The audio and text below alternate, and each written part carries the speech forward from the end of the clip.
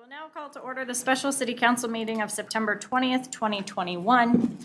Members of the public are invited to attend in-person meetings in council chambers. Public access to the meeting is also available by telephone by using the call-in numbers posted on the meeting agenda. Meetings are broadcast on Channel 8 for Comcast and Xfinity subscribers and on the city's YouTube channel online.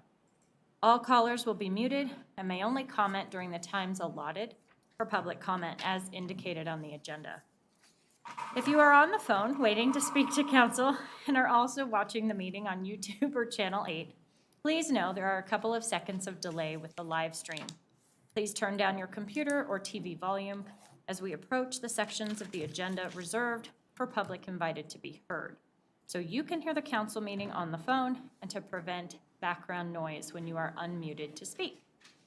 Thank you for following these directions and for maintaining meeting decorum tonight. Joanna, will you call the roll, please? Mayor Leidy. Here. Mayor Pro Tem Wilford. Here. Councilmember Whitkovich. Here. Councilmember Downing will be absent. Councilmember Brown. Here. Councilmember Goff. Here. Councilmember Duran Mollica. Here. Councilmember Lukman Hiromasa. Here. Excellent. Please stand as you are able and join me in the Pledge of Allegiance. I pledge allegiance to the flag of the United States of America and to the republic for which it stands, one nation, under God, indivisible, with liberty and justice for all. City Manager Geyer, are there any responses to citizen inquiry?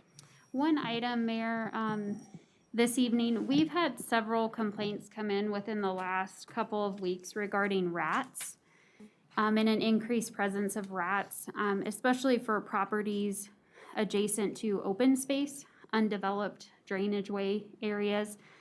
And so I wanted to let council know that I've asked our city attorney to take a look at what options we have if we were to do more. So my plan is do more in terms of our response. So right now we do a lot of public education about how to keep your properties in certain conditions that don't attract rodents. I don't think anybody ever goes into thinking I want to attract rodents, but they are attracted to, fruit from fruit trees, vegetable gardens. We've seen increased presence, especially for those residents that have chickens. And so beyond public education, Corey's having his staff look at what more could we do if council wanted to do more. And so I'll bring that discussion back to council within the next month. I don't have a specific ETA, but I just wanted to let you know that's on my radar screen, and we'll see if we can come up with any creative solutions beyond what we've been able to do and really emphasizing public education. So that's all. Thanks. Thank you. All right, we have two very important proclamations this week, so I will invite council, if you are comfortable, to join me down front.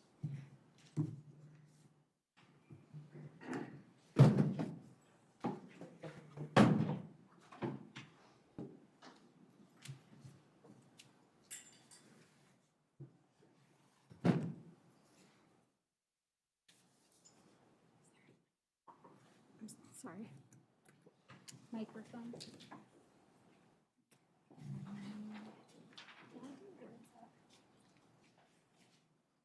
Where's not? You can just.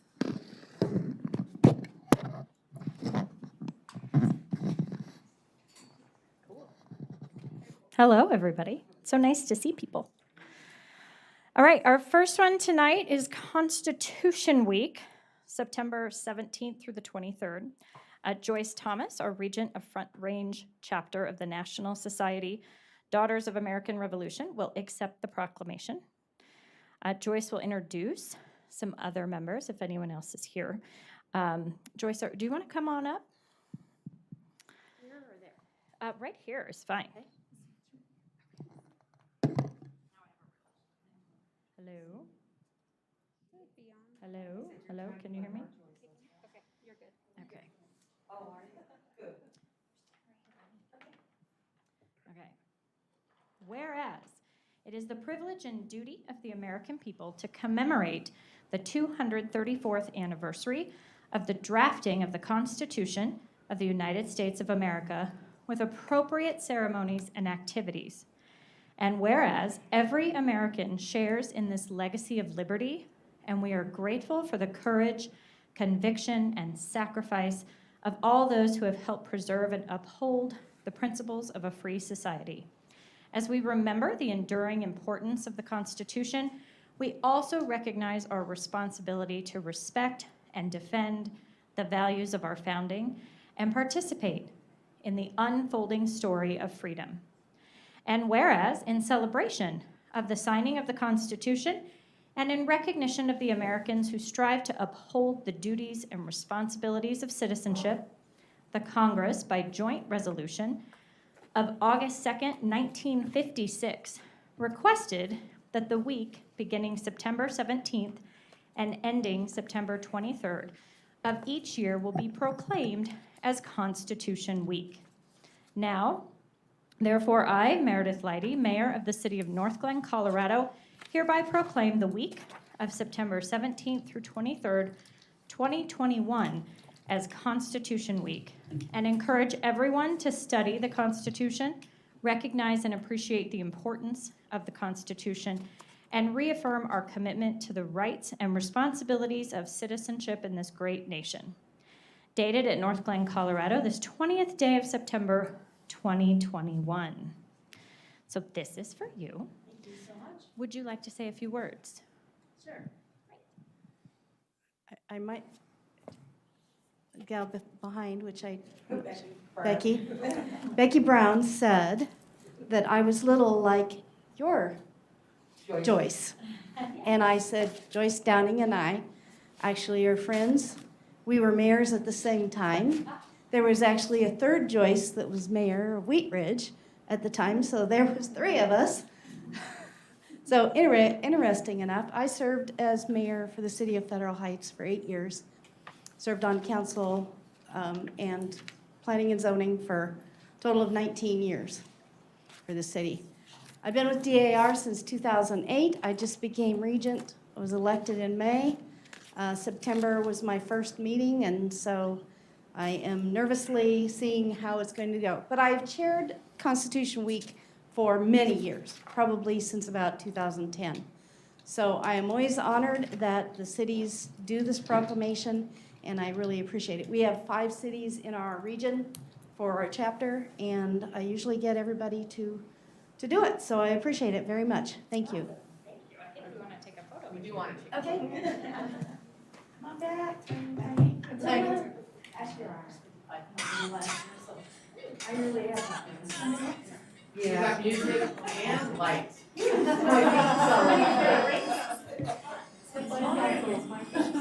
is everybody in there? Do you want to drop your mask and smile? Just leave it on your chin? Okay. Ready? 1, 2, 3. Again. One more. Last one. All right, great. Thanks, everybody. Thank you so much. It's like specific for somebody.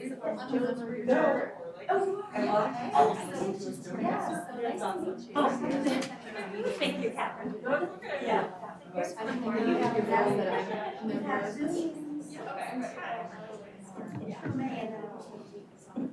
You just became a member a few years ago.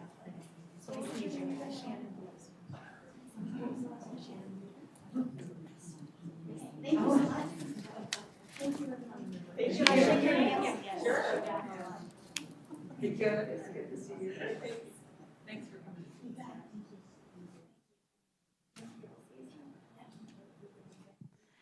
Thank you again, Joyce. Okay, our second one is for Hispanic Heritage Month, which is September 15th through October 15th. As we honor Hispanic Heritage Month, we want to recognize the city's Hispanic board and commission members who are actively working to improve the community. 3, I believe, maybe 3, of the city's Hispanic board and commission members are able to join us tonight. So come on up. Nate Romero, our planning commission member.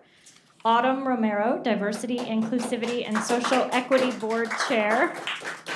I guess I don't see Deja, so Deja Moore is on our Diversity, Inclusivity, and Social Equity Board as well. Oh, she's joining virtually. Is she with us?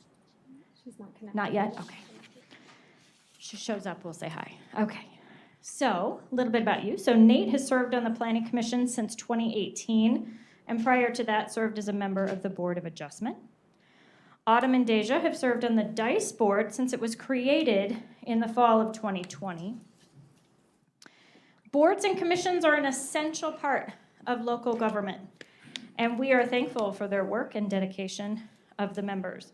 We value diversity on our boards and commissions and want to acknowledge the much needed influence and leadership of members representing the city's Hispanic residents. Thank you both, really, for your service to the city, for sharing your knowledge and experiences through your work as board members, and for serving as models of leadership. All right, here is the official proclamation.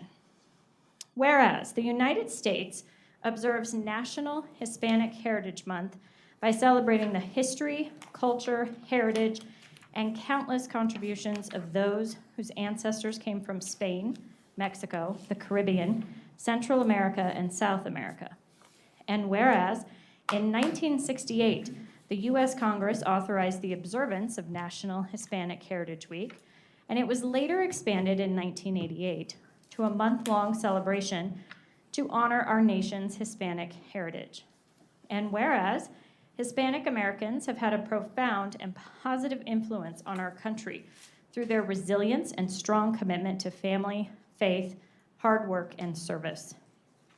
Whereas this year's theme, Esperanza, a celebration of Hispanic heritage and hope, encourages us to reflect on the legacy of Hispanic people who have influenced our nation's history and serve today as leaders in all aspects of life, from the Supreme Court and the halls of Congress to the state capitol, in City Hall and the community as public officials, educators, engineers, artists, soldiers, healthcare professionals, entrepreneurs, and essential workers. And whereas we recognize the important presence of the Hispanic community and celebrate those who have inspired others to dream, study, work, serve, and succeed. And whereas the city of Northglenn is proud to join communities across the United States in honoring Hispanic Americans whose leadership and achievements have significantly contributed to the success of their local communities and the progress of America. Now, therefore, I, Meredith Leidy, Mayor of the City of Northglenn, Colorado, hereby proclaim the month of September 15th through October 15th as National Hispanic Heritage Month, and encourage all residents of Northglenn to reflect on the contributions that Hispanic people have made in the past and will make in the future, and how great our tomorrow can be if we join together and recognize the importance of diverse cultures, Hispanic heritage, and hope. Dated at Northglenn, Colorado, this 20th day of September, 2021. So I give this to you two. There you go. Do you want to say? The floor is yours. Sure. I just want to say thanks for the proclamation for Hispanic Heritage Month. It's important to myself and our community. So thank you. Awesome. Just reiterate the same thing that, I'm sorry, what was it? He's a Romero like I am, but we're not related. Yes, nice to meet you. It's been a great opportunity to work with the DICE board. We're hopefully making some great headway, and thank you for the recognition, and hopefully we'll build our leadership and participation in the Hispanic community. Awesome. Thank you. Let's take a photo. Photo time.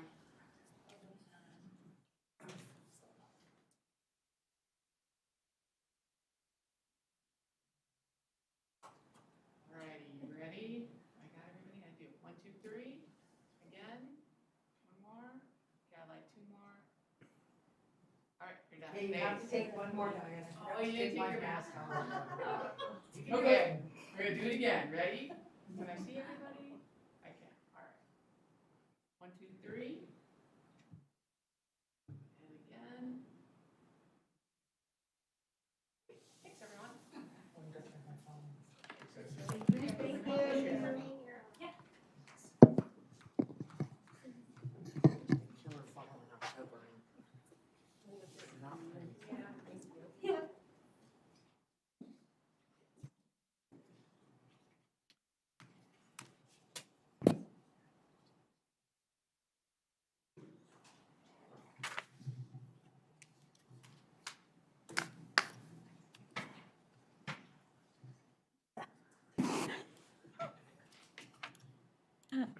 right.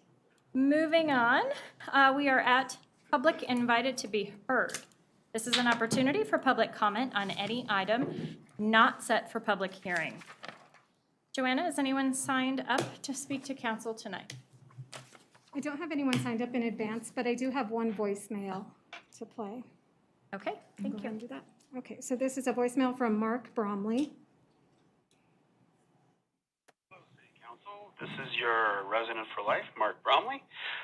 Northglenn is my family, and I'm talking about CR 96, 2021, Pay Plan and Personal Summary Amendment.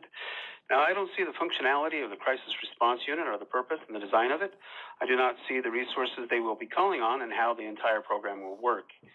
I think we would be better off in enticing more good police officers to the city than running an experimental Franz Kafka mental health program for habitual criminals in Northglenn when our city is viewed in search engines as the top 10% highest crime cities, which prevents good families from locating to Northglenn. Catering to crime will only embolden criminals to continue their crime spree. We, the community, are not responsible for criminals, and criminals are responsible for their own actions. CRU looks like 5 easy desk jobs and appears to be middlemen for state social services by courts, and I think we could have used this more wisely in qualified law enforcement units and educational programs to create the best police force in Northglenn. I also think that the ARPA funds are not conducive to this CRU program, and considering it comes from federal taxes, this could be a liability to the city in 3 years. Time when the funding of the CRU runs out.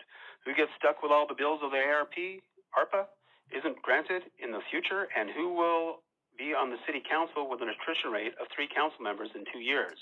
The atmosphere is still toxic on the council, and these matters need to be resolved, especially if we take advantage of national debt because of the Biden administration, which has obviously gone wonky. My other comment is for CR 95, 2021, Utility Emergency Response Change Order Number 2. Thank you, City Council, for having me. This is Mark Brownlee again. Northglenn is my family, and I wanted to say, got to detail these bid process a little better. Going with the foot in the door lowest bid doesn't always do the trick. I guess they got the bid, and once they have it, they get whatever they really want. On a side note, a Pirate Festival was fun, all except for the incident that ended on Friday night, which was handled well by Northglenn EM Services and law enforcement. Overall, a very good activity. Good job to the events crew. Fantastic job to all involved. Anyhow, thank you for having me, City Council. Enjoy your evening. Mark Brownlee signing out. Okay. Let's see, is there anyone in the audience who didn't have a chance to sign up but would like to speak to council tonight?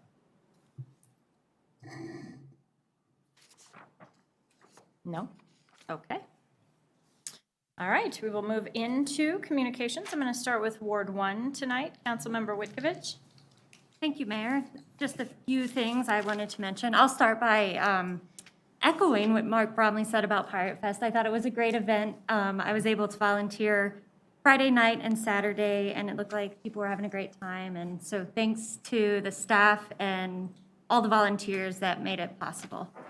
On September 9th, I attended the Parks and Recreation Advisory Board meeting. And I'm happy to report that the park naming proposal for Odell Berry was accepted, so that will be coming to us in late October or early November to vote on.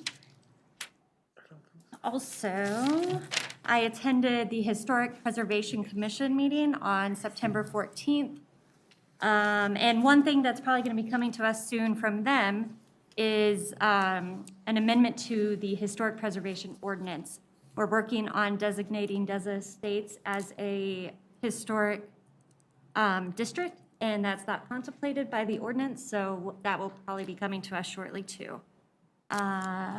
Also, I attended the Broomfield 9/11 Memorial. I'm not sure if anybody else was able to make that, but it was really impressive, for a somber subject matter. It was a great event, and I was really proud to learn about the Northglenn connection to that memorial. I think it's safe to say that memorial would not have occurred but for the recommendation of a Northglenn City Council member several years back. And I'm sorry, I can't remember his name, but, so I was very proud listening to that, and all the other speakers. That is all I've got for this evening. Thank you. Thank you. Councilmember Brown. I attended the NERA meeting last week.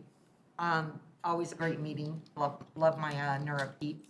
We did listen to a presentation on some plans for what they would do with 112th in Washington. It was really interesting, not to go into too much detail. This particular agency is looking at a micro suites, which is very interesting. But we don't know, we have to review all the options, so we don't know anything past that. I did not go to Pirate Fest this year, my first one that I've ever missed, but I did go to the grand opening for the law firm, for Ramos's Law Firm. And what an awesome event that was. A lot of community business owners were there. Dr. Ramos gave a wonderful speech, and I really appreciated how his employees spoke about him and how they spoke about the firm. He actually used a local Northglenn contractor to do all the work to remodel the inside of the building. I think that is just beyond awesome. The cost to do the inside of the building was $1 million. It is beautiful. I told Dr. Ramos that I needed a key for the weekends, so that could be my serenity spot. Just beautiful. I spoke to several partners before Dr. Ramos had a chance to speak, and the common thread was how they are just like a big family, and it felt like that there. We had some great food, great mariachi music, and I just really appreciated being invited to that event. There were a few other council people there with us. Catherine Goff was with us. We had a couple of members from NERA there, and it was just a wonderful event. So thank you all, or thank you for inviting me, Dr. Ramos' staff, and thank you so much for using Northglenn resources to redo your building, and the fact that you're sharing the building with our senior hub and some other businesses, it tickles the heart. Thank you very much for having that much faith in Northglenn. And that's all I did. Thank you. Councilmember Goff. Thank you, Mayor. Last week, I participated in I'll start with some different events. One was a meeting with Senator Hickenlooper on the environmental aspects of the infrastructure bill that's being worked on right now, so that was very interesting. He seems, very clear-headed and reasonable about what needs to be done there. The other meeting I attended was the Anythink Library Board, and there are a lot of different things going on. They're doing pretty well. But the one thing that I thought was of interest to note is that the Anythink Library District won an award from the Colorado chapter of the Association of Fundraising Professionals. That's quite a mouthful. And the award was the National Philanthropy Day Inspiration Award, because they do so many wonderful things. And I also attended the Pirate Festival, and I wanted to thank the staff and the volunteers, all the people who made that happen. I heard so many positive comments about it.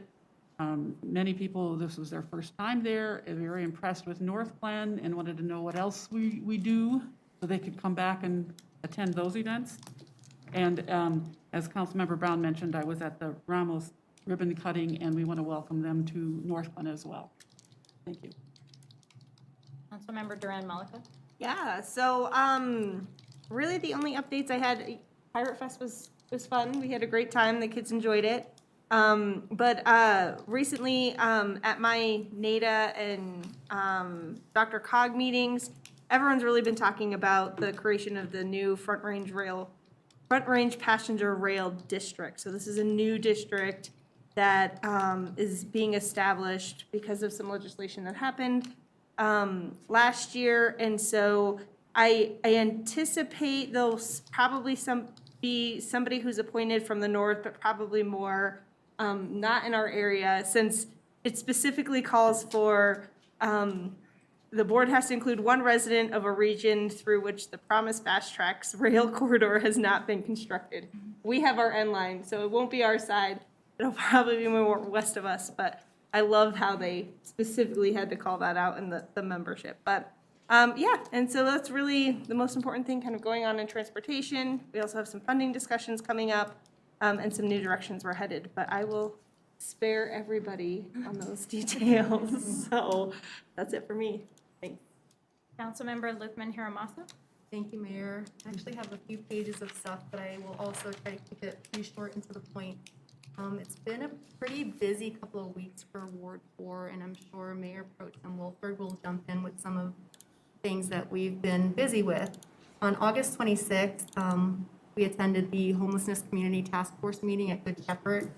And even though there were some strong discussions and emotions, I think that we're definitely working towards a better place to come up with some solutions, and getting residents involved is pretty important. And I won't talk too much about that because I know that's on our study session tonight. And so I'll go ahead and jump in then with a little bit more information regarding the safe parking initiative and how everybody felt about that, which is pretty much support as long as it's in a different location. As a result of that, we also had a meeting with the city manager, the chief, deputy chief, Amanda, and someone from her staff, I can't remember the name, Jessica, Rupa, and Mayor Pro Tem and myself, just to kind of further those discussions. And I think what I'm very excited about tonight's meeting is hearing more about what can possibly happen with more countywide support and what needs to happen in order to have some long-term and realistic solutions for a problem with homelessness. Beyond that, I've attended a couple of Adams 12 Board of Education meetings. The other thing that's happening in our ward a lot is No Need for Speed meetings, so attended one of those on September 8th for Quivus. It was great. I think the residents came out very positive with some really great solutions from city staff. Officer Shube did a great job, and so did a file engineer. So I was very, very happy, and I think residents were very happy with the solutions that came out of that. And we do have another one coming up on September 29th for Niver Avenue. On September 14th, I attended the first CCPP meeting as the liaison, and I think some really exciting things are about to happen in that group. They're going to be working on their work plan, so that'll allow them to start benchmarking and and mapping out where they're going to focus their work. And they formed 2 subcommittees already. One is for the new body-worn camera policies, so they will be working on that. And then community events, which is going to be a big part of bridging the gap between our law enforcement and our community and the board. So that's very exciting to see. I also attended the September 11th memorial events, and I too learned for the first time that it was a piece of steel that's there from the fallen towers was a result of former council member Phil Carney is his name. And so he gave that to retired North Metro Fire Chief John O'Hare. Very interesting connection with Northglenn and that piece of steel from the 9/11 memorial. Sad, but also an honor to have that type of support from Northglenn. And then last but not least, Ward 4. We have a Ward 4 meeting this Thursday at 6 o'clock in the Northwest Open Space. And we have childcare, so if you have kids, I'm really hoping that people show up with their families and have a great time. It's right by the parks and the softball fields and the pavilion. There will be free ice cream and cookies, so another reason to get out and enjoy some time with your family and learn about what's going on. And the 2 main topics will be the CRU program and then also economic and urban development. And that's all I have. Thank you so much. Great. Mayor Pro Tem Wolford. Thank you, Madam Mayor. Tough act to follow there with my Ward 4 partner, but she did outline a number of items that we were both able to participate in and collaborate in, so I won't belabor that. The one additional thing I will add around homelessness is that she and I did get out and go for a walk with our community navigator, Jessica Holtz, around Croak Reservoir, just to see for ourselves some of the conditions and some of the concerns that our residents have been giving us a call about. And certainly I will say I'm very much looking forward to that discussion item later this evening, because I think we've got a lot of opportunities and still a lot of work to go as we aim to better manage that problem in the community. Outside of that, wanted to just reiterate that Pirate Fest was so much fun. I've never gotten to see the boat races before, but they were absolutely hilarious, and I'm so glad that nobody capsized. So that was fantastic. I feel like at some point we should have a city council conversation about the boat races, but it doesn't have to happen tonight. We can table that for later. But truly, great job to staff, and thank you to everybody who came out. I mean, it was truly impressive, the range of creativity and costumes and booths and just the way that people were showing up. It was a lot of fun. Looking ahead, a couple of things. One is I'm looking forward to the Colorado Municipal League Cities Conference this week that's going to be held by our partners for our neighboring community in Westminster. So I'll be in and out of that later this week. Shannon mentioned our board meeting coming up on Thursday. Please come out, come visit with us. Should be a great meeting. And then finally, I just wanted to highlight that next week, September 3rd through October 3rd, is National Drive Electric Week. It's a national celebration to raise awareness of the many benefits of all electric and plug-in hybrid cars, trucks, and motorcycles. And I know that we've been having some conversations as a council about, what direction we may want to go with that. So I just wanted to offer that as a resource, since there will be a lot of different online learning opportunities there for you to tune in and ask questions that you may have. That's all I have. Thank Great. you, Madam Mayor. Thank you. Yes. I forgot to add Oh, something. Is it then okay? add it. What do you got? Thank you, Mayor. I got so excited with everything that I totally forgot something that's actually very important, that Mayor Pro Tem Wilford is also on board, but I wanted to bring it to council to ask for support. I did mention this to the city manager. If we can direct the city manager to bring forward the subject of building continuum of care for our senior residents for a future study session. We were contacted by a resident who's been having some very difficult times, a senior resident. And so it came about that it's very difficult for somebody in her position who is taking care of somebody who is also elderly with a disability and finding the help that she needs in times that she might not be able to take care of him. Some of the quotes that she got for personal care were something like $600 to $900 a day, which is not affordable by any means to most of us. I know it's not affordable to me, for example. But she was very concerned, and she is also willing to come forth and speak about her experiences. So I'm asking council for support on that, and I know Mayor Pro Tem has had conversations with her personally as well on potentially bringing that forward for any future discussions. So I know you're going to chime in. I'm looking for clarification. I don't. Yes, so a little bit of background and context. Each of you, I believe, received a letter, a physical letter in your mailboxes from two of our original homeowners that live over on Melody Drive. And as they've aged in place in this community, they're noticing that there is a real lack of resources, right? Or there is an abundance of resources, but they're expensive, and it's difficult for them to navigate in terms of matching their needs with what the resources are. And there's a real fear that if one of them gets sick with COVID or something else happens, that they're going to be, left completely in, a difficult situation. And so they had asked that we follow up on the letter that they had sent to all of council and ask for some sort of conversation around how are we supporting our seniors in this community, right? Because we do have a lot of original homeowners that are continuing to age in place and want to stay in this community where they put down roots. But the question of how and what does that look like is one that we can't always answer, right? Because it's a little bit of a patchwork approach. And so I know this is something we've kind of talked about in the past, but I don't know that we've ever really had a study session to think through, what resources are available, how can we, potentially, use our new, use our homelessness or our community navigator, or, what other resources do we have within the city to make sure that we're able to support those folks in their stage of life. And so I think, just for additional clarification, that's what we're really looking for here. Helpful, thank you. Cool, yeah, of course. How does council feel about that idea? Sounds good to me. I say forward. Yeah.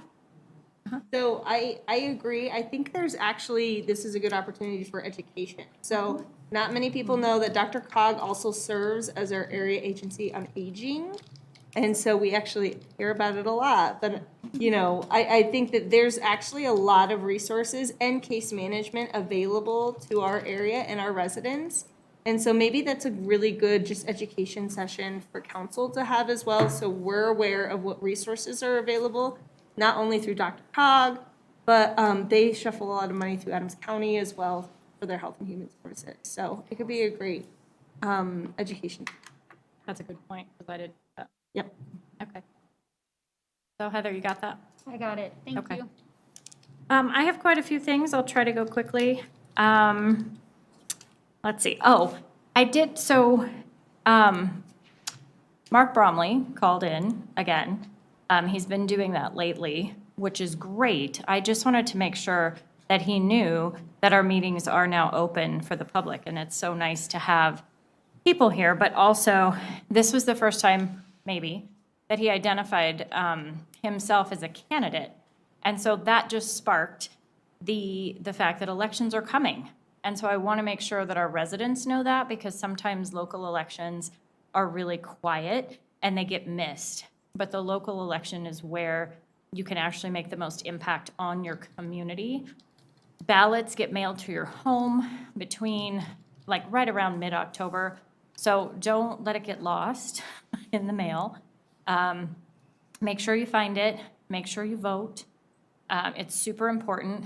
But I just want to reiterate that all candidates, no matter what ward, they are invited, because as members of our community, you can come to council meetings. So if that's something that you're interested in, that is there. And then I can't even believe Becky forgot, I was at the Ramos Law event, because I had a whole band singing happy birthday to me, which was awesome. That was a plus, but yeah. But actually, everything that Becky said was so true. The family values of that business just shone through all night long.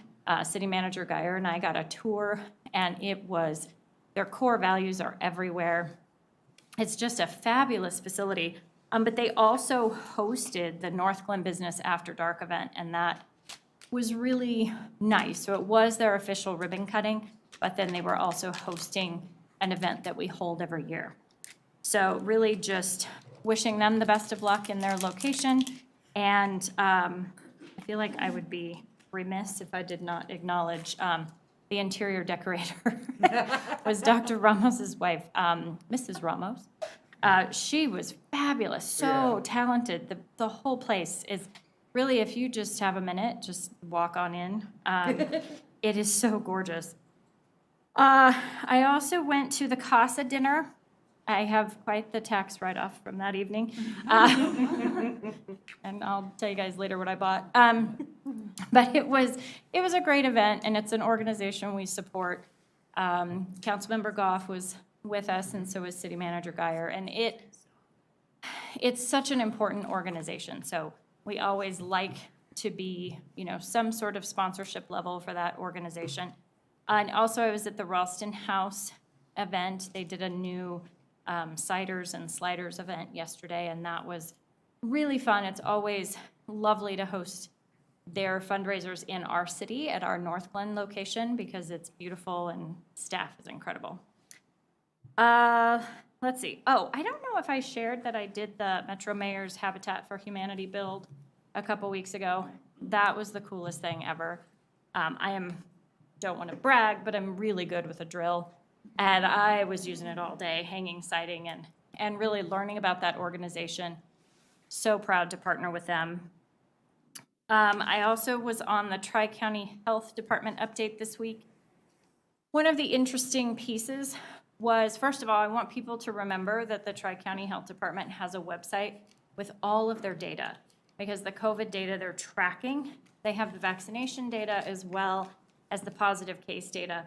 But one of the most important data slides for me is over the summer, they were seeing multiple variants, but now it's all Delta.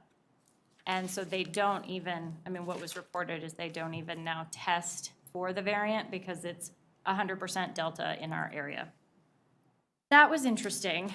again, I'm going to make another push. Get vaccinated if you can. It's super, super important.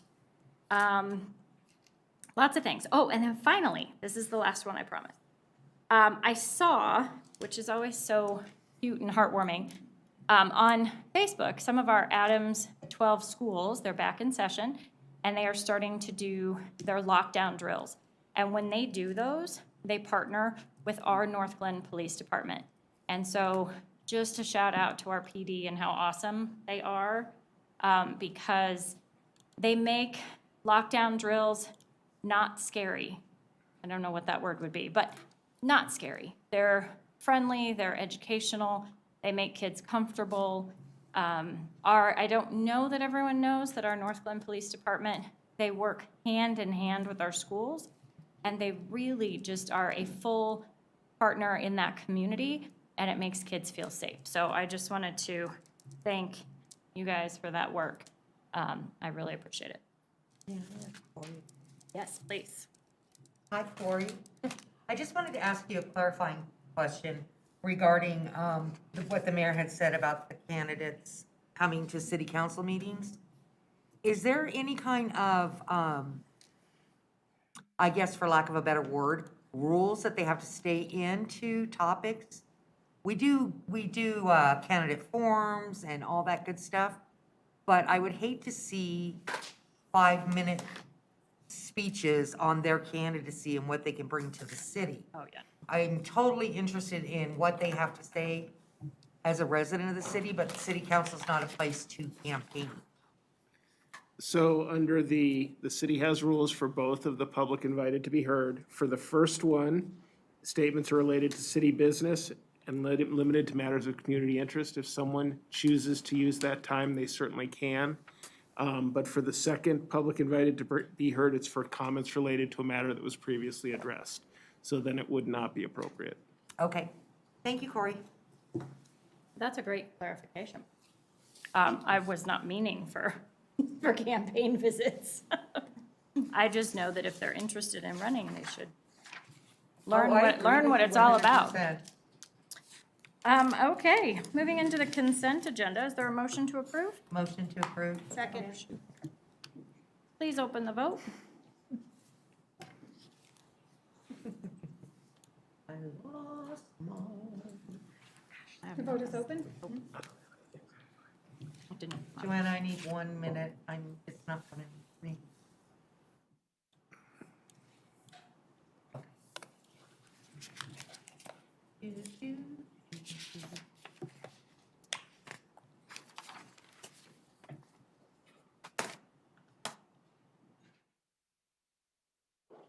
There you go. Thank you. I'll close that vote, and the consent agenda passes unanimously. Excellent, moving into resolution CR 94. Joanna, will you read the title, please? A resolution approving an intergovernmental agreement between the City of Northglenn and Adams 12 5-star schools for joint school zone assessment and improvements. Motion to approve. Second.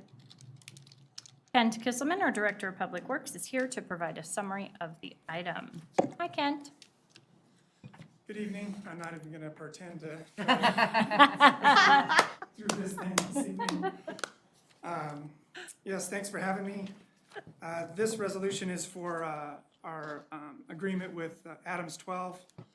We completed the school zone assessment design last year, and this year we completed the construction, or it's nearly complete. I think we're advertising at this point and getting ready to close that out.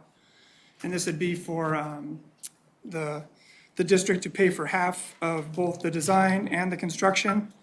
The total cost for the design was $15,225, and the total cost of construction was $134,229.75. And they're going to do 50% of that.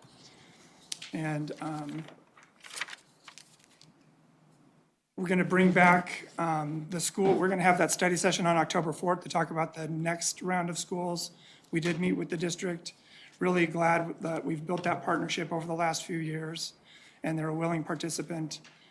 We did meet with them a few weeks ago as well, and so you'll hear all about that on October 4th. I recommend approval of this resolution as proposed, and I'll answer any questions. Councilmember Duran Malika. And just a quick question. In the past, has it always been the arrangement that the school district will pay 50% of these costs? Or is that just because of this project? Or how has our previous relationship with the school district worked on these types of projects? Yeah, we've really been building that, I think it was Marcy, I can't remember her last name. Whitman. Councilmember Whitman. Yeah. About 6 years ago, who really brought this to the forefront. And so since that time, we've really been working on a relationship, and Pat Hamilton is very good and willing participant to work with us. We have Rob Weber, our operations director, who worked for the district for many, many years. So we have that also relationship. So I think it's really grown over the last specifically probably 3 years into a partnership where they're willing to put forth money, not only for the assessments, but, I think last year there was an area where there was a fence and there was some cut through, and we just called them up and said, hey, we're gonna build this fence, or can you build this fence? Would you pay 50%? And they did, and so just having that relationship where we can call them up and, partner with different things that are around there, ditch cleaning, and those sorts of things. So the relationship has been building, and this IGA just kind of cements that. And then again, on October 4th, you'll hear further that relationship will continue in the partnership as we move forward with more schools and designs. Great, awesome. I think that was just really good to hear a little bit about that history of that relationship as it's been building, because, our schools are such an important part of our community. It's why a lot of people move to Northglenn too. Access to Adams 12 is fantastic. So thank you so much, and, I appreciate all the work that your staff are doing to really connect and support Adams 12. Thank you. Councilmember Brown? My question is really not for you, so you're safe. My question is for Heather. I'm not safe. You are safe. We had, the conversations last week about what's going on by the STEM schools and everything. Will you be able to provide any information on that?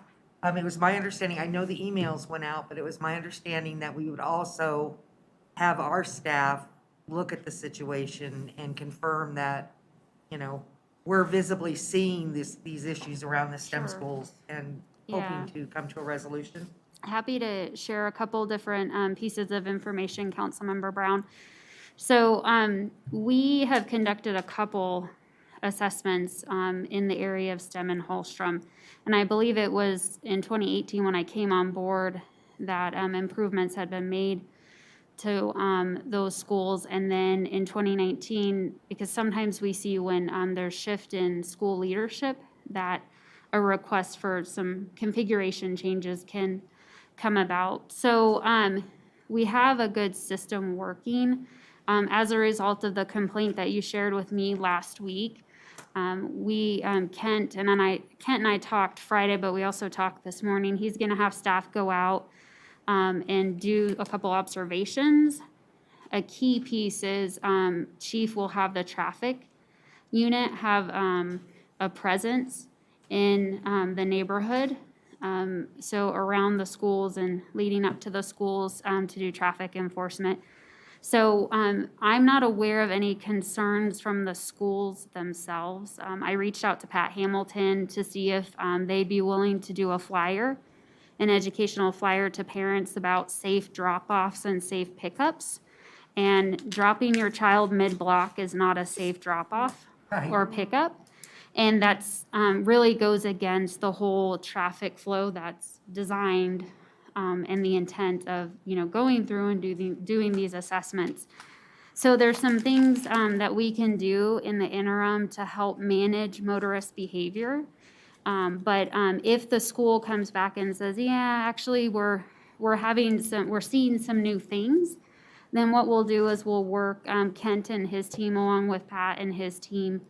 And if we need to take another look, a deeper look at the configuration at STEM Lab and or Holstrom, then we'll do it, because those traffic, even though time start bells are staggered, to help with traffic flow, there can still be some congestion that we see. But in the short term, we're going to have an increased traffic unit presence. And then we'll have Kent and his staff will go out, Kyle, to do an observation and see if they see anything to make sure the plan's working as designed.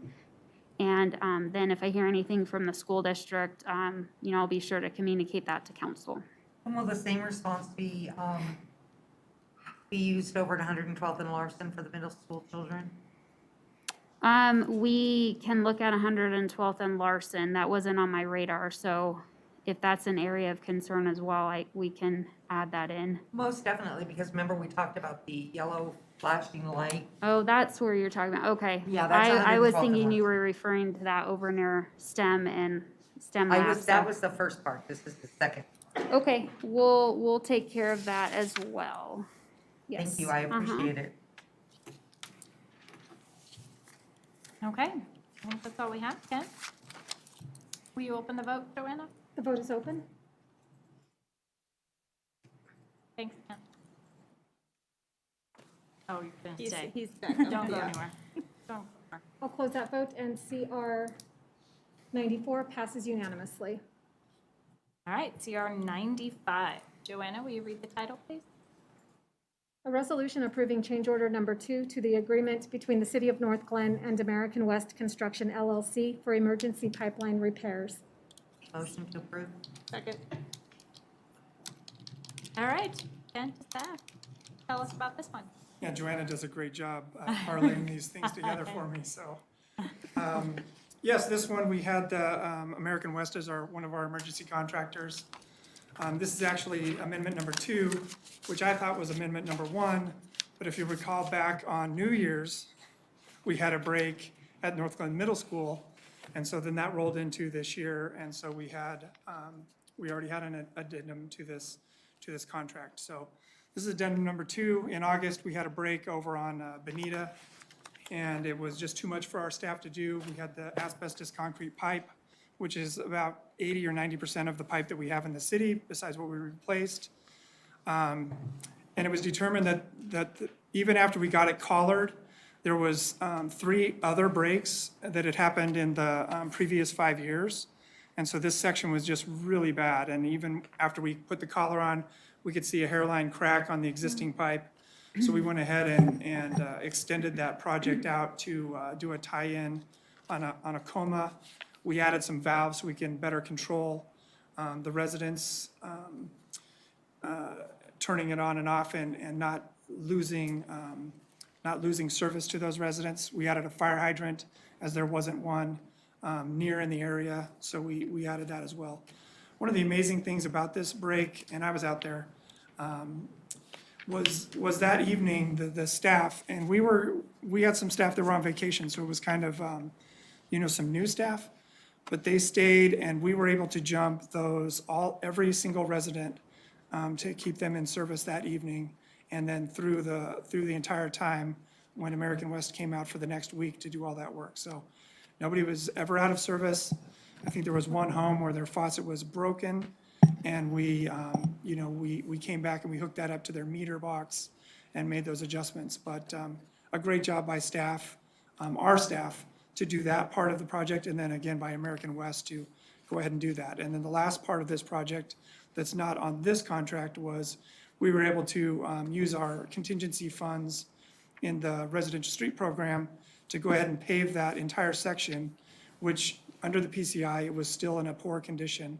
So we weren't jumping anybody ahead, but we paved it from Acoma to Melody, that entire section, and I believe it was about $50,000. So a good investment, and the infrastructure is sound now.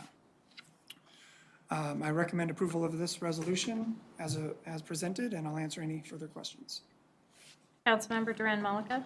Yeah, thank you so much for the memo. I think this has been really helpful, especially learning about asbestos cement pipes is interesting. And the fact that you say that, it makes up 80 to 90% of our lines currently.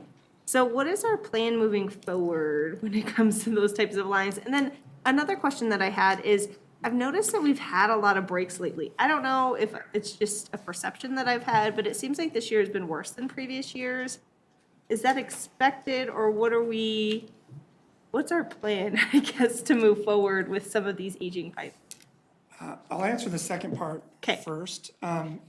Actually, compared to surrounding cities, we have far less breaks because our staff goes out and we have a valve exercising program. We flush our lines, you'll see during the summer months, we open up the hydrants and flush that. Our water is really clean and pure, so the water going through those lines isn't corrosive. We don't have any lead pipes in the city. So we really do a good job as a city and of protecting those water lines. Moving forward, what can we do to improve that infrastructure? Well, you're doing a great job already of improving that stuff. So you heard about the ARPA-funded project, or the money that you put forth that you're investing into the Huron, and that's an entire water line section. We did one in front of Kiwanis Pool. So we do these sections, and we have an operating fund or a CIP account that we have each year. So you may not hear about some of the work that goes on, but we do try to get in there and replace pipes. When we're going to be paving over a street, we want to make sure that infrastructure is sound. So we do have a program. It would be, we couldn't afford to replace every single pipe, and it's not really necessary. I mean, there's nothing wrong with asbestos concrete pipe. It's just not preferred now. Now it's PVC, the polyvinyl chloride pipe, the plastic green pipe is the preferred. But there's nothing wrong. If the pipe is sound and in the ground, it's good. And maybe going back to your second point again, not to suck the entire air out of the world, but the ones on Irma were a function of installing that force main, and they were putting the force main underneath the pipes that went on the crossing. And so that asbestos concrete pipe is a little brittle, and so it kind of undermined and it was able to sag. But in place, if it's not disturbed, it's really it's a functional pipe. Okay, and then there aren't any health hazards associated with these, okay. No, and we have a permit that allows us to, if you remove it, you have to dispose of it properly, and that means you gotta bag it and dispose of it in a secure location and that. But we have a permit that allows us to abandon in place, and so we don't even take it out or touch it. It's just left in place. Great, I learned a lot, thank you. Councilmember Brown? You brought up the magic word, Irma. Just curious, and the residents are curious too, it's closed again. I don't know if it reopened this afternoon or not, but it was closed through the weekend. Is this the same issue as before, where we're having problems with the pressure valve right there? Is that why they're tearing it apart again? So the closure now is at 112th Place and then 212th. And so what they did on the north end, when they closed it at 120th, is they're putting the pipe underneath the road. So they're doing that now on 112th. So instead of open cutting a trench into the major road, they dig holes on either end, and then they push the pipe underneath. It's called boring, and they bore the pipe underneath. So they have to prepare the pits, and they have to put the pipe together, and then, the boring happens. So it's looking like the first part of October is when that's gonna open back up. Really? For that end. I think the north end was closed for about 3 weeks. Yeah. It's a big project to do that underground boring. So, the detour's in place. The contractor's moving as fast as they can, and they're doing a fantastic job getting that pipe in place. I just had no idea it was gonna go through October. I had been given a little bit shorter estimate for when it was gonna be repaired. The first part of October is scheduled, so And not through October. I would like to comment that the detour signs are not out until you hit the not a through road thing. That becomes a big problem. And again, back to that other problem on 112th and Larson, the cars, that's what started my first conversation, was that the cars aren't stopping. They're irritated at the fact that they had to go there, they had to go wait in line, on East 112th Place to go across the street, and they're not stopping for the kids. So I think it's really important that we get the word out, to parents and everything, that is gonna be closed till the first part of October. That's a big deal. That's a real major thoroughfare for us. So but I don't have any speeding complaints on Irma right now. So it's just, I would like, I'm making a personal request that they get on top of putting those detour signs out because they don't. We're under the impression and we're told that they're putting them out, they're not there. So if you could share that concern with the company, I would. Councilmember Brown, Kent drove out there on, what was it, Thursday? No, Friday, we talked. So, maybe there's something we're missing in terms of the detour signs. We'll do another round and talk with the contractor and see if there's, more visible places that detour signs can be put up, but Kent did drive out there. I think it's important to know in response to the conversation we had.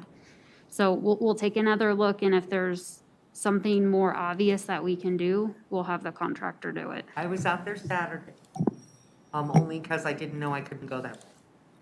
And then my husband kindly told me afterwards that I couldn't go that way. So I was out there and I did not see one detour sign. I mean, I know where to go and I know how to go, but if I was warned a little earlier, maybe I wouldn't go down to 112th Place. I'd take one of the other, offshoots, Malley Drive or something, so you're not forced to be in front of people's homes. I don't know what the solution is, but it's garnered some complaints We'll and some figure it out. curiosity. We'll figure it out. Thank you, Kent. I'm sorry. I always have something to complain about. That's it on that. Okay, I don't see Great. any more questions. Joanna, will you open the vote, please? The vote is open. Please vote. We'll close that vote, and CR 95 passes unanimously.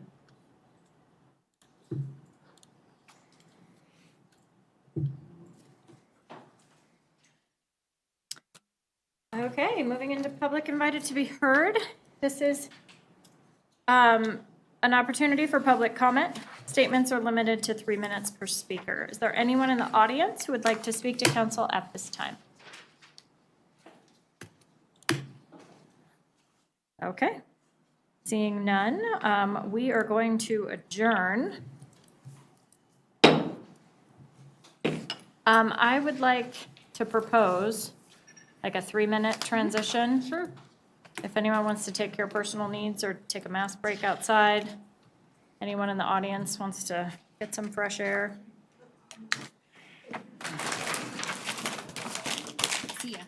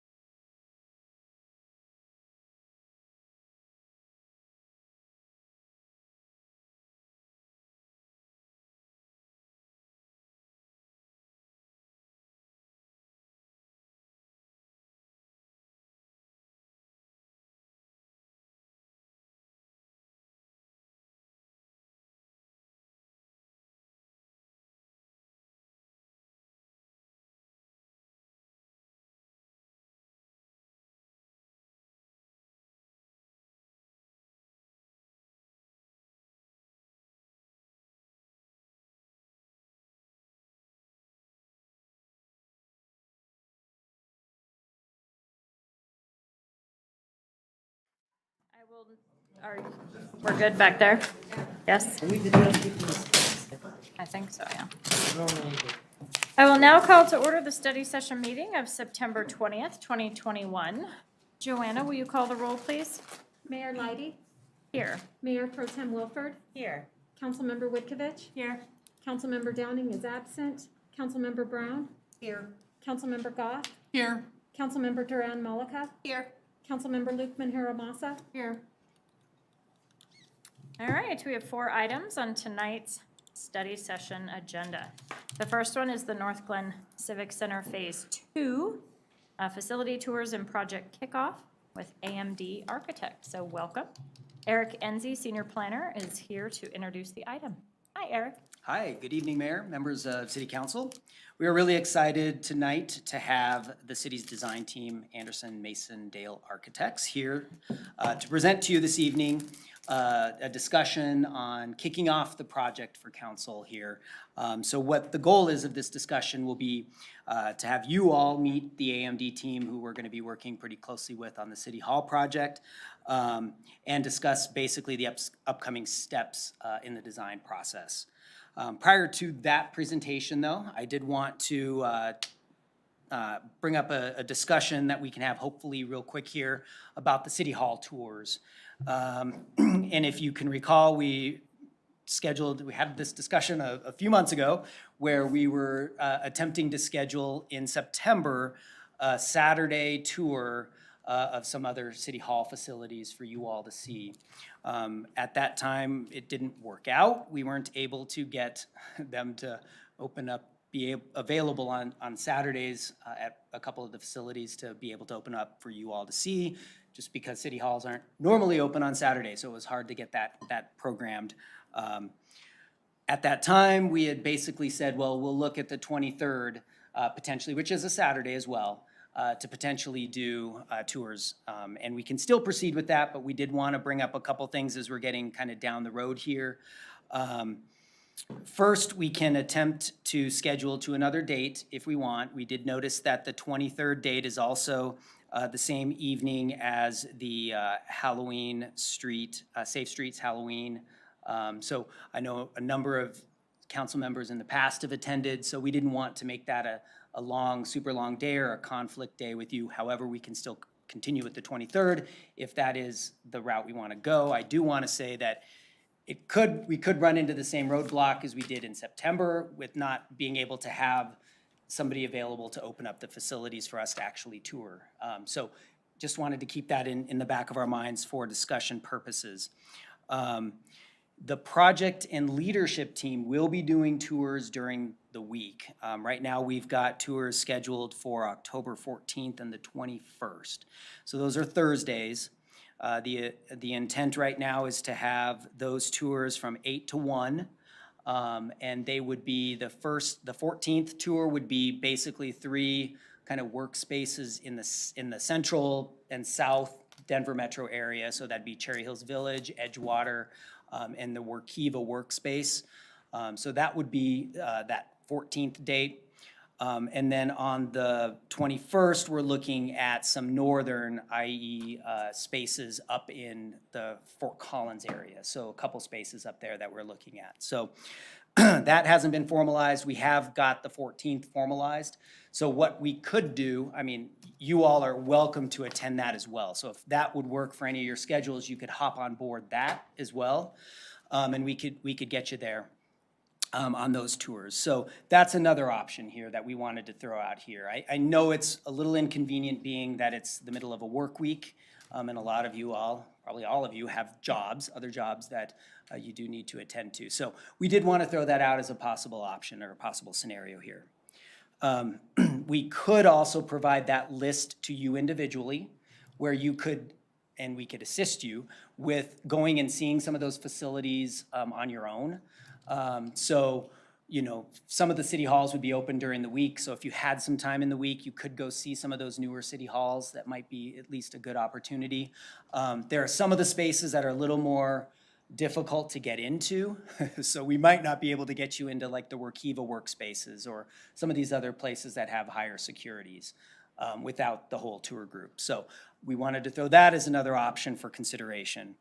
And then last time we discussed, and this could be something we still do regardless, is bring forward with AMD just a presentation to you all. It's not going to see something in person, but what we could do is bring a presentation back with photos as well as some, video clips that we could take as we toured on the 14th and the 21st, and have some snippets to present to you that evening with some thoughts that we had when we were doing the tours, and bring those that as a presentation. So with all that being said, there's a number of options we could consider here. We did want to throw that out to you just because we want you all to see these facilities, because we think it will spark some thought and as we move along in this process. But I want to bring that up for discussion and see where you all thought you wanted to head on that, and maybe we can head down that path. So I'm just confused. So I went in the presentation, went all the way down to the timeline. So you're saying that the 23rd is tentatively what we're doing, but you don't think we can get into the space, or you're not sure? I'm not sure at this point. We wanted to have this discussion with you all first before I reach out to those cities to see if we could actually even get you on the schedule, or if there was anybody that would be able to let us into those facilities. So I don't know yet whether we could specifically on the 23rd or not. So is there an intent on the Saturday to do all 6? No, I think we would focus the Saturday tours probably a little more focused to just a 2 or 3 at most that we could do. My thoughts would be probably Edgewater and Cherry Hills Village if we could get you in. Those are 2 of the newest City Hall facilities if we were to do the Saturday tours. Councilmember Brown? I just wanted to speak out about virtual tours because that's something that, I would like. I can't go during the week, and Saturday the 23rd is like one of my favorite events. So I'm busy in the morning getting ready for it. So that kind of rules it out for me. So, not that, nobody else can go, but I'd like to explore virtual tours. Okay. And, you know what to do, but that's just my own personal opinion. The option to go see, it could still be open, but I would like to see a portion included that is going to happen. Okay. And I did speak with Diana Wilson, and she can have either herself or somebody from her staff available on those tours who can video record those. So we can have those, at least the in-person tours we're doing, available for you all to view as well. Thank you, I appreciate that. I see hands, but I had a quick clarification. So to me, it seems self-explanatory why the city halls were selected. The 2 additional spaces, why were they added to the list? Great question. They're actually AMD projects, both of them are, and they're creative workspaces. So the ideas is that, and they can probably speak to these better than I can, but they were set up in what they call neighborhood themes. So, there were shared workspaces, shared, conference areas. So it was a different concept of work environment based on kind of the way things are trending in the marketplace with, kind of the hybrid remote working situations, being in the office. So it was an opportunity to see a different type of approach to a workspace. Okay. Councilmember Goff? Thank you, Mayor. I would not be able to attend the October 23rd one as well, so just to say. But if I wanted to attend one of the staff ones you're talking about, or do some things individually, who is it that I'm contacting? You can work directly with me. I'll work with Heather. You can CC both of us. Okay. That way that we both will know if you want to attend those. Again, we're happy to have you guys attend those tours on the 14th and the 21st. I just know it's not easy for you all to do so. And we would just have staff drive on their own. Yeah. So what we would likely do is just go ahead and post those 2 days. Yep. By chance you want to attend those. So that way we meet posting requirements if we have 3 or more council members attend. Yep. Councilmember Duran Malika?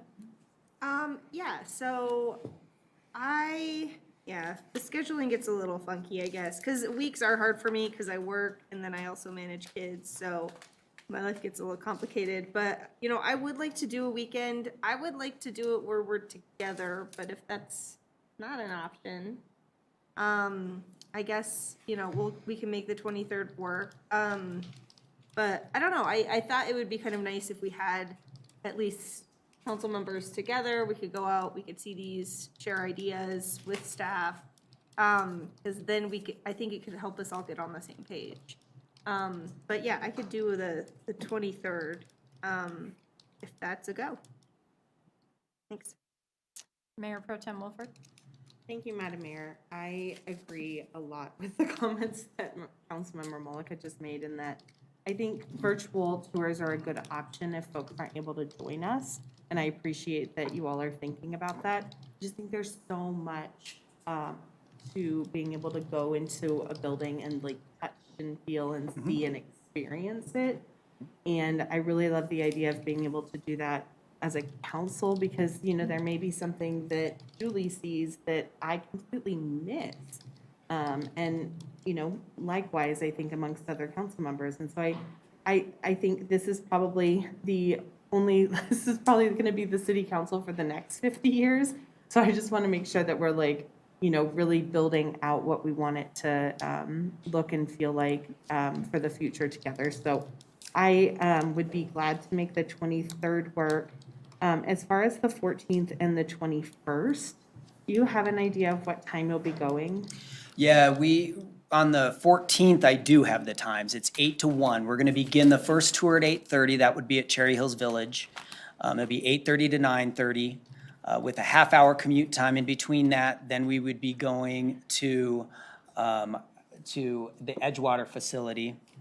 We'd be doing that for an hour and a half. We think that one's probably a little more in line with kind of some of the discussion councils had with having a community space. They have a library associated with their new city hall facility. So we thought that would be an hour and a half would be a good discussion time with them to ask questions. They're gonna have their maintenance staff there to ask, those types of questions as well. And then we were gonna go to Workiva after that from 12 to 1. So we have a half an hour kind of drive time in between all, but we'd be ending at 1. Where is Workiva? Is it downtown? Downtown, it's on Platt Street, right by REI. Okay, awesome. Okay, and then on the 23rd, or I'm sorry, on the 21st, you're gonna go up and see PRPA. Is that the only one up north, or? Well, we were thinking if we could get to see the new Tinmouth City Hall facility, that would be a nice complement since we would already be up north. So the goal is to coordinate with both of them. Now, the Platte River Power Authority does have some requirements about number of people that they can have in their facility, so we'll probably have to break the tours up. But that's another one of those unique workspaces that AMD worked on that I think would be a good thing for everybody to see. And where is the PRPA facility? It's in Fort Collins, correct? Is it Fort Collins? Yep. Okay. Mm-hmm. Okay. All right, cool. Thank you. Yeah. Councilmember Whitkovich? Thanks, Mayor. Yes, I would be available on October 23rd. It might be difficult for me to do the 14th or the 21st, but I'd have to see what I have going on with work. Also, I was curious if weeknights were an option. Oh. I don't know the answer to that. Okay. It's probably the same question, but it might be easier to get a weeknight, somebody to be able to commit, because, normally as a public, staff or public staff member, they're there for night meetings, so it's not something that would be uncommon for them. It's a little bit more uncommon and a little trickier to do the Saturdays, but maybe what I can do is reach out to them and see if the Saturday, the 23rd doesn't work, if some evening might work for them. Okay, I was just thinking maybe more of us would be available and more of us could be together. Sure. Yeah. But yeah, That's a good I can idea. do the 23rd for sure. Councilmember Lukeman Hiramasa? Thank you, Mayor. First of all, thank you for coordinating all of this, trying to coordinate it. These facilities look beautiful and right up, alley of where we're thinking the space should look like. So I'm very excited to do that in person. I agree a virtual option is good, but as mentioned before, I personally prefer to actually walk through a space and get a sense of the feel and how it's laid out, and I feel like it's a little bit easier to do that in person. I understand it's not possible for everybody. In terms of dates, the 23rd, I have it booked already and blocked out, but how long would that be if that were more facilities? I know you're more viewing more facilities, I should say, since there are activities that evening. About how long would that be, those tours? Well, it depends on how many. If we do a couple facilities, we could probably either focus on a morning or an afternoon, and just keep it, within a 4-hour time frame. Getting any more might be a little trickier. The good thing about the Edgewater and the Cherry Hills, at least they're in the metro area. It is hard to get from there up to Tinmouth. That's beginning to take up a lot of your day, and I know that that's a lot of time. So we did think Cherry Hills Village, because it is probably the newest, and Edgewater, just because it was so closely aligned with what we have heard council say in the past, might be the two ones we want to focus on for that Saturday. Yeah, excellent. If it's about 4 hours on the 23rd, I can definitely do that. I'm also available on the 14th. Okay. But not on the 21st. Okay. But I also agree, I think it would be nice for all of us preferably to be together and walk through that at the same time, if it's possible. Thank you. Okay. I don't know how you want to take, I did have a question going back to the timeline. I feel like we're having this conversation a little bit out of order, because it looks like there were to be city council interviews in the third week of September, is that correct? Potentially, those dates in there are tentative at this point. They may slide a little bit, but yes, AMD is planning on interviews with individual council members as well. I guess I'm just wondering if tours should happen before interviews? Or can you speak to the philosophy behind the interview? Just trying to capture time with you guys, and so I think your strategy, as you pointed out, we are in the third week of September, those interviews are likely not to happen. Right. So, things are beginning to slip a little bit to the right, and certainly if the preference is for you to attend tours prior to us having sessions with you, I think we can accommodate. Okay, so the interviews will be rescheduled, because they're not on yes, anybody's right. calendar yet anyway. That's correct. Okay. Yep. I can try to make the 14th work. I can't make the 21st work as well.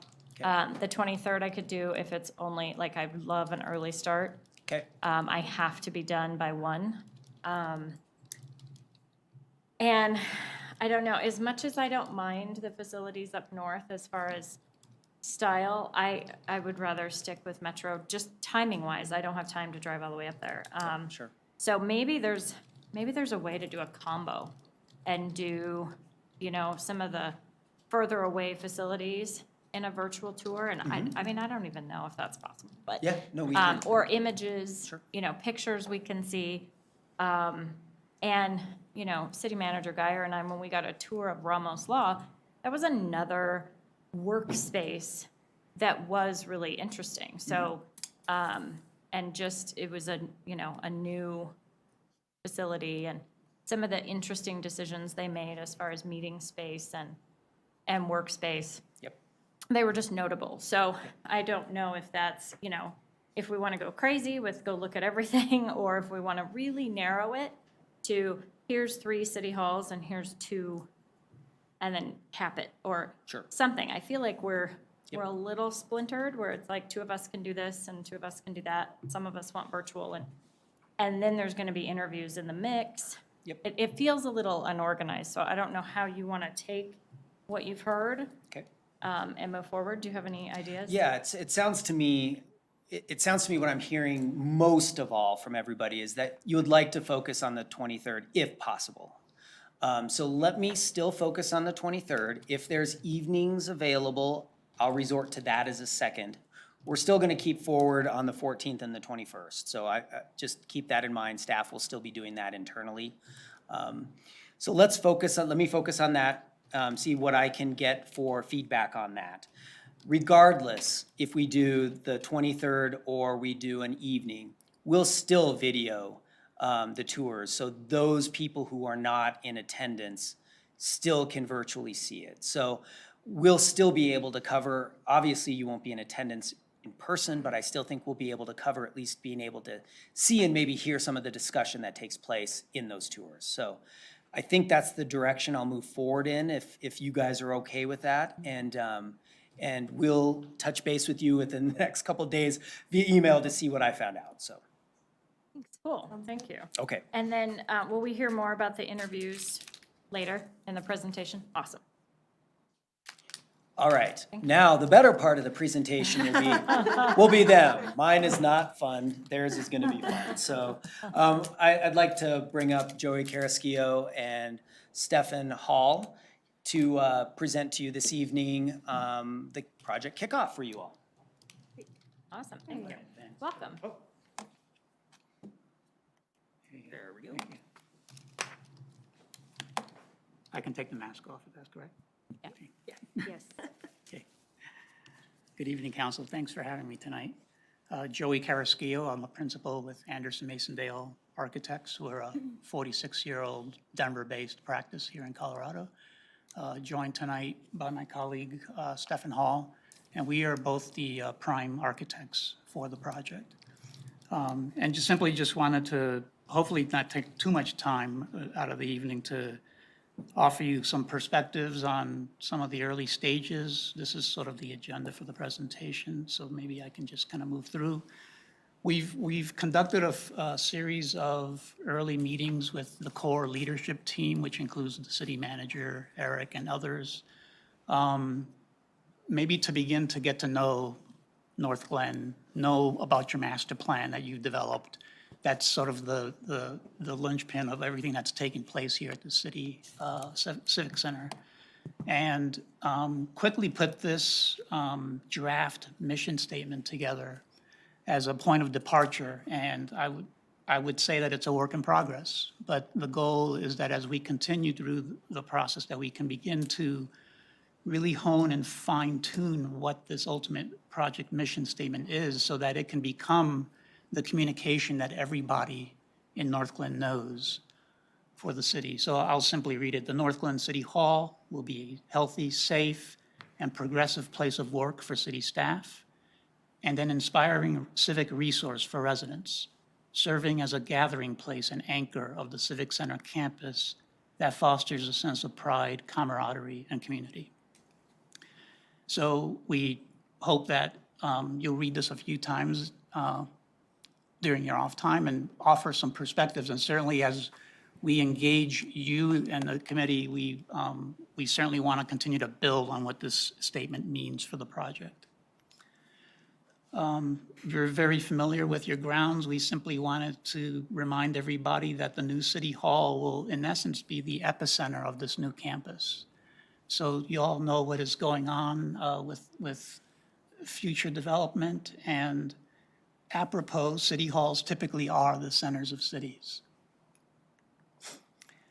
We've been spending a lot of time with the group trying to understand the structure of the government here in Northglenn. So this is simply just an organizational chart that we've been compiling with the group, getting to know the different divisions of city government, getting to know personnel, and also identifying positions that are both vacant and positions that are aspirational with the growth of the city government.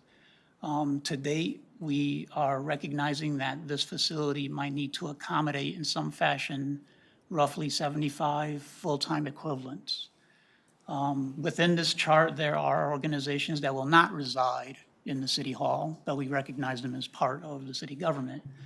And perhaps the most interesting part is the area that's circumscribed with the dashed line, which is this idea of a new community space and what that might be. We know that City Council has had some conversations about what that might be, and we would hope that as we go through this early programming and conceptual phase, that we might be able to identify what the promise of that aspect of the facility might become.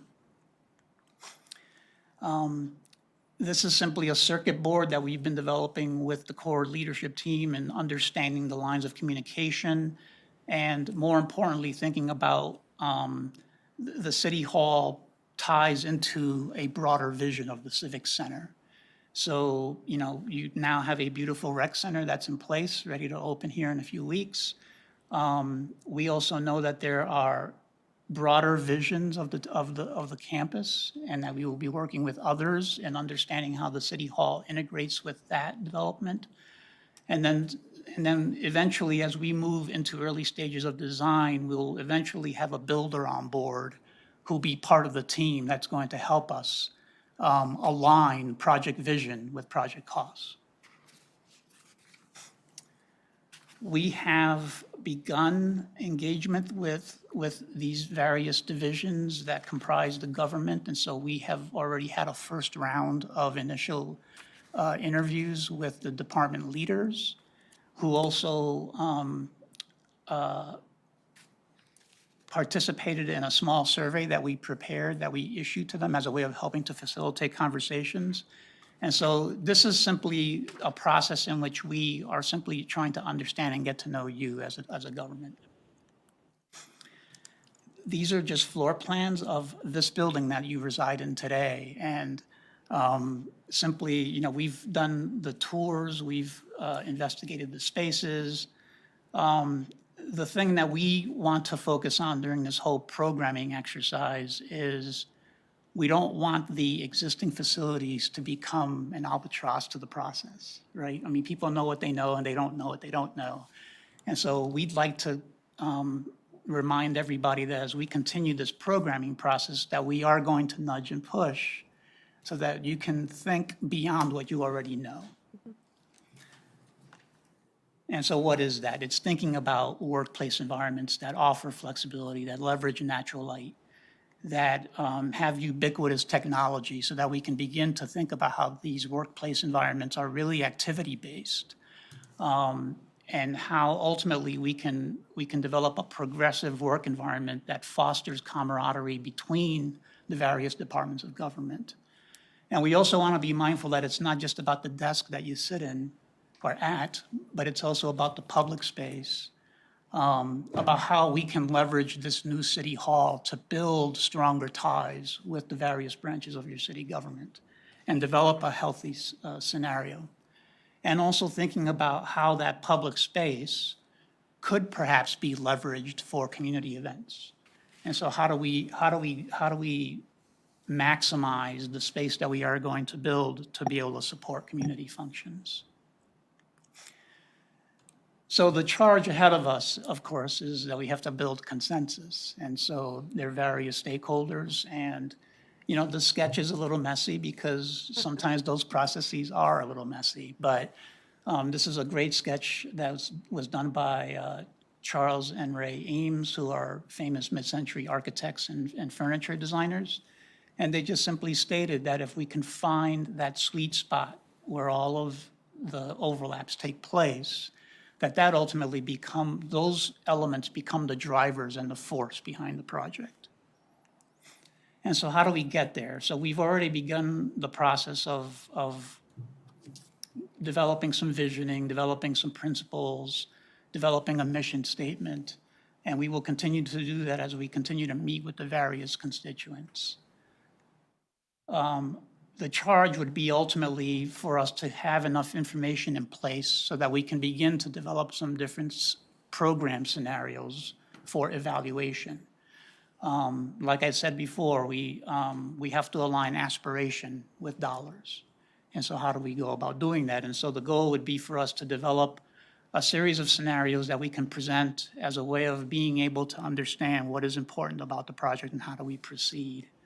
And ultimately, the goal is for us to be able to have a charter or a program document that sort of becomes the charter in which we build conceptual design and vision for the project.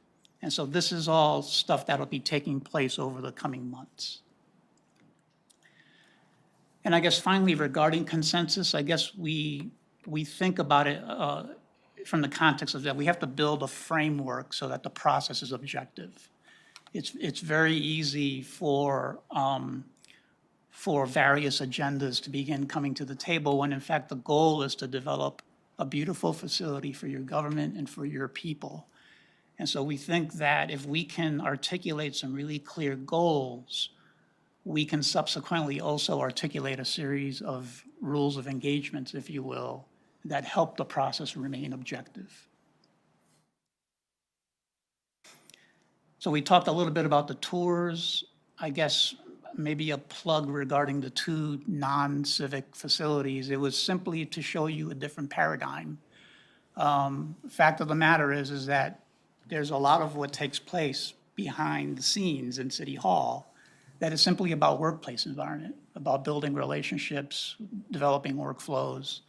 And perhaps these places that we're proposing that you see might shed some light in that.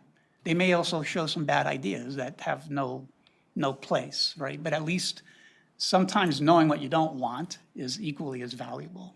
And so that was the premise for throwing these out at the table. And then, as the mayor pointed out, I think our schedule's a little bit flawed right now, but we'll continue to, things have slipped a little bit to the right, and we'll continue to fine tune that. I guess a thought regarding interviews with the city council is that we thought that it might be interesting if we, the design team, could set up shop here to accommodate your schedules. And we typically call this thing architecture camp, where we just invite people to come and just to talk about the project. And the talk might evolve into doing some sketching together. But I guess we'd like the opportunity to come here, work around your schedules, whatever that may be, and whether it's individually or in groups or together. I guess we want you to help us structure what that looks like, so that we could make it perhaps not as formal as what this structure looks like tonight, so that we can really get earnest feedback, right, on what you guys believe the city hall should be and embody. So that's what we would offer as far as interviewing each of you. So, and I think that is the end of our presentation. So I'll be happy to answer any questions, or I'll try. Questions from council? So facilitating the interviews, I mean, for your time, we would want it to be the same day, right? So you don't have to.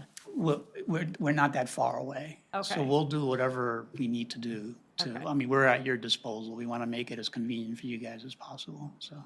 Do we want to move on that since we're together as far as a window of time that works for people? Or do you just want council members to maybe schedule appointments with you directly? I think what we would like to do is work all of those communications, set that up through Eric. Okay. Yeah. Perfect.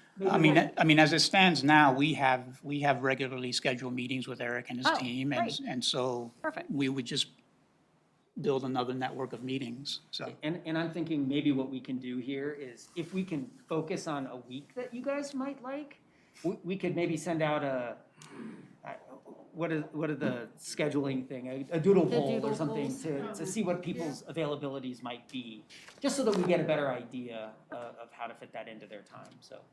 But yeah, they were flexible with the leadership team too. so. And we're also available on weekends, so if that's convenient. So we're not like the other city halls. I would like to wait until after the tours. I think that might help. Okay. I'm just very visual, so I don't want to do the interviews before that. I don't know how everyone else feels. I just have some difficulty with being available, like the first week of October or at the end of the month of October. Okay. Well, we don't want to waste your time this evening. How about Eric, why don't you work with Heather and we'll get some internal communication flowing and we'll get those scheduled. That sounds great. Okay. Mayor, can I Count- add just one quick thing? For Yes. the benefit of any candidates that are watching at home, we did talk as a design team that there's an election coming up, so there may be some new council members coming on board. We will wrap them into the process at that point, so just to be aware of that. Okay. Councilmember Brown? I just wanted to I'm cool with, sorry, I still got this frog in my throat. I'm fine with individual interviews, but I really like the group. I thought that that could be very beneficial to us, so that I know what Councilmember Mullica's important to you and what's important to me, and, you know, kind of blend things through. So I do like the group, but I have nothing against the individual. Well, I want to be respectful of your times, but we could also do both at the end of the day, so. I mean, even if we did a breakout session in the middle of the week, or Saturdays, do you work Saturdays? It would be, you know, I just would really like to know what everybody else has on their mind before I say, I was at the rec center where we did it, and we did our 5 priorities or something like that, or the police department or something. I just think it'd be great to hear all of us together. So that's my 25 cents worth. Councilmember Duran Mullica.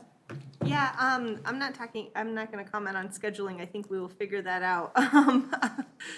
Good luck, Eric. But one of the things I just wanted to comment on is the mission statement that you put in these slides. I felt that one of the things that I really liked about it were the words inspiring civic resource for residents, because I feel like that is just what's so to the core of the work that, you know, this new building is going to take on, and then also that it's an anchor for this Civic Center campus. So I really appreciate the image that you showed, because it really showed that as, you know, this is going to be the new center of our city, the heart of our city, and so making sure that we get this city hall right is important, that it matches our values as council has set forward, and then really is just a place for our amazing staff to function and thrive, and then for our community to come together. So I just wanted to thank you for that mission statement. I thought it was very good. Thank you. Thank you.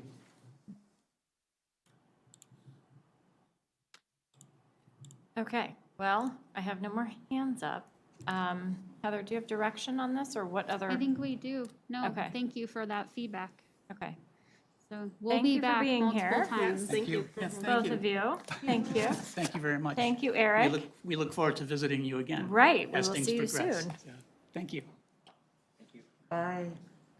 All right, moving on to the Homelessness Community Task Force update.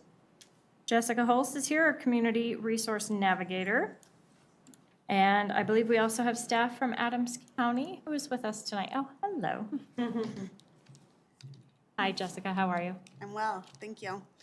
Thanks for having me back. I am here to provide the Homelessness Community Task Force meeting, which I do quarterly. There is a PowerPoint. Do I turn? Advance it. Oh, there we go. There you go. Okay, perfect. So to bring us back to the purpose of our task force, and that is to make recommendations on policies, action steps, and guidelines which may positively impact homelessness in the city. The completed recommendations so far have been that on November 9th, 2020, the National Youth Homelessness Awareness Month proclamation was made. Purchase of RTD passes have been happening, and the purchase of food gift cards have been happening. And I think in food gift cards, we have spent $450 so far on that program. And the RTD bus passes, I think we are at $240.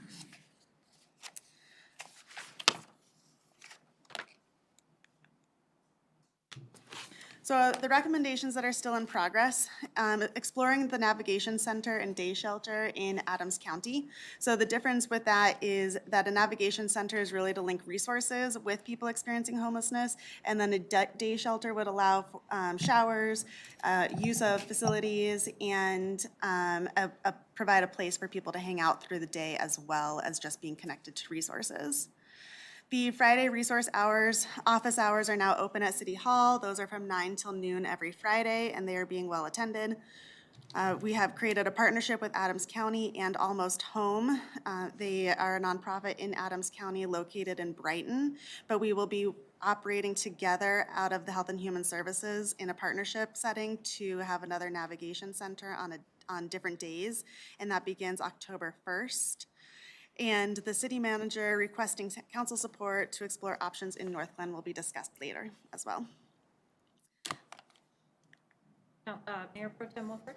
Thank you, Madam Mayor. Jessica, you said you'll be operating out of Health and Human Services. Is that at the building at 120th and Pecos? That's Or is correct. that somewhere else? Nope, that's the building. So they have community resource spaces, and so we are partnering with Almost Home. So then staff from City of Northglenn will be working directly with Almost Home, as well as Adams County, as well as interviewers that help do those benefits on the spot, hopefully. So then we'll be able to compress a lot of those services all into one setting rather than expanding those over multiple meetings.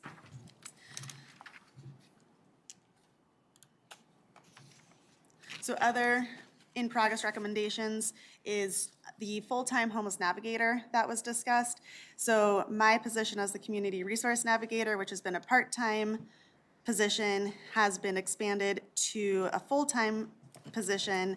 I believe as of tonight, that was considered in 2021 pay plan amendment. Safe parking lots, safe outdoor spaces, and tiny homes continue to be looked at, and it comes down to needing community support in finding locations, and then also partnering with places that would also be able to maybe partner on funding on those. Jessica, can I ask? Yep. So back to the full-time. So the Community Resource Navigator, the title has also changed? It has not. So, sorry, I was going to clarify that a little bit more. So other jurisdictions around here, they have what's called a there's various terms, homelessness liaison, homelessness outreach. In City of Northglenn, we use Community Resource Navigator because it expands on just services for people experiencing homelessness to housed individuals that are also experiencing hardships. So they can do self-referrals, come in, meet with the Community Resource Navigator. Anyone can use those open office resource hours, contact the Community Resource Navigator for any type of hardship throughout the week that they're experiencing, and then that role helps get them connected to services that they need to be in touch with. So it's the same title for us? Yeah, so the task force, when they came up with recommendations, they specifically used homelessness navigator. That was their terminology, but for us, we said, yes, we agree, but let's call it community resource navigator to expand. Okay. Quick point of clarification based on the communication section of tonight. Would our full-time community resource navigator be able to support some of the concerns that were brought up with our seniors? Yes, and so that has been a discussion with Mayor Pro Tem and Councilmember Lucaman Hermosa, and so that conversation has been ongoing as well. Okay. So I think when we have that conversation, it will be a link between our community resource navigator as well as our senior program over at the rec center as well. Okay. So we'll tie in a lot of those resources. Okay. And then Dr. Cog as well. And then community education, that was a recommendation, and we've been partnering with Adams County, who has put out a series of videos that our social media platform will also be using as well.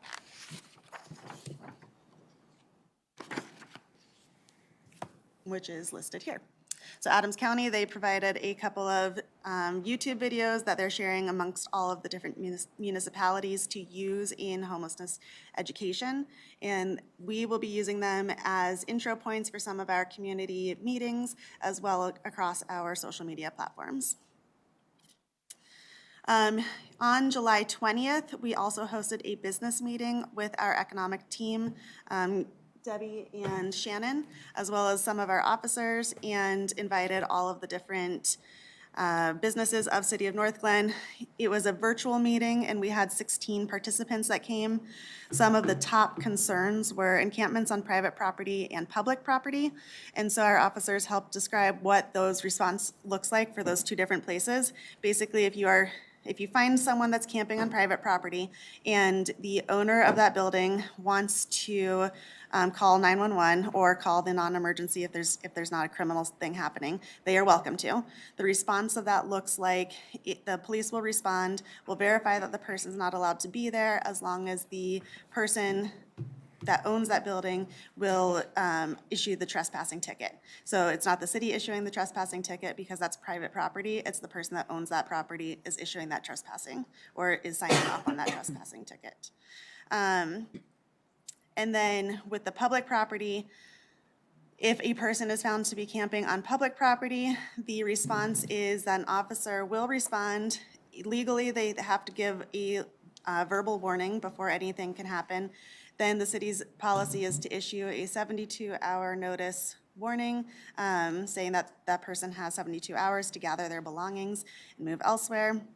At the end of that, we partner with our Parks Department to go and clean up whatever is remaining at that encampment. So that's that. Those are the two different ways that encampments get responded to. Within that, there's always room for discretion on the responding officers of what's actually happening. Is it criminal? Is it not criminal? And working with the party that's making the phone call in the first place too. Councilmember Brown? I'm not sure that I fully understood when you were talking at the beginning about it being privately owned property and not city property. So the owner of that property would be responsible for issuing a trespass ticket? They're not issuing the ticket, they're signing saying that they are saying this person is trespassing. So so then it becomes that party, that private entity against the person camping there that's trespassing versus it's not the city saying this person is trespassing, it's the person that owns that property. So they would have to be a witness in the case. Okay, thank you. They would just have to be a witness. They have to be willing to say, yes, I want this person trespassed. And so that's what's put on the ticket to then be brought to court. So then it becomes between those two entities rather than the public entity and the person. Okay, thank you for clarifying that for me. I appreciate it. And I'm learning that process as well because it's constantly so I'm doing learning as well in that department. Well, the situation that comes to mind for me is Mr. Siggs, in the background. So thank you very much for clarifying.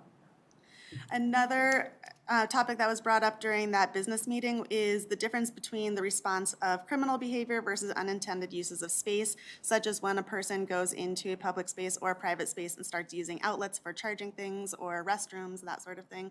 So if a person is witnessing criminal behavior, please call 911. If a person is witnessing unintended uses of space, then please call the non-emergency police line, and then you'll still get a response from a police officer as well. Another topic that was brought up during that business meeting was overall concern for people experiencing homelessness. What is happening? So we did have a couple of businesses that have formed somewhat of a relationship with the people that have been staying outside of their businesses and are able to communicate with them directly saying, this either makes me uncomfortable or this does not make me comfortable. But then they had a general feeling of concern over what are those people's options. And so we talked about the uniqueness of each of those individual scenarios. They can refer that person to the community resource navigator. They can get them in touch with the mobile services that are happening now on Thursdays. And so those different resources as well. And then finally, what other resources for businesses are there? And that is if a business is wanting to make their outside surrounding of their business feel safer, they can do a business improvement grant through the City of Northglenn. That City of Northglenn can fund up to 50% of that grant, I think at the cap of $5,000. That's if the property is within the urban renewal authority and they can make exterior improvements. And they can get up to $12,500 match. $12,500 match. And that's for lighting, any of those exterior improvements that would go into those buildings. And then the other thing for the resources for businesses would be to do a site assessment. So if they are wanting to look into what those upgrades would be, they could request a site assessment to go, and that's provided by our police department. And that police officer will go walk the external and highlight where it could be improved to bring more safety. Then on August 26th, we had a community meeting, and I want to say thank you to Mayor Pro Tem and then Congressman Lukeman Hiramosa for attending because that was really helpful. And Mayor Pro Tem did a really great job at the end of the meeting, wrapping it up and finding commonality. It was a really needed and heated conversation. We had about 80 different participants coming. Good Shepherd, the church Good Shepherd, hosted our community meeting because they want to explore what they can do and be a good neighbor as well for the city of Northglenn, as well as their surrounding businesses, as well as people experiencing homelessness. So during that meeting, we heard concerns from residents and businesses regarding parks and safe parking spaces, or unsafe parking lots. We provided education on what the different levels of homelessness. So, and we break that up into 3 different tiers, Tier 1, Tier 2, and Tier 3. We heard about barriers, and we started the conversation on potential solutions. The consensus from the group that Mayor Pro Tem was able to find was that safe parking lots, safe outdoor spaces, they are desired in Northglenn as long as an appropriate location is found, and that's the challenge. Then there was desire from the group for another community meeting, which will be hosted on October 21st at Good Shepherd again. They are going to expand it into a larger room for in anticipation of more attendees, and that's at 6 p.m.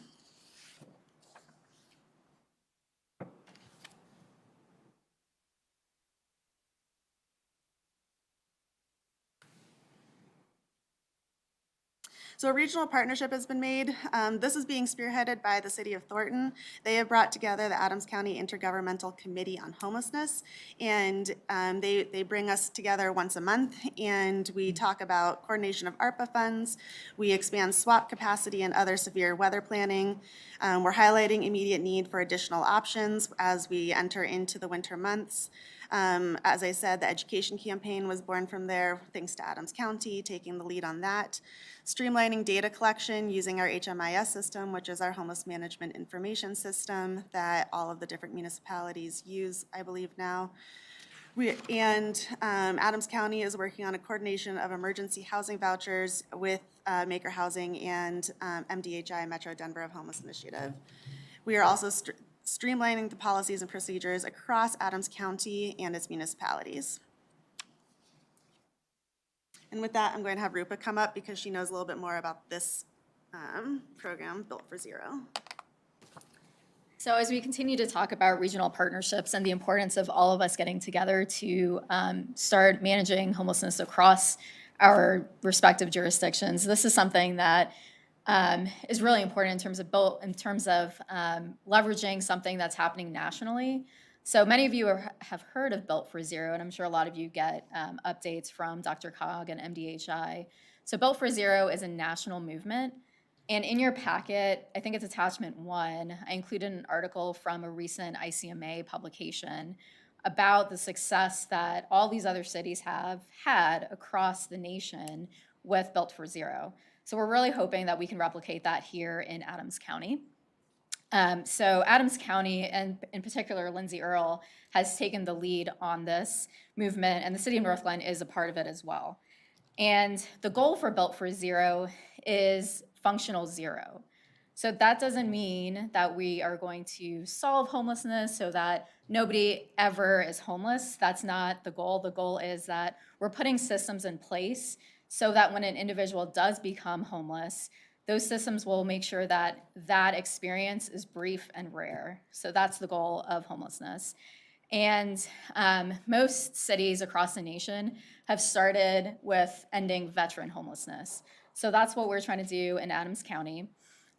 We recently updated our by name list, and I'll get to that, what that means in a second. But the by name list was approximately 57 veterans, but after consolidating a couple of lists, it's actually now 82. And Lindsay will talk a little bit more about some of the numbers in terms of how many we've been able to take off of the by name list. But the by name list essentially is knowing who are the veterans by name in Adams County. So we consolidate the information from the lists that the Department of Veterans Affairs has in Adams County, as well as the data that organizations use through HMIS that Joska talked about. So as more organizations and our street outreach teams across the county are using HMIS, they can input that this person is experiencing homelessness, which is the purpose of HMIS, and we get that list. So the next step, once we have established that by name list, which we have now, is to do case conferencing. So case conferencing is getting the right agencies at the table to meet every week to say, here are, let's talk about these 5 or 10 individuals. What do we need to do to get them into housing? And put together specific action plans for those individuals. So one by one, we can get these veterans housed. And you can see the list of who Adams County has been able to put together for that case conferencing team. So our first case conferencing meeting will be on September 27th. So we're really excited to start that process, and hopefully with our next quarterly update, we can share some results. And that is all I have for Bill for Zero. Thanks. Councilmember Dramelica, did she answer your question? She did, yep. Awesome. So some other regional partnerships that we have made have been with Adams County Street Outreach Team. Their outreach team member, Heather, comes over to our Friday office resource hours from 9 till noon with me. The Colorado Legal Services is going to be coming soon, and they will also be joining on Fridays at our open office resource hours. That's for the Colorado ID project, and that's going to be focusing on when people experiencing homelessness really lose touch with their identity by losing track of their IDs, their driver's licenses, their birth certificates, sometimes their naturalization papers, and sometimes that's difficult to obtain, especially if they've been born outside of the state of Colorado, as not to mention the costs that go along with those. So even though right now we can provide ID vouchers through Adams County, we cannot provide some of those more expensive items such as driver's licenses, which help people get jobs, as well as access to their birth certificates, their social security cards, and their naturalization papers, which I do have clients that are missing all of those. We are also going to be working with Adams County Health and Human Services, as I said, over at their building, and we're also hoping to have one of their members come over to our open office resource hours on Fridays, and that just expedites that interview. When a person signs up for benefits, then they can have their interview on site that day, which allows them to access their benefits that much quicker. Our community organizations that we have been partnering with is Crossroads Church. They help host our mobile services.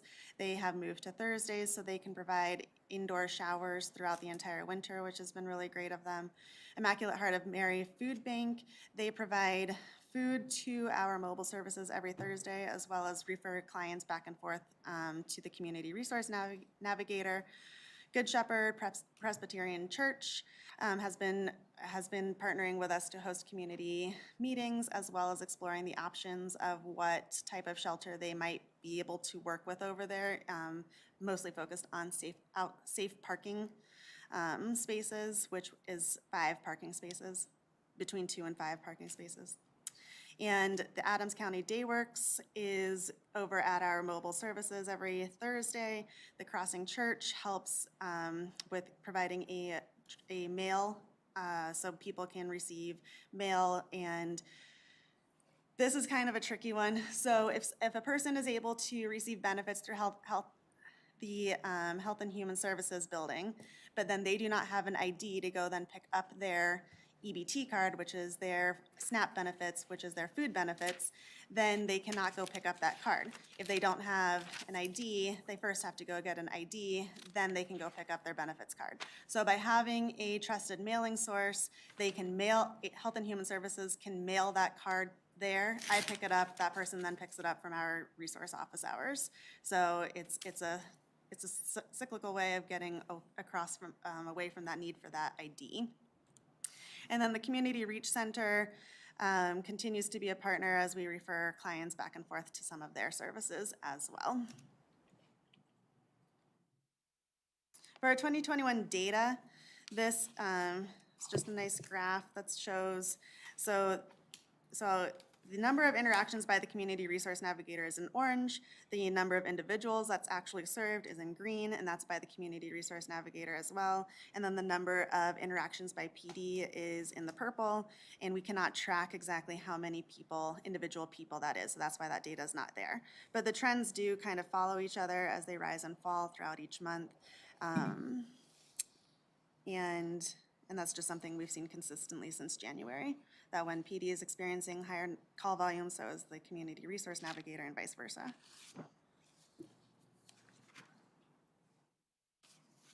So some of the frequently asked questions that we are hearing revolve around, why is this issue taking so long to address? And that's a really complicated way, there's a complicated answer, but it comes down to what are the resources in Adams County?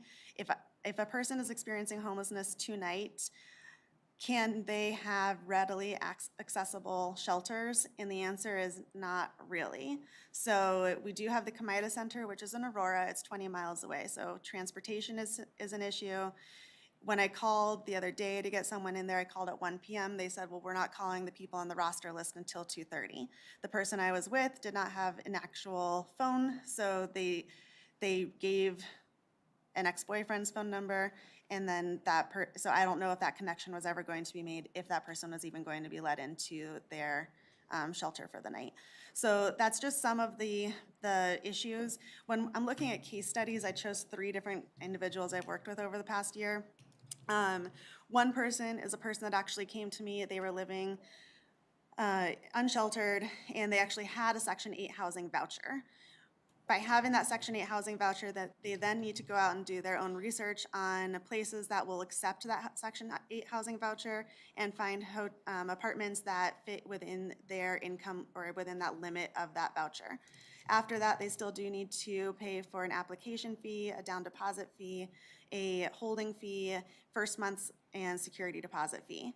So working with other nonprofits that can help provide that funding, let alone the research, like the driving around research, the phone research. This person did not have a phone, they did not have a car. So taking a day to help that person do the research initially, as well as just gaining that person's trust to allow me to help them assist in that process.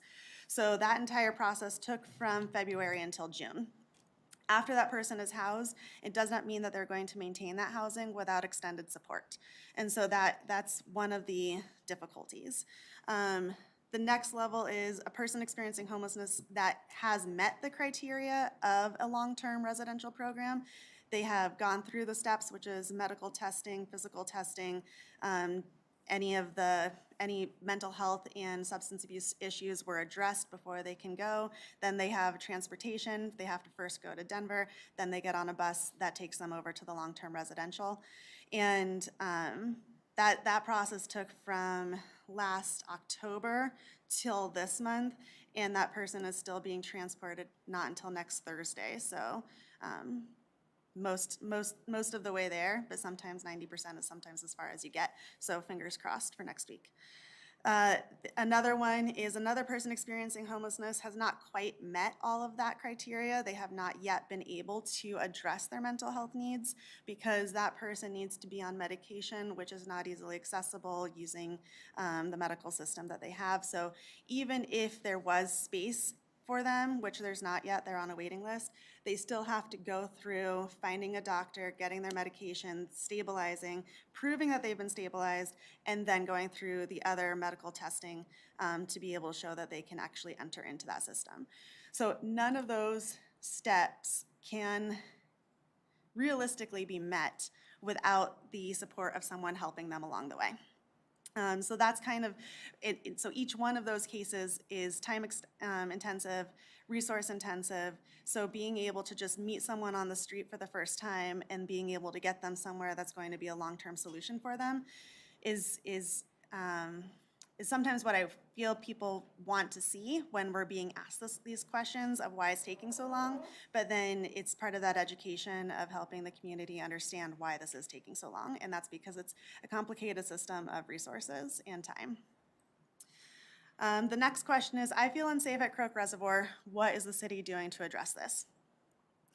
And so at Croak Reservoir, so if there's a criminal behavior occurring, then we definitely recommend calling 911 because that's who is our response to deal with criminal behavior.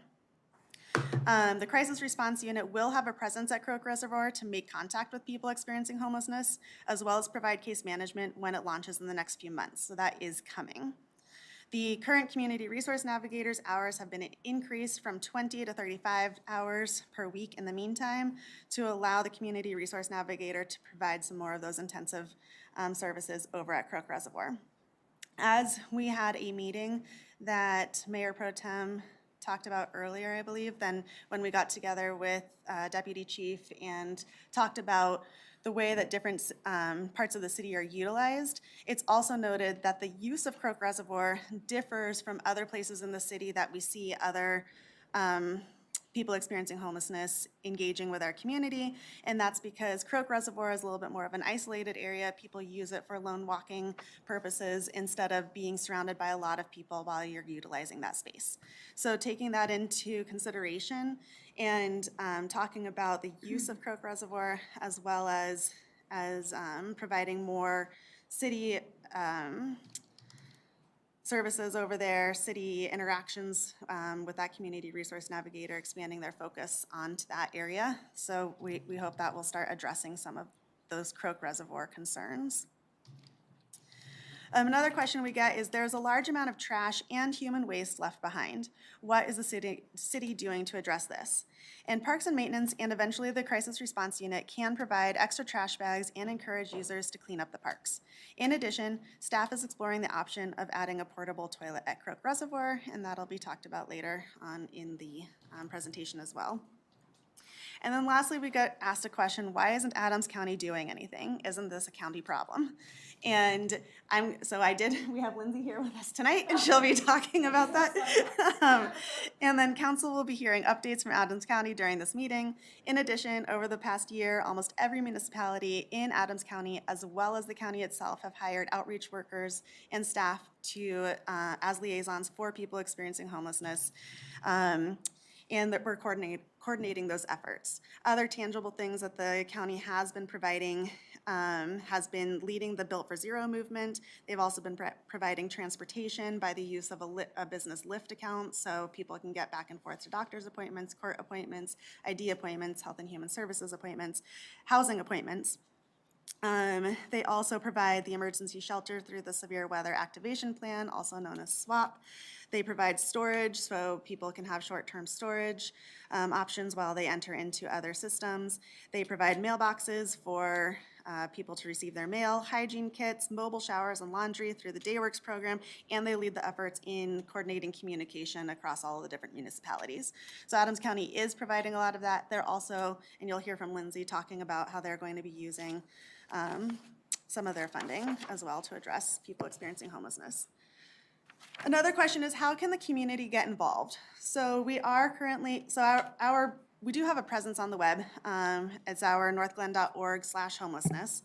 And there you find a list of resources for people experiencing homelessness. You have a link to the Adams County resources.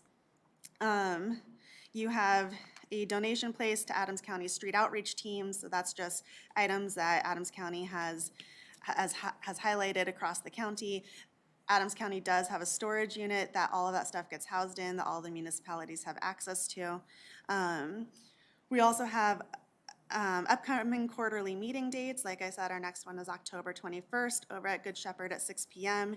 And there's a place to provide feedback on task force efforts, as well as provide your own thoughts on solutions that you might have as a resident. And with that, I'm going to hand it back over to Rupa as she talks about council direction. So that was a lot of information, and you're about to hear more information from Lindsay with Adams County. So at the end of Lindsay's presentation, we'll come back to this slide, but these are some of the things that we would like to hear from council tonight on specifically.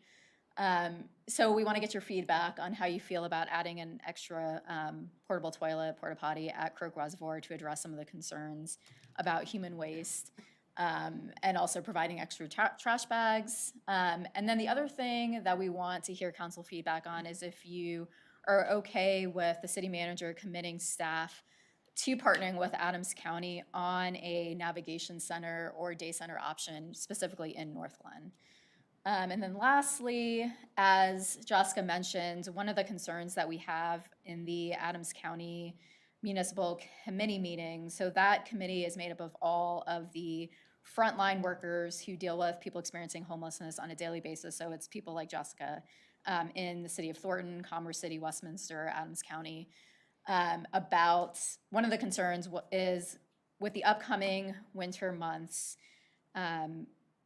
we're a little bit concerned that the SWAP program with the hotel and motel vouchers, with COVID slowly, I don't want to say, with the pandemic letting up, a lot more tourists are coming in, so those motels and hotels may not have the same capacity as they did last year. So we're going to have to find other sheltering options. So is council okay with us exploring what those overnight sheltering options could be in Northglenn? We don't have any specific information we can share tonight, but it's something that we want to get your direction on first about whether or not we want to pursue something specifically in Northglenn. So we'll come back to the slide unless you have any feedback right now. Otherwise, I can turn it over to Lindsay with Adams County. I think go ahead, we'll move on, and we'll do questions at the end. Okay. Hello, everybody. Thanks for having me here tonight, mayor, council, staff, public. Hopefully I won't bore you too much with this presentation. I know it's past my bedtime personally, and so hopefully nobody will fall asleep. But thank you so much for having me here. I'm privileged to talk to you today about our programs for people experiencing homelessness, as well as our strategic direction for the future. So in this presentation, we're going to talk a little bit about the philosophy in Adams County and our Community Safety and Wellbeing Department. Then we're going to talk about some data that we have collected on people experiencing homelessness within our county and how that's informed our existing programs and our proposed programs for the future. So in Adams County, we believe that the true measure of a community is how we treat our most vulnerable residents, in this case, people experiencing homelessness. And the county's vision is to be the most innovative and inclusive county in America. And so you'll see inclusivity and innovation woven into all of our programs that we talk about. So we have just recently passed Homeward Adams, which is our homelessness reduction strategic framework. And within that, we have 3 priority areas. So homelessness prevention, homelessness services, and strengthening the housing continuum. Homelessness prevention we know is really important because for every $1 we invest in prevention, we get $4 back in social return on investment. So it's actually a huge cost savings. For homelessness services, this focuses on people experiencing literal homelessness. So we want to make sure that we're improving the safety and quality of life for people who are experiencing homelessness. For strengthening the housing continuum, as has been mentioned multiple times, homelessness is a continuum. There's multiple tiers. So we also know that shelter and housing needs to be along a continuum to meet people where they're at. So moving into talking about a little bit of homelessness data that we've collected. So in Adams County, we have just over 500,000 residents, and of those residents, 50% or so are under the self-sufficiency line, so they're housing cost burdened. That means they're spending more than 30% of their income on rent. And we know that just over 9% of folks are under the federal poverty line. When we're talking about homelessness, there's really 2 main data sets that you can take a look at. I don't want to go too deep in the weeds on this, but on the left is the point in time count, which is a snapshot of homelessness on a single night in January. On the right is McKinney-Vento data, and this is collected in the K-12 school system of families of youth in the school system. So as you can see, doubled up families, those are couch surfing, living in overcrowded situations. That's the majority of people experiencing homelessness in Adams County. And people who are living outside, the unsheltered population is actually very small. But when you're thinking about vulnerability, people who are doubled up are the least vulnerable and people who are unsheltered are the most vulnerable. So we do take that into account when we're designing programs. So we know that COVID-19 and the concurrent recession have had a huge impact on people experiencing homelessness. Columbia University predicted in 2020 that homelessness would increase by 40 to 45%. Adams County also has the highest eviction rate in Colorado, so this is actually likely higher than 40 to 45%. So moving into talking about some of our existing programs. So we've used all of this data to create these programs. The first one is Adams County Street Outreach Network, which Jessica and Rupa are a part of. So each of our municipalities, 6 out of the 8 at least, have a dedicated employee that focuses on extremely low income populations. So we saw this as an opportunity to coordinate these folks, do trainings together, go do street outreach together. It's safer to buddy up. And that's been a really amazing experience fostering that team environment. We've also tried to resource the Street Outreach Network as well. So we provided PO boxes. We have that central storage unit. People can take and leave things as they need. We have created a vaccine incentive program for people experiencing homelessness. So they're able to get about $100 if they do get vaccinated. And then we have applied for AmeriCorps Vista members. We applied for 1, we got 3, which we happily took. And so we'll be able to assign those Vista members to the unassigned municipalities. So we'll actually have full coverage for street outreach in Adams County very soon. So let me turn it over to this beautiful talent here to explain the SWAP program a little bit better than myself. So.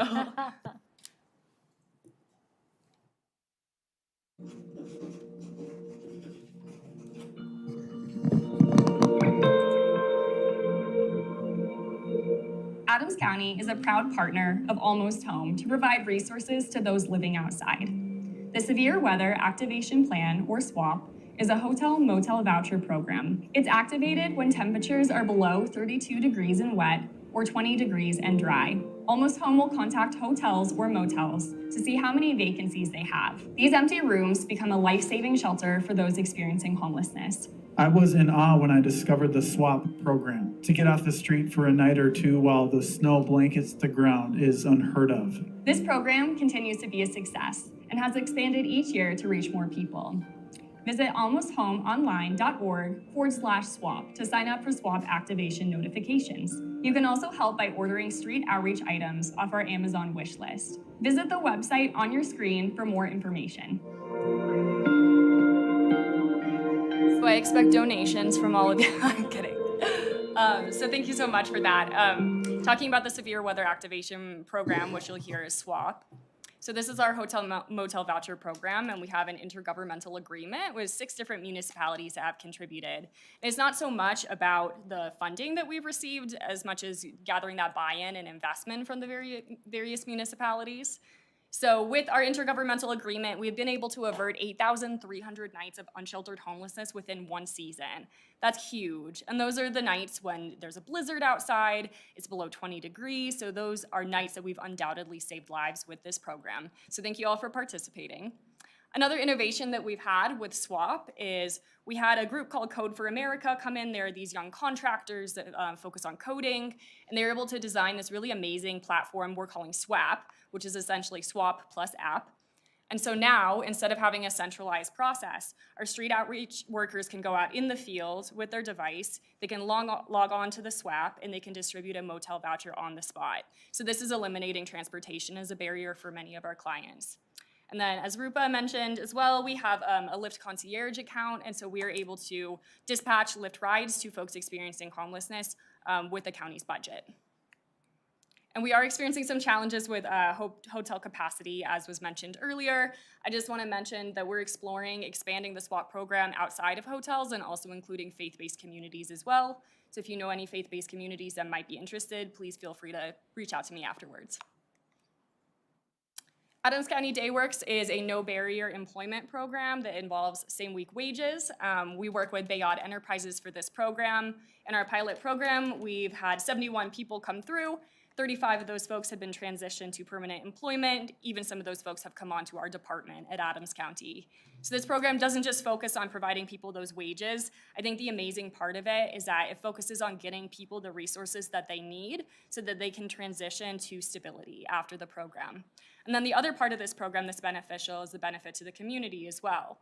So these Dayworks crews will go out and partner with nonprofit organizations or even municipalities, and they'll beautify those communities. One example is a crew painted over 1,500 feet of fencing in the Riverdale Regional Park, so feel free to check that out. And then the City of Aurora was so excited about this program, they contacted us to see if they could expand it in the City of Aurora, and they have done so, and they're gonna specifically focus on veterans. We work with the Colorado Poverty Law Project on a program called the Mobile Home Initiative. Adams County has the highest concentration of mobile home parks of any county in Colorado, so we wanted to make sure that we were providing tailored services for this population. So they provide Know Your Rights clinics. They've expanded this to be week-long educational series to really envelop the entire mobile home park in this knowledge. They also provide direct representation and legal advocacy as well. Eviction prevention, as I mentioned, is one of our priorities for Homeward Adams and definitely a priority of our commissioners. And so we've worked with Almost Home nonprofit partner for the Next Step program, and that focuses on transitioning doubled up families to stable situations. we've convened an eviction prevention subcommittee with the Housing Stability Response and Recovery Group. And that's a group of nonprofit executive directors as well as lawyers. And we get together and focus on how we can prevent evictions from occurring in Adams County.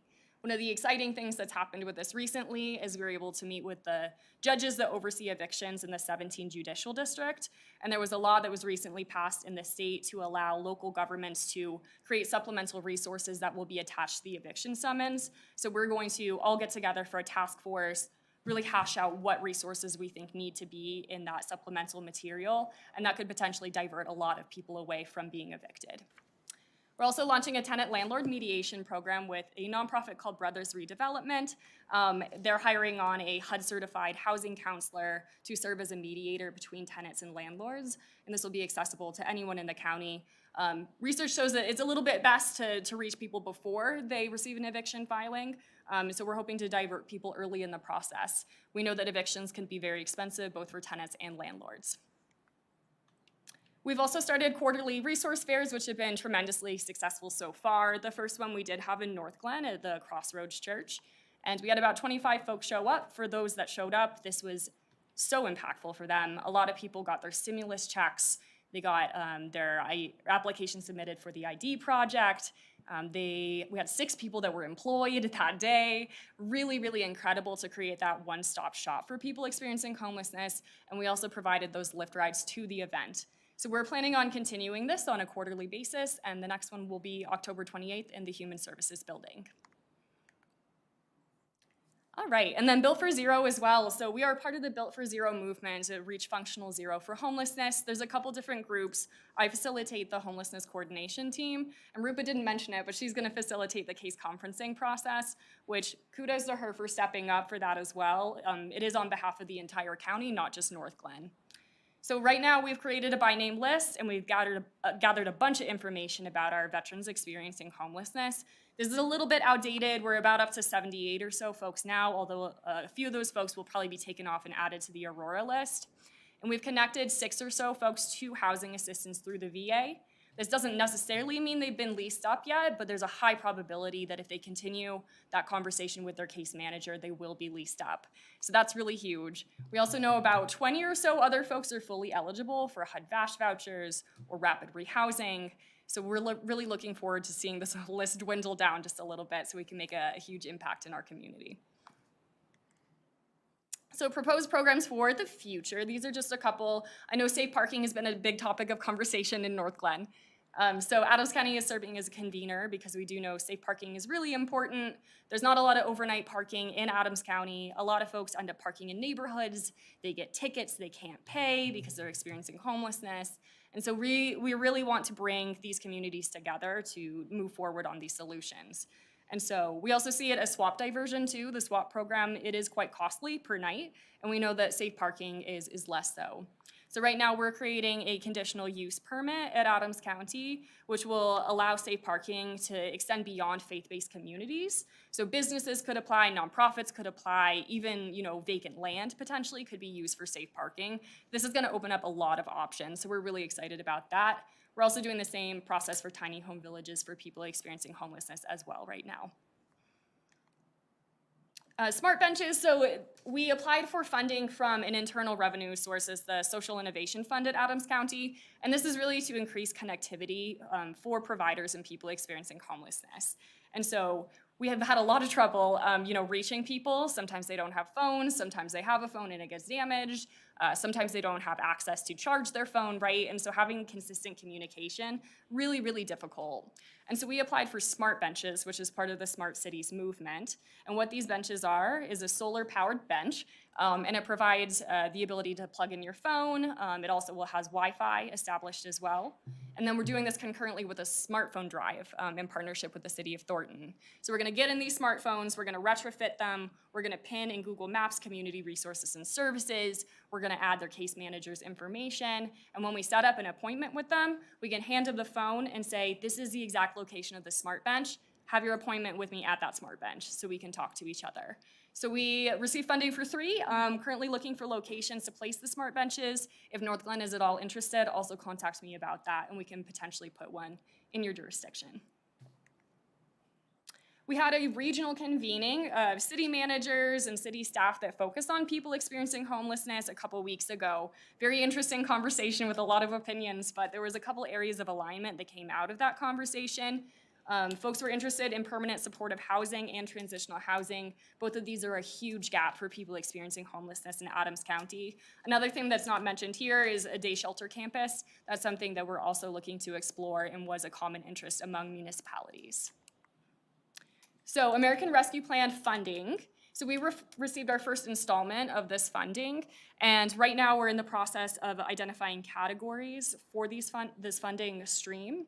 And so we are kind of breaking it up between internal funding and then external funding. And so at this time, we've made decisions on the internal funding. The category that's most notable here for us in this conversation today is housing and homelessness prevention. You can see that was $220,000 that were allocated for this purpose. That is somewhat low compared to the other funding categories. With the external funding, that's going to go out in a competitive RFP for nonprofit organizations to apply for. So I'm going to go on an aggressive campaign to get nonprofit partners to apply for this funding in the category of housing and homelessness, since we know that it is such a big need in our community. So homelessness, it really involves community engagement. We need community engagement. And right now, the struggle that we're facing is that each government, each organization has various strengths. Some have opportunities for growth, but no one entity has it all right now. Adams County, what we might have is we might have the funding, but we don't necessarily have the expertise to operate a shelter ourselves. Nonprofit organizations, they may have that expertise in working with the community in that really deep grassroots way. Some municipalities might have a location, some might have a property that's abandoned and run down and they want to convert it into a sheltering option. You know, we all have these different things, and what we really need is to put this jigsaw puzzle together, because we need absolutely everybody involved to end homelessness. So this is more designed for residents, but ways to get involved. You can volunteer with our street outreach program. You can donate to organizations like Almost Home or Access Housing that serve people experiencing homelessness in Adams County. We have an Amazon wish list, which you saw. You can also sign up to Home Share, so you'd be matched with a person experiencing homelessness and offer them rent at a discount. And also speaking up is really important. Constituents are very powerful, as are city council members and mayors. So we need everybody's voice in this process so we can make homelessness rare, brief, and one time. Thank you. Do you have any questions? I think those benches are the coolest things. Yeah. Oh, great. I think the answer is yes, we should have one. Yeah. I just think they're cool. Any other questions or comments from council? That was so thorough. Councilmember Brown? I'm just wondering how the Amazon wish list works, you know, from my own personal perspective. Am I gonna go on to Amazon and search Adams County, or is it like the charity one on the corner that I give my certain percentages to that organization? Yeah, so we have a web page, it's the poverty reduction web page on the Adams County website, and I can get it to you later if you'd like. And essentially we put together a list on Amazon, posted that link, and so when folks purchase something off that wish list, it's sent to Adams County to our office, and then we know to put it in that central storage unit, so it's accessible to all of the folks that focus on this population, not just Adams County employees. So, you know, Jessica would be able to access it as well. And that same list is on our Northglenn homelessness website as well. Great. Okay, cool. Yeah. Thank you. Yeah. Councilmember Lukman-Hiramasa? Thank you, Mayor. I had so many questions, and as you went through, I just kept checking them all, answered. That was extremely thorough. But I think the overall theme here is education, a lot of education in the community, and just that one meeting community, I think a lot of myths were dispelled in terms of, even for myself, the different stages of homelessness. Myself having been a child and living in condemned buildings and doubling up and living with families. So I totally understand where that comes from and how close you can be to losing everything. So I think that education is so important for people to have. This is extremely well put together, and there's so many things. I'm kind of overwhelmed. But I wanted to get back to where you asked for council direction and maybe give a little bit of background on why some of these specific questions came up in terms of council direction. And one of them was a recent incident with some human feces in the Croak Reservoir area, and the fact that it's not illegal for a human being to be in the park during the day. So if somebody is unhoused and they're in the park and need to use facilities, there really aren't any unless they go try to find a business. So that's where that came up as a possible solution to addressing at least that part of that problem until, further solutions can come about in terms of having a portable toilet where they can have a facility to use, and that will help keep the area clean and address some of those resident concerns. So I support that. I'm curious to hear what the rest of the council thinks about that as well. And then I support committing staff to partner with Adams County. Obviously, as mentioned, it's going to take a village. So it's going to take all the municipalities coming together and working with the county in order to have real change happen here. I think that's here, so I support that. Overnight sheltering options. Curious, have there been any other safe parking requests? I know with Shepherd, there was some discussion about people agreeing there should be safe parking versus two different things, I guess. Yeah, so Good safe Shepherd has not put forth another application or anything like that for safe parking lots, and there's been no other faith-based organization or any organization otherwise that have put forth any safe parking lot applications. I was just curious. Mayor Pro Tem Wilford and I, when we walked around Croak Reservoir, we were thinking about just addressing some of the things that came up during the meeting with Chief and Deputy Chief and talking about how the unsafe portion, why people feel unsafe at being a more isolated area because it is a nature area versus like EB Rains where there's tons of people walking around and people feel safer because there's lots of people walking around.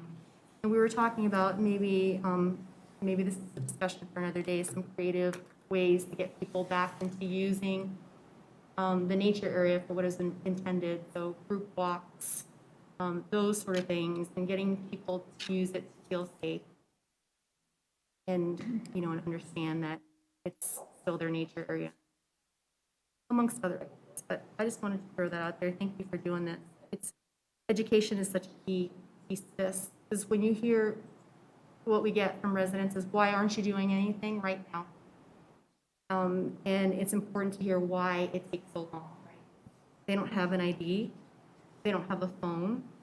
How are they going to get to resources? The nearest shelter is 20 miles away. So, again, it takes a village. Thank you so much.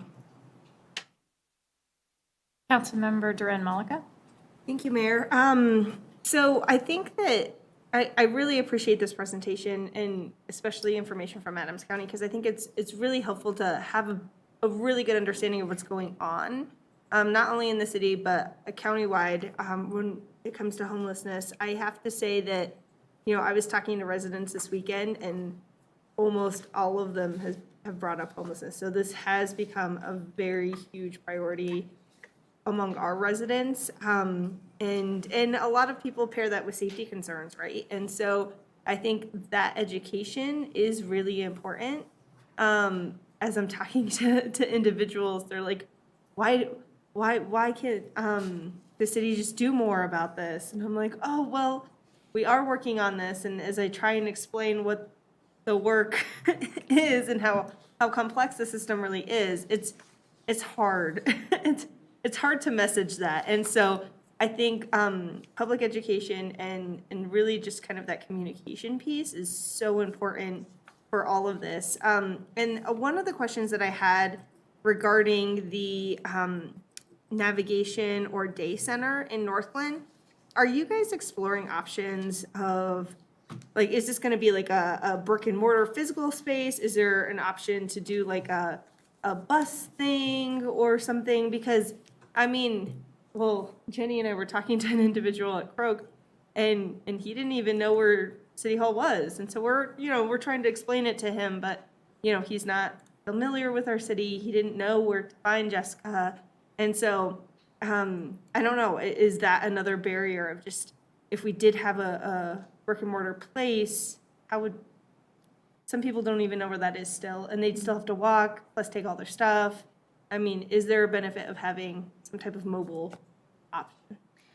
So one of the things that we talked about, as well as having something in Northglenn, is really having a navigation center in several different places in Adams County. So it's not a one place that everybody has to go to. And I know Adams County Health and Human Services, they have a mobile option as well, where they move around to different parts of the city that have navigation centers. Right now, our navigation center is the resource office hours at City Hall. That's really been helpful to have that one location every Friday from 9 to 12 that people really are starting to trust that it's going to be there as a resource.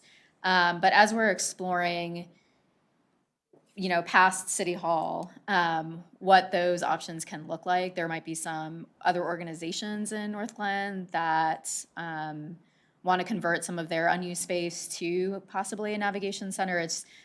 We're starting to have those conversations to figure out what the options are in Northglenn, who our partnering organizations want to be, if there's going to be a funding requirement, what all those things are. But if council is open to us coming back with a couple of different options once we do the research, we're definitely happy to do that. But we just wanted to get a yes, go ahead and move forward with that specifically in Northglenn before we start having those conversations. And to comment on the, the location piece of helping people get to City Hall, as crisis response unit rolls out, there will be information that comes out that will have a resource map on that. And I know that our economic development team is also waiting for that flyer, and I've just been waiting for the language to be able to be advertised as such before we start making those flyers to be able to get out to our businesses and our residents and responding to people in the city departments. Okay, great, thank you. Mayor Pro Tem Wilford. Thank you, Madam Mayor. First, I want to start with Adams County. I'm so sorry. I have tried to figure out what your name is. Is it Laura? Is it Elizabeth? Lindsay. It's what? Yeah. Lindsay. Okay. Oh, no. It's okay. You did. And then I was going back to the slides trying to find your name so I could address you correctly. I just want to say thank you for coming. I feel like that was probably one of the more comprehensive presentations that we've had from Adams County with the most resources. So thank you. I feel like every time Adams County comes and we talk about homelessness, I get really frustrated because I feel like it's the same, frankly, it's the same song and dance, right? Like, we're working on it, but like, I felt like there were actual real resources and a sense of a direction, which I really appreciate. And I can definitely tell that the staff coordination that's happening regionally is really leading to a lot of these great resources and I guess plans. I do have a couple of questions for you. First, around I think you called it the SWAP. I'm getting on board with the language. So will Northglenn and our staff have access to the SWAP this year? Okay. And so Yeah, we launched it last year, actually, so Jessica great. was Okay. able to use it last year. It's Okay. been huge. We've gone from intake times of 12 minutes per person down to about 3 minutes per person. That's So it's really fantastic. huge efficiency upgrade. Oh, yeah, no, that's huge. I mean, not having to send our folks to like anything library or out to Brighton to be able to get that voucher is fantastic. I guess the follow-up I had about that is, do you have an established place for people to leave their things that they're not physically able to take with them? So for example, I've seen a lot of folks will have a shopping cart or a wagon or something else, and those are their personal belongings. And the idea of having to leave those things behind can be a barrier or another reason to stay out in the cold. Have you all kind of thought through what potential, I guess, solution that you could help kind of overcome that? Yeah, absolutely. Thanks for asking that. Storage is an ongoing conversation that we're having. We actually had a situation last year where there's a gentleman who had a bunch of items in a shopping cart. They're all very important to him. We asked him if he'd like to use the swap program for the night, And he said no, because he didn't want to abandon his items, and he ended up passing away overnight. So we know this is a really, really important thing that we need to solve, because we don't want anybody to pass away for this reason. So we're actually working with the University of Colorado Denver's engineering department, and we have a team of about 10 students that are working on tackling a few issues, one of them being storage. And they're hoping to create some prototypes that would address this issue in an innovative way that would be amenable to the community as well. I know the city of Denver, they created a storage program at one point. They had these shipping containers that were on the sidewalks. What ended up happening is they were large enough to where people started sleeping in them, and then other folks started storing narcotics in them, so they ended up shutting down that program, and I think they might have found some workarounds. But there's a lot of logistical issues when it comes to storage that we'd really want to work through, because we want to be as strategic as possible. Okay, I appreciate that, and maybe that's something as we look at day centers that. Absolutely. That's something you can add in there. And then in terms of like staff working together at a regional level, which I think is fantastic, at what point does that conversation transition to a conversation of city council members coming together regionally and city managers coming together regionally and making some of these big decisions about the direction that we're going together? Yeah, that's a really good question. This is something that came up at the regional priorities convening that we had, which was a convening mostly of city managers. It was raised that maybe we should have a similar work group of city council members, so we would have, these different sets of decision makers. At this time, we sent out a survey after the regional convening asking folks what days of the week essentially they're available, so we can have an ongoing conversation. We could also consider having a parallel conversation with city council members as well. Okay, great. Go ahead, Heather. I'll add, I've been raising that issue to Ray Gonzalez, the county manager, and I'm one of the managers that spoke up at this regional meeting. Because from my perspective, when Lindsay presented all the different options that we could look at, I said we need all of them and we need a strategy.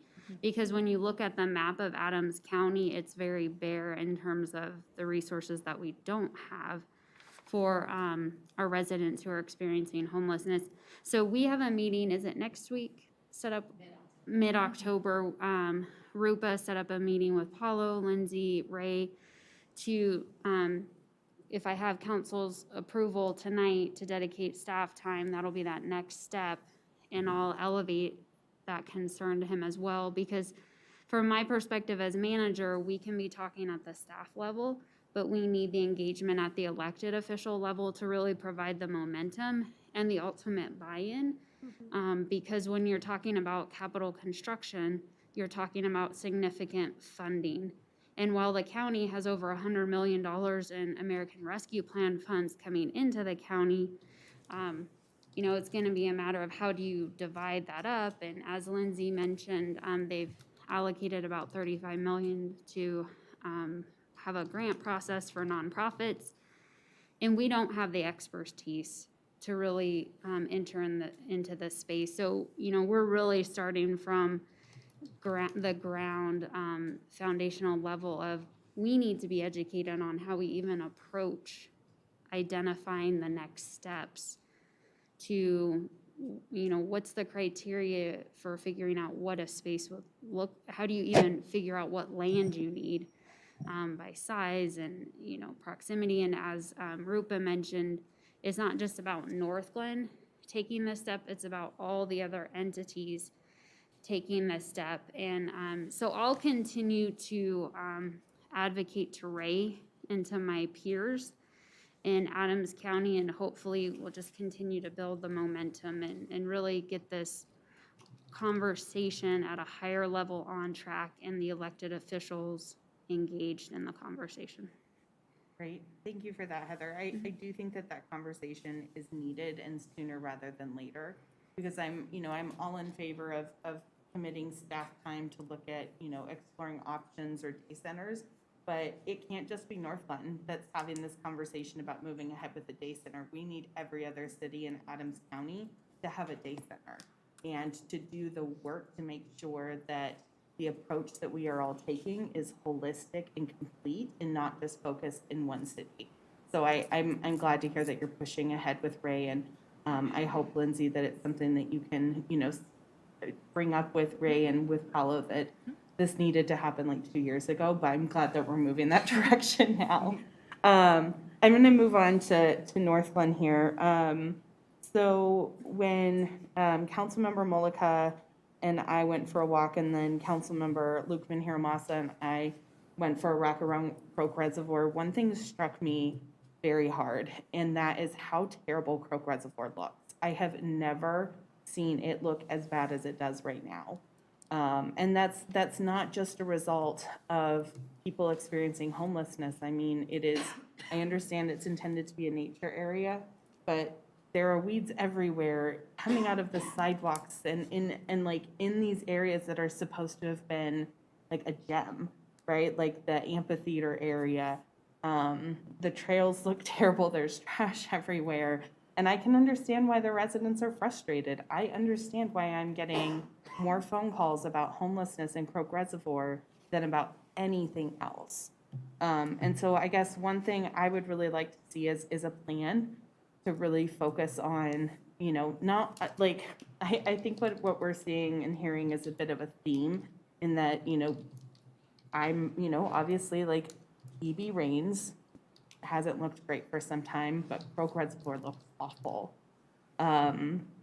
And so I guess that's just a plug that's something that I would really love to see focused on. I feel like the only times that I've noticed a difference is after I've gotten a call from a resident that's expressed a concern about defecation or feces or something like that. That's the times in which I've seen Croak Reservoir be cleaned up a bit. But a lot of what I'm bringing up around the way that the park looks contributes to the way that people feel about it and their feelings of being unsafe.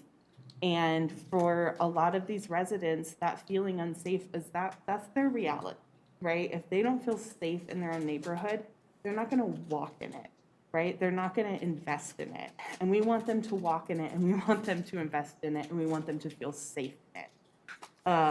So that's one thing that I just really want to hit hard on, is that we've got to do a better job with park maintenance.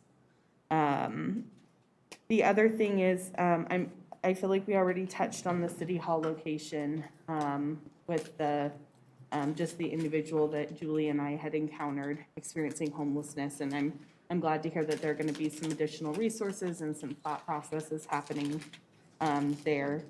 I guess the last thing I just want to add is that, for a lot of the residents in Ward 4, they will see folks in the parks and make a determination as to whether or not those individuals are homeless or not. And I just really want to encourage folks to remember that sitting in a park is not illegal, right? And at the same time, I know that it's really difficult to drive by an area and feel like nothing's being done. But I do have to say that the work that Jessica's been doing with the case management has truly been transformational.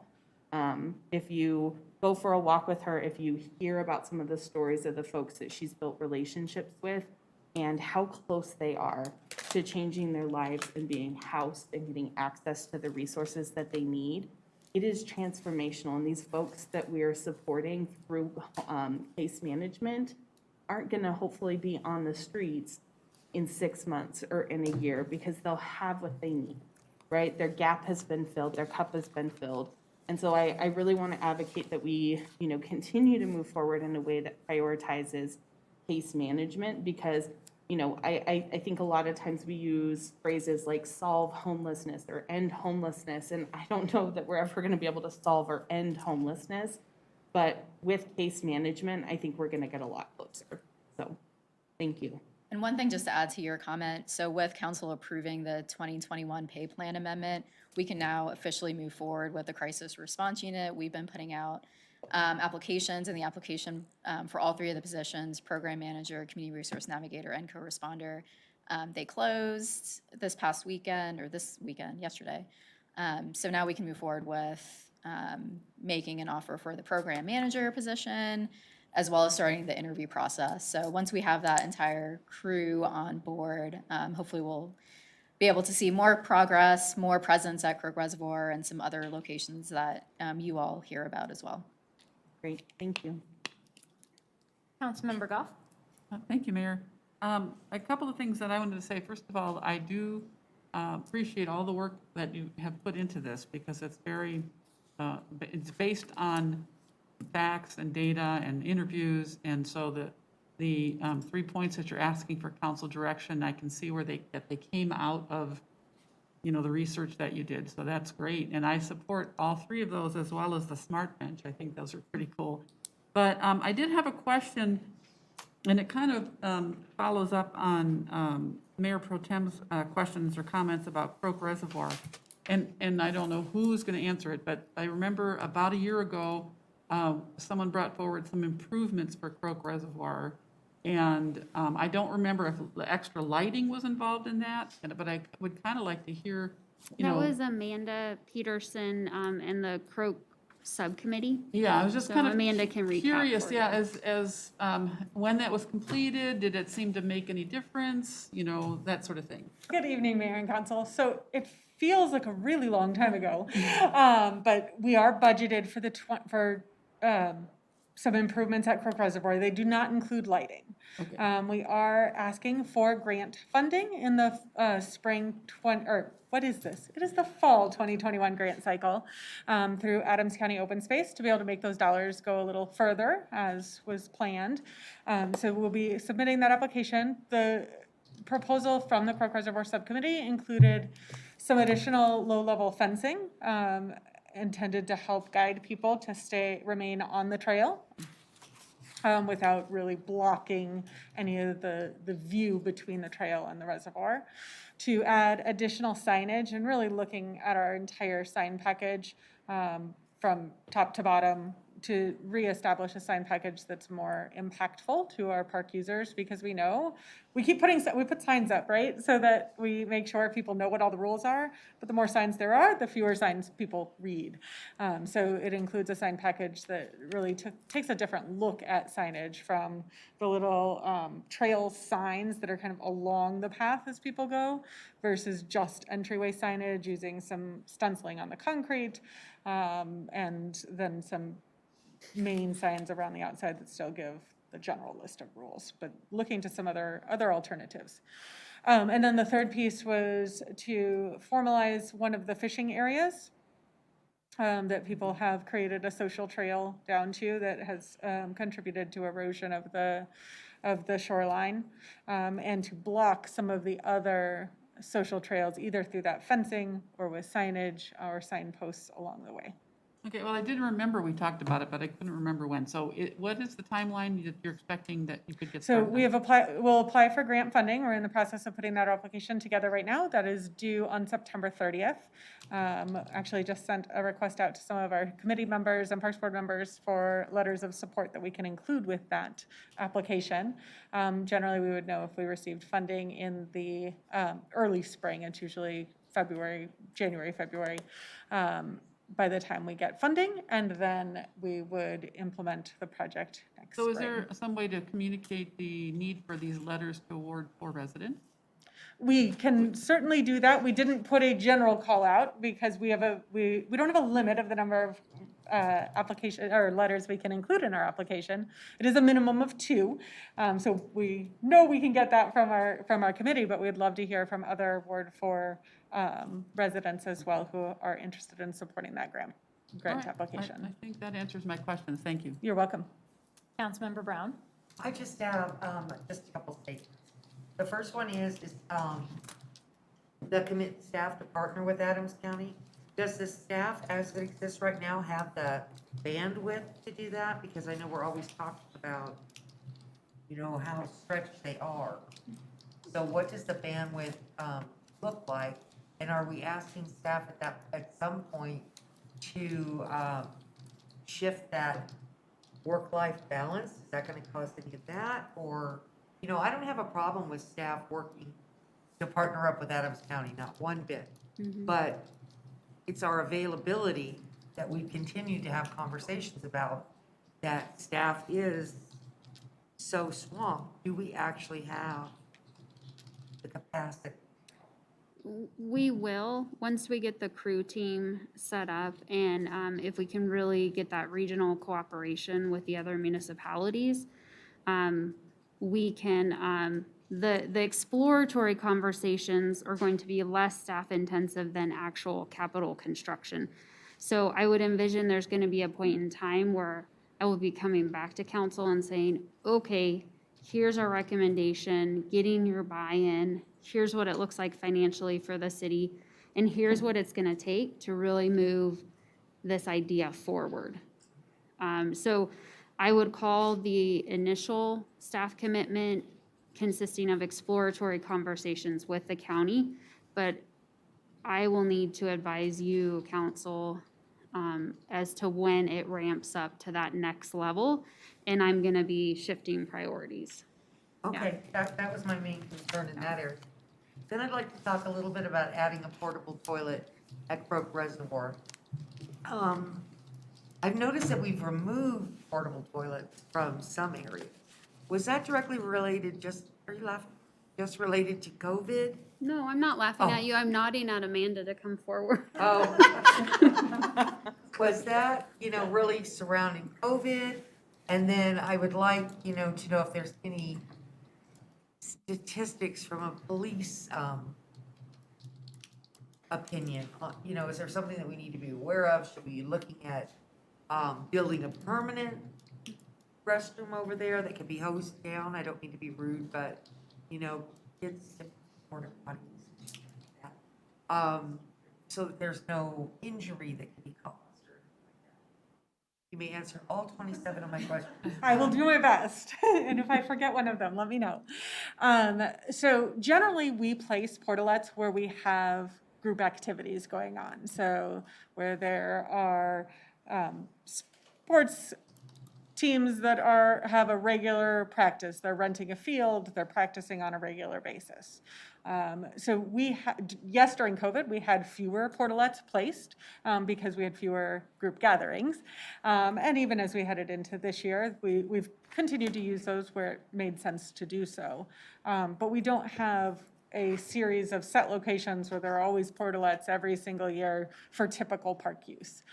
They are based on where those large planned activities are taking place. Many of our parks are neighborhood parks where people are walking in from a closer area. We do have spaces like EB Rains that have plumbed restrooms as well as portalettes, same as Northwest Open Space.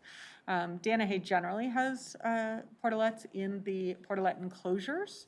And we do agree, it's putting portalettes without an enclosure can be a little tricky because they do end up tipped over or put in places that we would prefer they not be.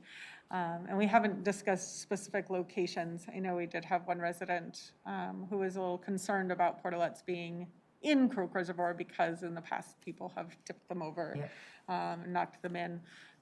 My recommendation would be that there is a enclosure of some sort so that those have some more stability to them. A plumbed restroom in that space would be a huge project comparatively. A really different proposal than a portalette. Did I touch on all of them? You did. Okay. I just have a thing against porta potties, just because of the reasons that you spoke about. I mean, I saw them being tipped over by our house, until they were removed. And yeah, I get it.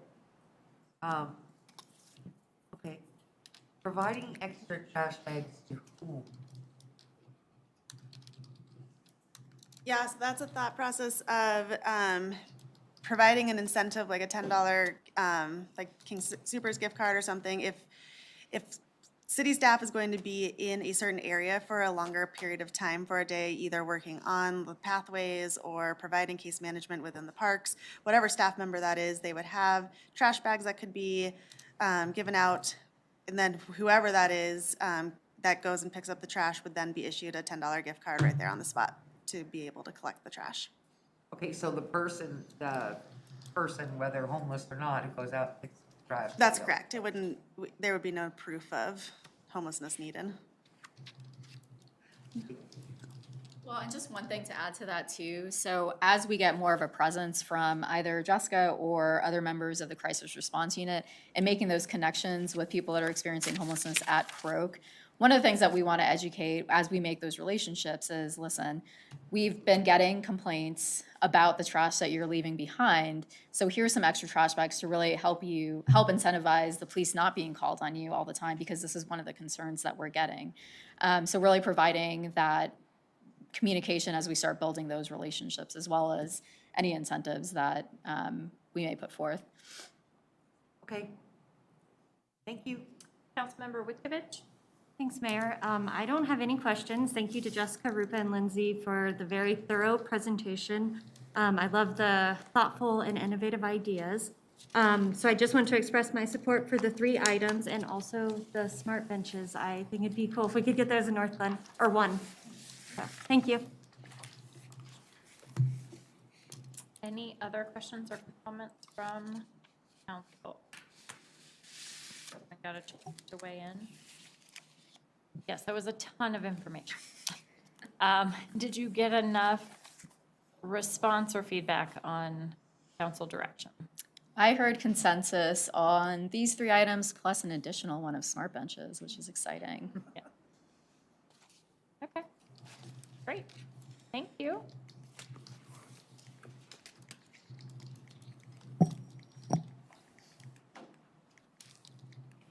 Okay, Rupa stays with us for the draft 2021 resident survey. Sounds like Diana will be joining her. Yes, good evening, Mayor and City Council. I'm here tonight to present with our Director of Communications, Diana Wilson. To start off with, just to give you the overall purpose of what resident surveys are and why cities around the nation do resident surveys. They act as the city's consumer report card, and it's utilized for policy and operational decisions. And then also something else that we took advantage of in 2019 is utilizing the National Citizen Survey. So that gives us the ability to have benchmark data to make comparisons to communities across the nation, as well as Front Range communities. Some other things that we can do with the resident surveys is assess resident satisfaction with community characteristics and amenities. It serves as an evaluation tool for how residents view local government employees and elected officials. And we can use the survey to gauge resident priorities regarding government services in Northglenn. And Diana will now talk about the methodology that we used in 2019 and what we're recommending for 2021. All right. So first of all, I want to say how helpful this survey is to communications. For example, I used it, we have Northglenn Underground, we've done a lot of infrastructure work, but when you look at the survey, people didn't have that perception. So it was clear to me that we needed to communicate about that better and about certain programs that were very strong in Northglenn, but people didn't necessarily know. So this is a great tool to help us measure not just the people we hear from, because if something's wrong, you always hear from people. And every once in a while you hear when things are right, which is great too. But what about all those people that we don't hear from? So this is a great tool to really try and gauge perception of our residents that we don't hear from. So to do that, we use 2 methodologies. So in 2019, we used the traditional method, which is you pick a sample number of people in your community, you send them a postcard, you bug the heck out of them, and try and get a certain return rate. Our return rate in 2 years ago was pretty similar to other cities around us. It was a little bit lower, but it was still statistically significant.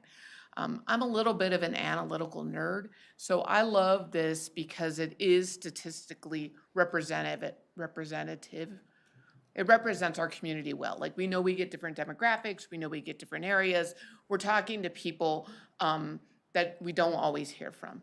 So the first methodology is that more scientific route, where it's not a big part of our population, but we're really trying to get a good representation of our community.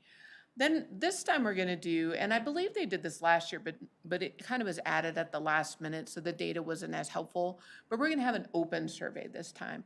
And I will actively promote the open survey. Actually, we're promoting it for the first time in the connection to talk about, hey, you're gonna get, some of you are going to get a survey in the mail, and yes, it's legit, and please answer. So we're gonna have that one, and then also give people, tee them up to know that there will be an open survey that we'll promote in the connection, we'll promote on social media, we'll promote at all of our events to try and encourage people to participate whether they receive, if they haven't received the statistically valid one. So we'll have two groups and we won't throw them together. It will be two different ones. And it will be interesting to me to see, because in one group you usually get your fans and your frenemies, right? And then in the other group, we get more of a scientific kind of survey. So that's how that works. And we are changing our surveys a little bit in that the open survey will have a QR code on printed materials, and then obviously a link on anything that we do digitally. And for the statistically valid survey, some of the people will actually get it in writing and fill it out and mail it back, but they will also have the option of doing it digitally. And some of them will just get a postcard that they can scan and use a QR code to do it digitally as well. And we really want to evaluate compared to how we did it in 2019 to how we did it this time, if that helps up our rate. We just know that people are using QR codes now more because of COVID, so they're more familiar with them. But we also know a lot of people like to do these things on their smartphones, so the QR codes are more accessible that way. So it's a new methodology and some new tactics that we're using, but we don't want to mess with it too much or else it'll be hard to compare from 2 years ago. Is there anything else you want me to cover? Just the questions at the end. Okay. I'm going to step down now. So again, we're going to have the same household sample size in 2019 and 2021 of 4,000. In 2019, the method that all 4,000 households received is postcard, letting folks know you're going to be getting a survey in the mail, and then they'll receive another survey a week later. So postcard, survey. In 2021, we're going to split that 4,000 group into two different groups. So 2,000 households will get the same method as last year, postcard, survey. Group B of 2,000 households will get postcard with the QR code and online link. And the reason for that NRC had recommended doing it that way is because they're seeing a trend of more people responding to the online survey. And we thought it was something that council would want to move in that direction, considering sustainability as one of council's priority areas. And mailings will be both in English and Spanish. So for the question, and then Diana also talked about the open participation survey. So now getting into the questions. So as Diana mentioned, we really don't want to change the questions too much because we want to be able to compare how we did in 2019 versus 2021. But we did get some feedback from council, actually. You all have talked about priorities and things that you're interested in measuring all year. So we incorporated some of those questions. So new options were added to reflect changes resulting from the pandemic, which you'll see in a second. And then also we asked for feedback from the Citizens Affairs Board. So they provided a lot of good insight too that we've incorporated. So attachment 2 in your survey or in your packet, you'll see the changes that we've made highlighted. So for question 4, we added the question of, we've added some DEI questions. So please rate each of the following characteristics as they relate to Northglenn as a whole. So making all residents feel welcome, attracting people from diverse backgrounds, and valuing, respecting residents from diverse backgrounds. So these are 3 questions that NRC uses in their national citizen survey. So we'll be able to use benchmark data, which I think is really important. Question 5 is in regards to participation in various activities. So the option that we added to that question was, in the last 12 months, how many times have you participated either virtually or in person? And of course, that is to reflect 2020 and the pandemic. One thing that I noticed I didn't add, on question 4, we added the question of overall health of the community.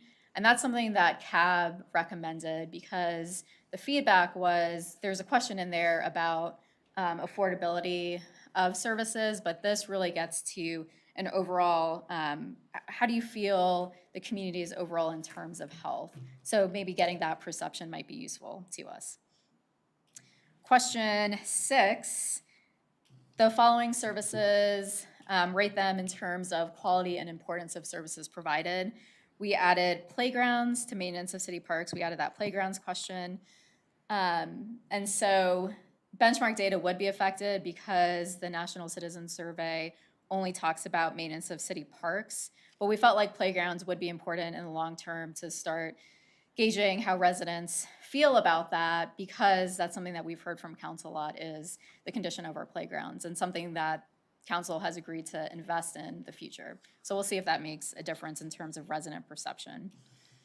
And then the second part of that, the previous question was services programs for youth, but staff recommended to split this into 2 different age groups. In addition, this is a council priority that was identified in February to really look at programs that we're offering to youth in terms of ages 13 to 17. So we wanted to split that, that age group as well. All right, length of time residing in Northglenn is question 9. So the 2 questions in 2019 that was asked is, how likely are you to recommend living in Northglenn to someone who asks, and how likely are you to remain in Northglenn for the next 5 years? CAB had mentioned that as they're talking to residents in their community, they hear a lot from people that want to make Northglenn their forever home. So they thought it would be a good idea to get that sense, especially as we talk about seniors aging in place, which is something that council actually mentioned tonight as well. Question 17, we just added dashboard cameras because that's something that the police department will be implementing shortly. So we wanted to gauge resident perception on how important they think that is. Question 21, oops. So this question is, where do you get your information? The City e-newsletter has been added since 2019, so we want to gauge a sense of how often residents are using that source of information. Question D2, so this is under demographics. And this is another CAB suggestion. In what city do you work? They recommended adding the remote work from home option, as that's something that more households are doing now. Question D5, how many of the following live in your household? So the senior population, adults 65 years or older, was added. So again, we want to gauge a sense of how seniors, how many seniors are living in households in our community. And then D8 and D9, those changes were made to reflect changes that were made to the National Citizen Survey. Quick timeline, so if all goes well tonight and there's no major changes, we're looking at having NRC start doing the mailings October 4th to October 18th, and as Diana mentioned, she'll be promoting that in the connection and other avenues. On November 3rd, the open participation survey will be available, and then everything will close on November 19th. Staff will be issued a final report on January 14th, and then we'll work with NRC to provide a presentation to council. Ideally, we would like that council presentation to happen before the council strategic planning retreat, so you have that data as you go into that retreat. Questions? Councilmember Brown?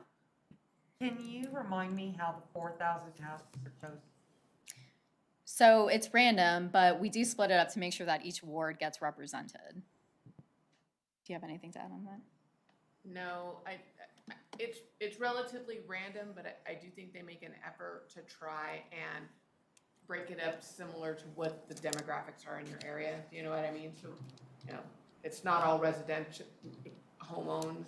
You know, you want renters, you want homeowners, you want apartment dwellers, you know what I mean? Yeah. So they use statistical methods to try and make the random representative of your community. Okay, thank you very much. Did a great job, by the way. Councilmember Duran Mulliga. Yeah, so this is just a thought, just because of tonight's conversation. So under number 6, it talks about a whole list of city services. So if I was a resident who was concerned about the city's response to homelessness, where would I don't see it in this list, or how would I approach that in this survey? Just because it really is a hot topic, and I'm curious if there's a way that we really want to address or capture some of that information if folks.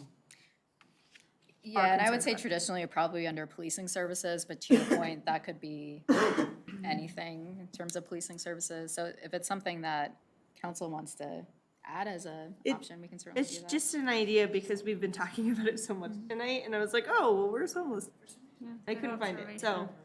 And I don't know how it would be worded and what the actual question would be. I think that's something we need to be really thoughtful about, but that was just one I'm thing gonna I make saw. a recommendation that we ask NRC what they use as a national Okay. benchmark. Because it would be nice to know how people rank us compared to other areas that are asking the same question. So let's ask them where they put it in their survey Okay. and other places, so that we're not like just getting some data from nowhere and we don't know what to measure it against until 2 years from now.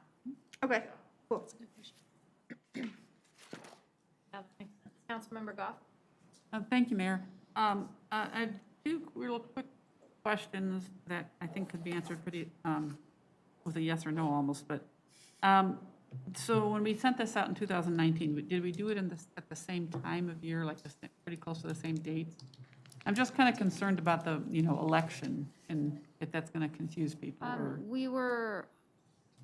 We're ahead of schedule this year. So I think we're a little bit later in 2019.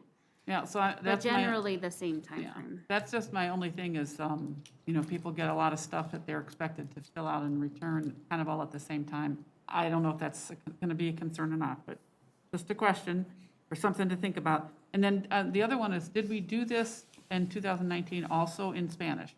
Or We is this did something not. new? No, that's something new. So this is new. Okay, well, that's good. And I that's think. also based on council Yeah, feedback. I from think that, that's great. That's a great idea. The kind of question or another thing to consider with Councilmember Mullica's suggestion about a homelessness question is that it does have to be worded kind of carefully because, it would be hard to know what we're measuring if homelessness, numbers of people experiencing homelessness increases in the next 2 years. And we are doing a whole lot more than we have been, but the perception that of everybody out there might be that we're not doing anything because they're seeing more. So. Well, and I think the question will kind of reflect, it's like the infrastructure question, right? I know you were doing a lot of infrastructure because I came into the organization and did my homework, but obviously people weren't getting the message, so it needs to be communicated. So I'm gonna guess that the company is gonna have a question that's structured more around, do you feel like the city is taking adequate response to homelessness? They'll probably word it something like that. Okay. And depending on what our answer is compared to regional and what we hope to achieve in 2 years, we respond accordingly, either with actions and making sure we communicate those actions. Okay, great. It's just, those things are just things to consider. Absolutely. Thank you. It's good feedback. I agree. Councilmember Goff, I have to apologize. I was off on my timing. The 2019 survey went out in the spring of 2019. So my apologies. So it was different timing. Okay, so that's just something to consider. Maybe it'll be fine. I guess we'll find out. I know. Well, that will be something to consider when we get the results. We definitely had some snow removal results, but it was all because it was probably really fresh in their mind. Yes, it's true. So we'll see where that. So we'll make sure it doesn't snow the week of the Right. 4th to the 18th. Perfect.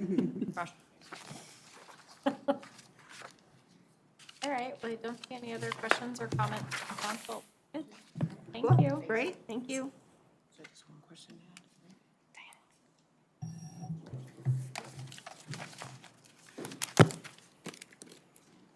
add. proposed 2020 annual operating and capital improvement budget. City Manager Guyer is presenting tonight.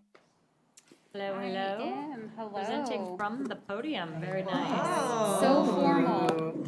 I should ask if this is a safe zone, given Councilmember Brown's comment earlier. Just kidding.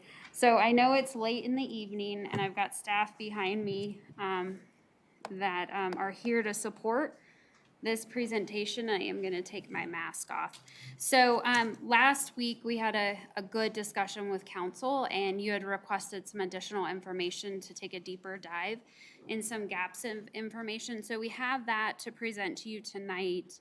I do want to take a couple steps back and provide some overarching perspective as manager, as well as the Coffee with the Mayor on Saturday. So my intent is to pull together a 2-pager handout that can be used highlighting what's in the budget as a result of tonight's direction, so that can help with facilitating the conversation at both of those meetings. Within the proposed 2022 budget, we're projecting to start the year with an 85% fund balance. And based on prior conversations that I've had with council, that's pretty unheard of. And that's a result of good, solid financial advisement from Jason Loveland, our finance director, from each of you as members of council, from past council members. And so that's something for our community to be very proud of. And so we started the conversations a couple years ago about how to utilize some of that fund balance to further invest in our infrastructure. And we'll get to that piece of this presentation specifically when we talk about additional investment in roadways. So we're proposing a budget with use of fund balance, and can dive into that in a few slides ahead. But that's okay, because you have the funding available in the fund balance. Again, 85%. So to take a step back, the Government Finance Officers Association, also known as GFOA, they typically recommend that cities have anywhere from a 17% to 25%. Our minimum fund balance level is 25%. So you don't want to drop below that. So you put that in perspective, 25%, we have an additional 60-some+% of our fund balance available for use. It doesn't mean you have to spend it. You want to be strategic and intentional about how you spend that if you choose to spend it. We have balanced special fund budgets. And so last week we talked a little bit about water fund, sanitation fund, wastewater fund, capital improvements fund. So all of those are like separate checking accounts, if you will, and they're balanced out. Revenues meet expenditures, and they have varying levels of reserve requirements within each of them, but we're in good shape with all of those funds. Within the budget, we're also proposing to really align resources with desired level of service. And that desired level of service comes from the vision that each of you as elected officials bring to your roles. And that connects with the overarching city vision that you've crafted back in 2019 and that you've refined and added to in the preceding years. So we're really focused as a city on intentional growth versus being in a position of scarcity or reductions. Because we're in such a strong financial position, we're not having conversations that other communities are having where they're reducing. They're going through lists of what do we need to cut. That's a very different space and place to be in as a municipality, and it has been a place that this community has been in past years. We're not there today. But with that said, we have to be mindful of the short-term and long-term perspective. So what we do choose to spend, and ultimately you as a council approve, we have to be mindful of the long-term perspective of building that budget. So a little bit more on council's role in shaping the budget. You set the vision and policy direction for the city.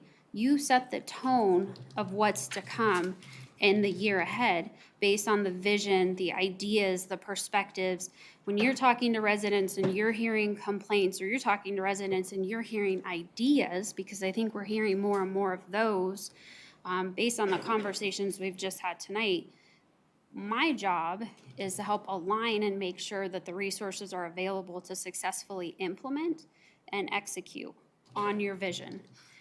So we go back to the foundation being the 2019 through the 2023 strategic plan. And this is really exciting because you all move the needle on the strategic plan in 2019. So come 2023 and really starting with next year's strategic planning process, that's gonna be a great look back at what's been accomplished and then, a clean slate of where do you wanna go beyond here. So in 2021, as a result of the February discussion, council identified 8 strategic priorities that you added to that plan this year. And I have those listed on a future slide that I'll touch on. So is the budget final? What's missing? The budget is not final yet. The budget is adopted come October 25th if council chooses to adopt it. And then pretty much the day after, it starts changing. But that's okay because it's a living, breathing document and that's what it's intended to do. So 2 more steps along the way in which you have the opportunity as elected officials to say, Heather, Jason, we need this, we want to tweak this, we support this. No, we're not in support of that. So be mindful of that. One of the things that I didn't share with you last week that I think is important to share is my direction to directors this past budget cycle. So when we kicked off the process late in the spring, I asked my directors to really look at what do you need to meet the current level of service desires and then the increased level of service that council would like to see, and to address deferred maintenance that maybe in those past budget years where it was focused on reductions or scarcity mindset, that and then life cycle costs. It costs money to maintain equipment. So give me anything and everything you need so I have a full picture and we can allocate resources accordingly in terms of advancing the proposed budget to all of you. So the next slide you're familiar with, and that's that vision statement that you crafted. And I'm not going to read it, but just going back to anchoring, that's the vision for the community that you support and that guides the work, in particular, the work of the budget. And then the next slide identifies those 8 strategic priorities. And one of the fun, exciting aspects of my job and staff's job is to help you implement that vision, those strategic priorities. And last week I went back through and reread the strategic plan because I had read it in advance of last week's session, but went back and reread it. We have accomplished so much. You have so much to be proud of. And I know there's so much more that you want to accomplish. And the budget document is the vehicle to get us there. So on that note, jump ahead. The 8 strategic priorities that you identified in 2021 include the Restorative Justice Program, which is being wrapped into the development of the Crisis Response Unit. So both of those programs are in progress. The Village Greens fencing, which we've renamed to E.B. Raines Junior Park Fence, that is underway. The Webster Lake safety concerns also underway. Pedestrian and roadway safety, this is underway. The piece that I owe council that I need to bring back is that pedestrian safety subcommittee that council discussed, and that's on my radar. That'll hopefully be brought back probably late October, early November, if I can make sure to get the space to continue to advance that. So it's on my list. The 2 priorities, the Endline Fair Equity Regional Initiative, that is initiative that RTD owns. But this council has been very strong in advocating for that. So that's something to really be proud of. And as that moves through the process, and I believe last I heard it's going to be an 18-month process, we'll continue to update members of the public. I know it's long. Yep. But there'll be a point where, we ask them to come in and share the results, and then we can really put our heads together in terms of what do we need to do in response to that fair study. The Boys and Girls Club, this is something that the city of Thornton was looking at, and they're not moving forward on it, in particular for the southwest portion of their community that borders our community. So Amanda is continuing to keep a pulse on if discussions get initiated again. That's something that we'll bring to your attention. And certainly, if we're ever in a position where that organization reached out to us, we would bring that interest to council. The adventure course targeting ages 12 plus, this is being wrapped into the Justice Center West Park. And just a little anecdote, I always say the name of that park wrong. And staff gives me a hard time. So I know another effort underway is always reverse the west in the park. Staff is working on the possible renaming of that park, and I know that's in process, so that will also be coming forward to you. Some more things on the horizon, because again, as I've mentioned, there's a lot of really good things happening in this community. And so for the public's benefit as well as yours, council, I just wanted to walk through a few more things that weren't elevated last week in the budget discussion. So snow removal level service, I probably inadvertently left out accessibility, snow removal accessibility. That discussion will be coming forward. I've reviewed the staff PowerPoint, asked for some more information, and so hopefully we'll get that scheduled by mid to late October. The waste optimization is coming on October 4th. We mentioned last week the electric vehicle readiness study is moving forward, and we hope to have that Q1, Q2 of next year. The phase 2 of the Civic Campus is moving forward. So there's two pieces of that tied together. It's the construction of the new design and construction of the new City Hall facility, and then the redevelopment of the remaining parcels in partnership with Continuum. So a lot to be excited about there. Northglenn Marketplace, I was just asked this question yesterday at the Ralston House event. What's happening with the marketplace? So we have 3 new tenants that are moving through the process, and that's Five Below, Dee Dee's Discount, and Painted Tree Boutiques. And so those 2 tenants are going to help continue to add to the overall vitality of the marketplace. And then there's also things happening behind the scenes that Debbie's very involved with and working with HCP that cannot yet be discussed publicly, but are moving forward. So once we're able to share that, we will definitely get that information out to the community. Racial equity toolkit. So we've made a lot of headway with our efforts around diversity, inclusivity, and social equity over the past year, thanks to the work of the Diversity Board and the vision of council. So creating a racial equity toolkit is something that council expressed interest in following I think it was the July 26th training that we had with Monica Williams. And so we're hoping to tie that in once we have a better feel for what timing for strategic planning looks like, and then getting the new council members onboarded and really getting that work going and bringing Monica back to help facilitate that conversation and really develop that tool by which new and existing programs would be measured by, to ensure that we're really thinking about and asking the right questions, and knowing that we're not unintentionally creating hardship or disparity with any of the programs that we advance as a community.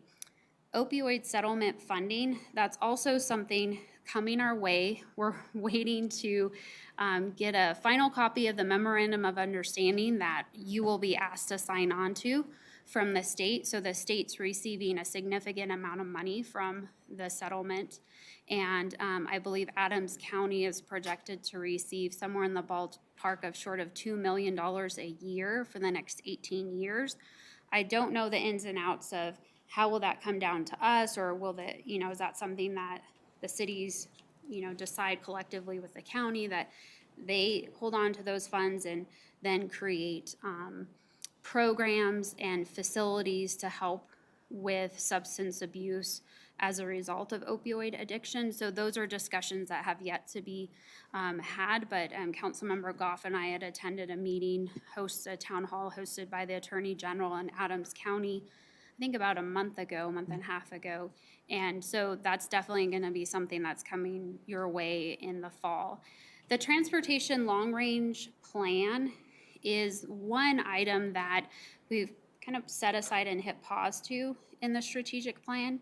So if you were to look through the plan and kind of line up what's budgeted for, what's in progress, this is one project that we've set aside. And the reason we've done that, we've targeted 2023, 2024 is because we've been successful in leveraging grant funding through a couple different grant programs to upgrade our traffic signals, and then the work that we're doing with our residential street program.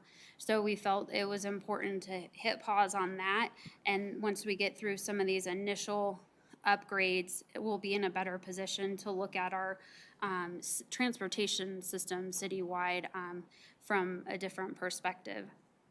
Homelessness initiatives, we had a robust discussion this evening about what we're doing and what's on the horizon around homelessness. So, you know, we have certain things budgeted in the 2022 budget, i.e. the crew program, but anything related to facilities would be something that would be yet to come and an ask of council. So important for residents to be aware of, you know, how are residents benefiting from the 2022 budget.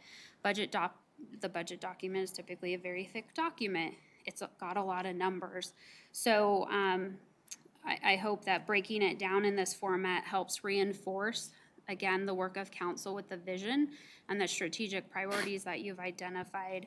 So we're going to continue to focus on providing high quality of life and excellent customer service, and then creativity to addressing tough problems. The crew is going to be instrumental in that.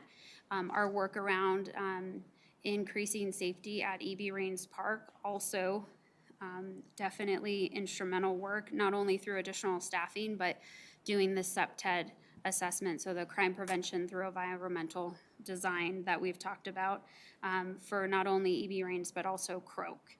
And that was added per council direction last week. And then the implementation of increased level of service. So we're really making some headway with increased level of service with traffic calming and the work of the No Need for Speed program that staff, you know, seen great successes so far with that neighborhood engagement, which we want to continue that. Then the new approach with the crisis response unit, residential street program funding, the diversity, equity, inclusion work that we're doing, and then next level data-driven policing. And this really ties into the request for the crime analyst. Right now it's a dual position PIO crime analyst, and so we've made some headway in terms of sharing information and being further transparent with our community with the monthly PD reports that Renee pulls together, but really taking our work to the next level is going to require that full-time dedicated crime analyst to help us get there.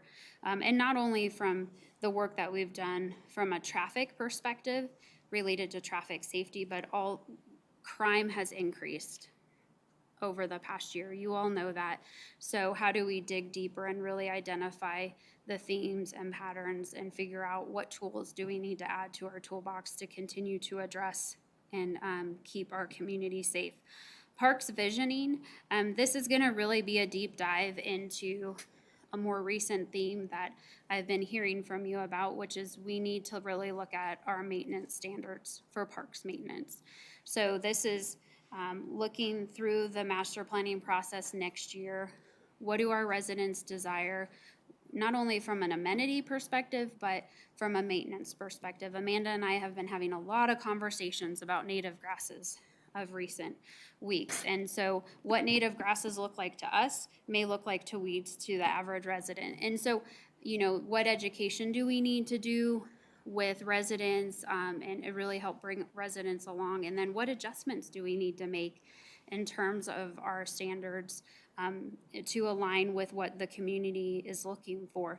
And then ultimately aligning our resources. We've had some significant struggles over the past season, especially in hiring parks maintenance, seasonal staff, and Amanda's talked about that. So, moving forward as manager, I'm really interested in figuring out, okay, what do we need to continue to move the needle from a maintenance standpoint? But really, we're at a point where we've asked staff to do more with less.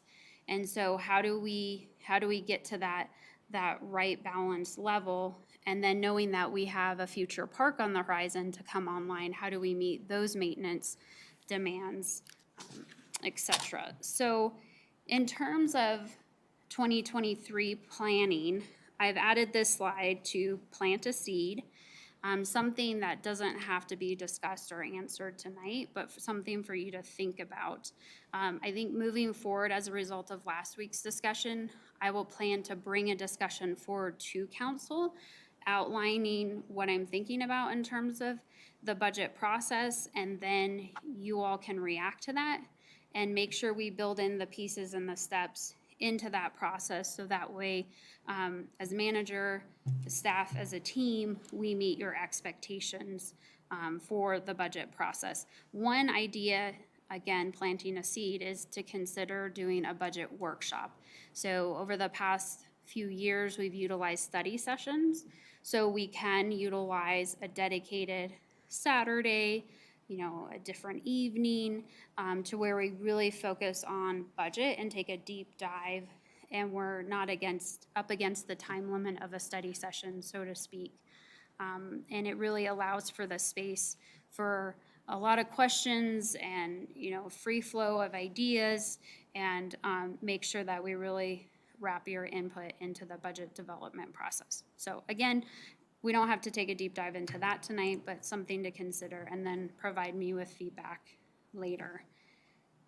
So going back to taking that closer look at some of the questions you had.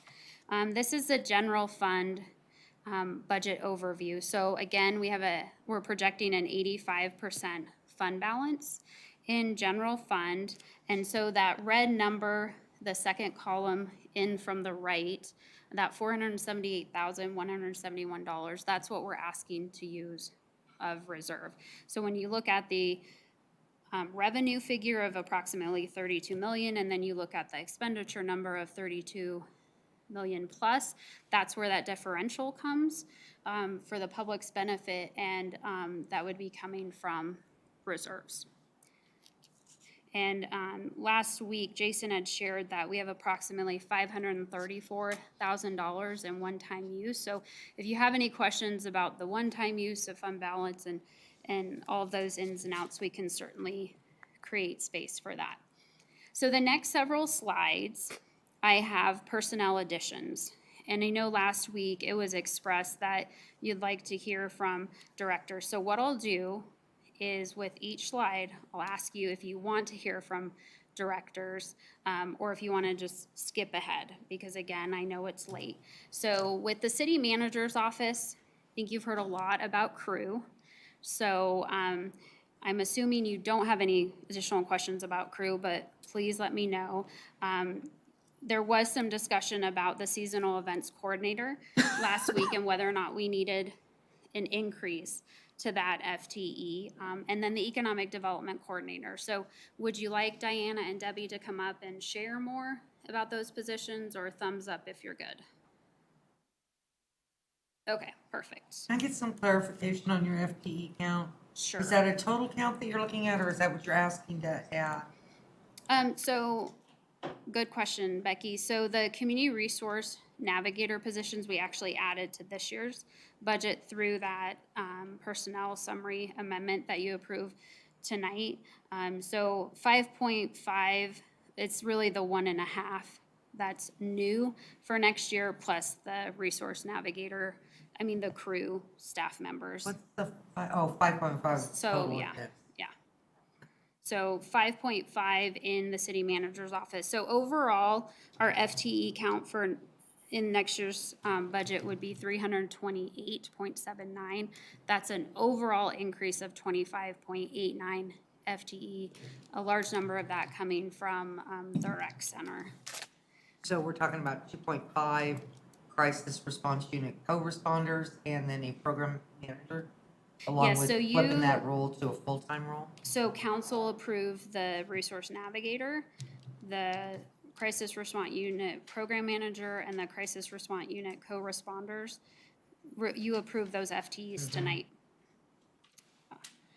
And again, that's utilization of American Rescue Plan funds, ARPA, on a pilot basis for the next 3 years.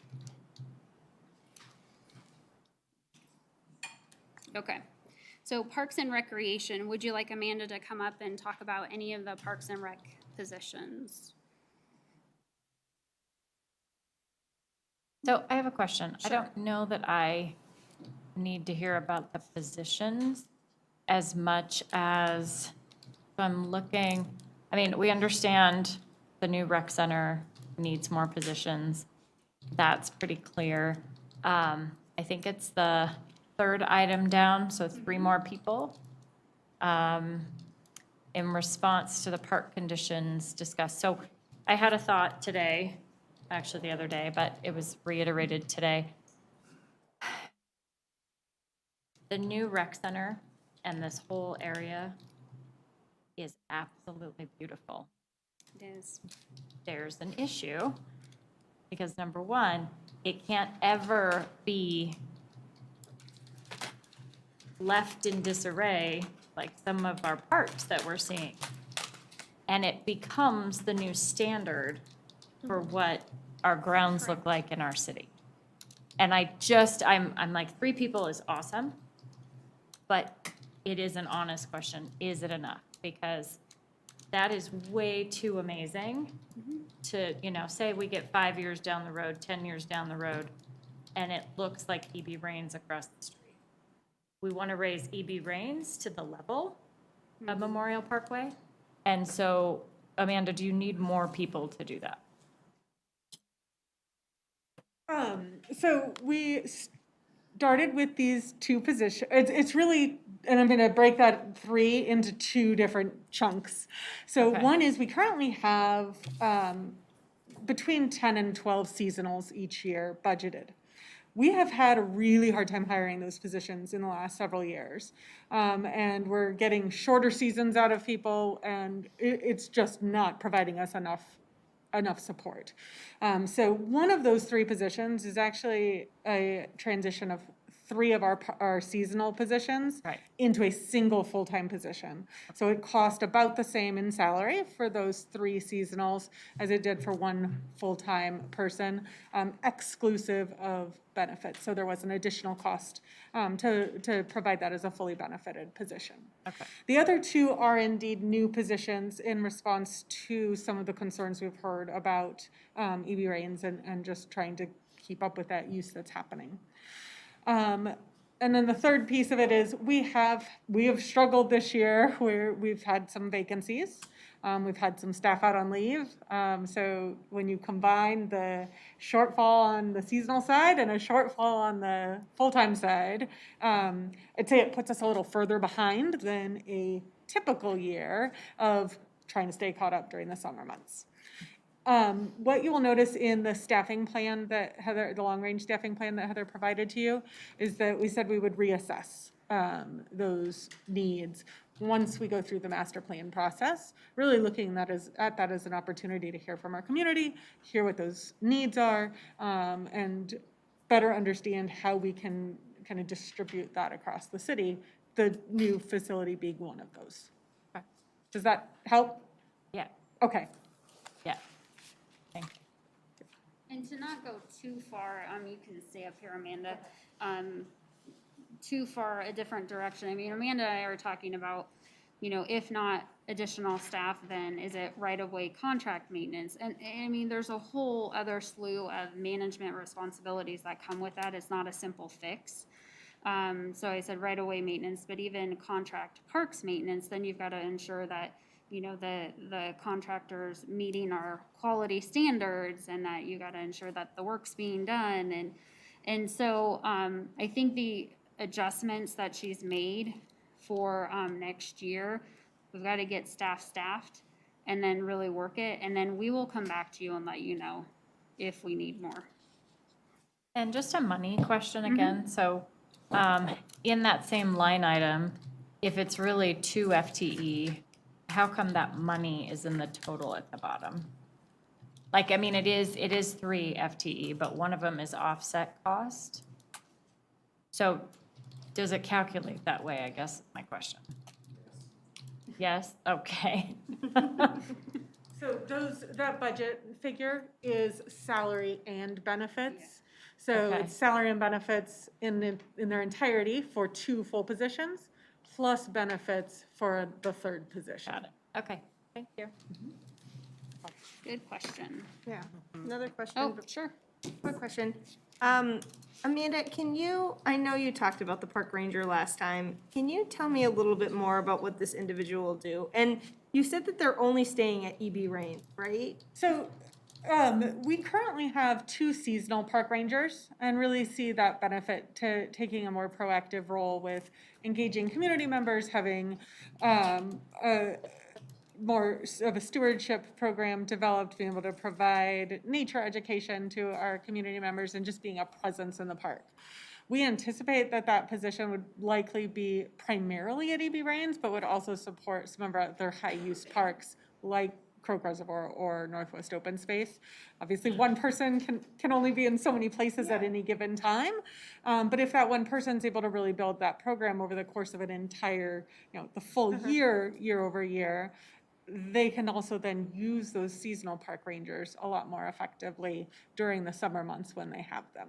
Okay, so there's gonna be 1 full-time park ranger and in addition to the 2 seasonals, so you're gonna Correct. keep the 2 seasonals? Yes, Oh, we had kind of talked at one point about transitioning one of them to a full-time role and just doing a single seasonal. But what I added in and what's in the proposed budget is maintaining the 2 seasonals and adding a full-time position. All right, thank you. Great, thank you. Oh, Councilmember I Brown. didn't want to push my button. I'm just drawing all over the place, doing some math, yada, yada, yada. The salaries that are in the budget, how are those determined? They are provided to us by HR and Finance, so. So it's, we take either the minimum or within an approximate, range of the salary, and then we add the benefits on top of it, so that gives you that total number. So I believe in the breakdown. Are you more high-ended, heavy on the top end, or No, you think you're coming in midline? yeah, if not below, closer to the minimum of the salary range. Have we done any position, boy, gosh, you here? Trying to think how many years ago it was, where we did job equity, where we took each position within the city and we did job equity at that time, based on what we had looked at a couple weeks ago, where the average across the state, and redid our ranges. Yeah, so we do that on an annual basis when we look at the market. So we shifted pay plans on our approach in 2020, so we did that work in 2019. And that's where we moved away from 30-step pay plans for civilian employees. Right. And when I came on board in 2018, there was a 10-step police officer plan, and we shifted to 7 steps to make them and their plan more competitive.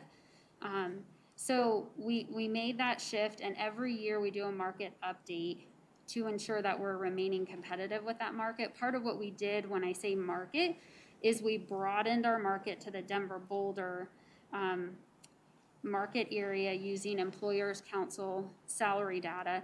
So similar to the exercise that council did in terms of my salary and the information I presented to you, Candy Johnson, our third-party compensation consultant, looks at every position and salary grade to see how they're trending relative to the market, and then makes adjustments to salary ranges as appropriate. So when Jason talked about a 2% adjustment to sworn step salary ranges next year, that's because their market shifted, which is honestly to be expected with the loss of law enforcement, the hiring of new law enforcement officers in the market, and the steps that our communities are having to take in order to be competitive because it's so difficult to hire law enforcement. Now, on the civilian side, we didn't see that type of shift. So we're not proposing to move the salary ranges. So to take it one step further, what we've done over the last year and then moving forward in early 2022 is we've gone through and done equity analysis per the 2019 Pay for Equal Work Act. Hopefully I said that right. And so some employees will be receiving what's referred to as an equity adjustment. One of the challenges that I mentioned to all of you that Tamara and I are going to kick off at the end of October is really looking at where employees lie within their salary ranges and taking a deeper dive to address some compression issues that exist based on length of time an employee's been here. You know, there's a story behind where every employee is at. So we want to do that next level work through the end of the fall. And then I would be bringing that back to council if I need any type of budget appropriation to make those adjustments. Okay. Good question. Anything else on parks positions? I don't think so, no. Okay. Police department. So would you like to hear from Chief? He's been holding the back of the room down. I know. So, Not me, I mean, you No. can have anything you want, Yeah. as long as you can get them in the door. There's only 3, and it was pretty clear. It was pretty We had a clear. lot of thumbs conversation. up there. Okay. Perfect. Public Works. Would you like to hear from Kent? No.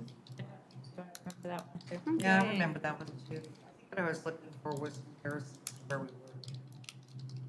No. Comparisons to where we are now in terms of number of FTEs. Those are all new. So if you, if you go to the pay plan summary document, Councilmember Brown, that you adopted tonight, that provides the detail of the actual count of all of our FTEs in it. So this would be in addition to those numbers. Yeah. Okay, vehicles. So we had quite a bit of discussion last week about vehicles. And so what we've come back to you with is greater detail about electric, whether or not electric options exist, a hybrid option, and then the differential in price. Ultimately, what I'm asking for you to do is support the overall recommendation of what's included in the budget. And then as we talk through these different vehicles, some of them will need to come back to council for approval based on our purchasing level requirements. And so we can capture additional discussion there. So a Scorpion sidearm trash truck is not available in electric or hybrid. We'll keep a pulse on the market, and if at some point those options do present themselves, then we'll assess it.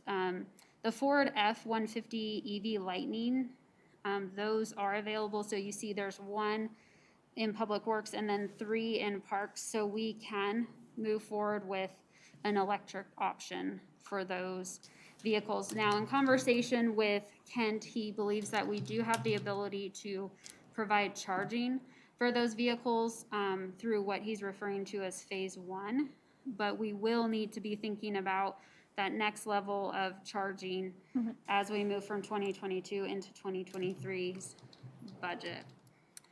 The 3/4 ton utility truck and the compact excavator, they're not available in any sort of electric or hybrid option. And then the Ford Interceptors in the, let's see, there's 7 of them. Those come in a hybrid option for the police, and so we can move forward with purchasing hybrids for those. Fortunately, the patrol vehicle Chevy Tahoe is not in either option. We'll continue to monitor the market, but that'll have to be a straightforward gas vehicle. And then the traffic motorcycles, the Harley Davidsons, are not yet in electric or hybrid as well. And I know we had a little bit of that discussion a year ago. So we do have some options council wants us to Couple move questions. forward. Sure. Councilmember Goff? Thank you, Mayor. I, of course, am really excited about doing more electric vehicles, but one of the things I would like to put out there as something we can look into is that when we, I'm going to say when we do buy more electric vehicles, at least the first few, that we have some kind of decal or something on them to let residents know that this is an electric vehicle. Just kind of like a educational piece. Sure. So that people know that's what the city's doing, that's where we're moving. Councilmember Brown? Oh, wait, I'm stealing a cookie. I'm hungry. I That's didn't get lunch. I okay. didn't get dinner. Get breakfast. My question is that before any decisions were made on, so we're gonna go with the original budgeted amount, any decisions that were going to be on EV or hybrid cars was going to be after Brooke brought information to us, is that correct? Initially, that was my perspective, but based on last week's conversation, we can go ahead and move forward with this plan as presented, unless council wants to hit pause. And the challenge in hitting pause is we may not be able to get the vehicles ordered as quickly. So we're waiting for the state bid to come out towards winter, and once the state bid comes out, we can jump on that and get vehicles ordered. So in terms of having that philosophical conversation that I reminded council about, we're not going to be able to have that until Q1, Q2 of next year. We can move forward down this path as it's presented if you would like to, or we hit pause knowing that these vehicles probably won't get purchased until late next year, if not the following year. It's really important to me that we have some kind of a sustainability or something, because we don't have electrical charging stations all around the town. Tell me how we're gonna get to the point. It's not that I'm against the vehicles, please, that's not the point. The point is that we can go out and spend the extra money and get EV or hybrid cars, but if we're not prepared for them at a city level, it doesn't make a whole lot of sense. And that also involves a whole nother component to a budget to put these charging stations in. So that's where I'm coming from, okay?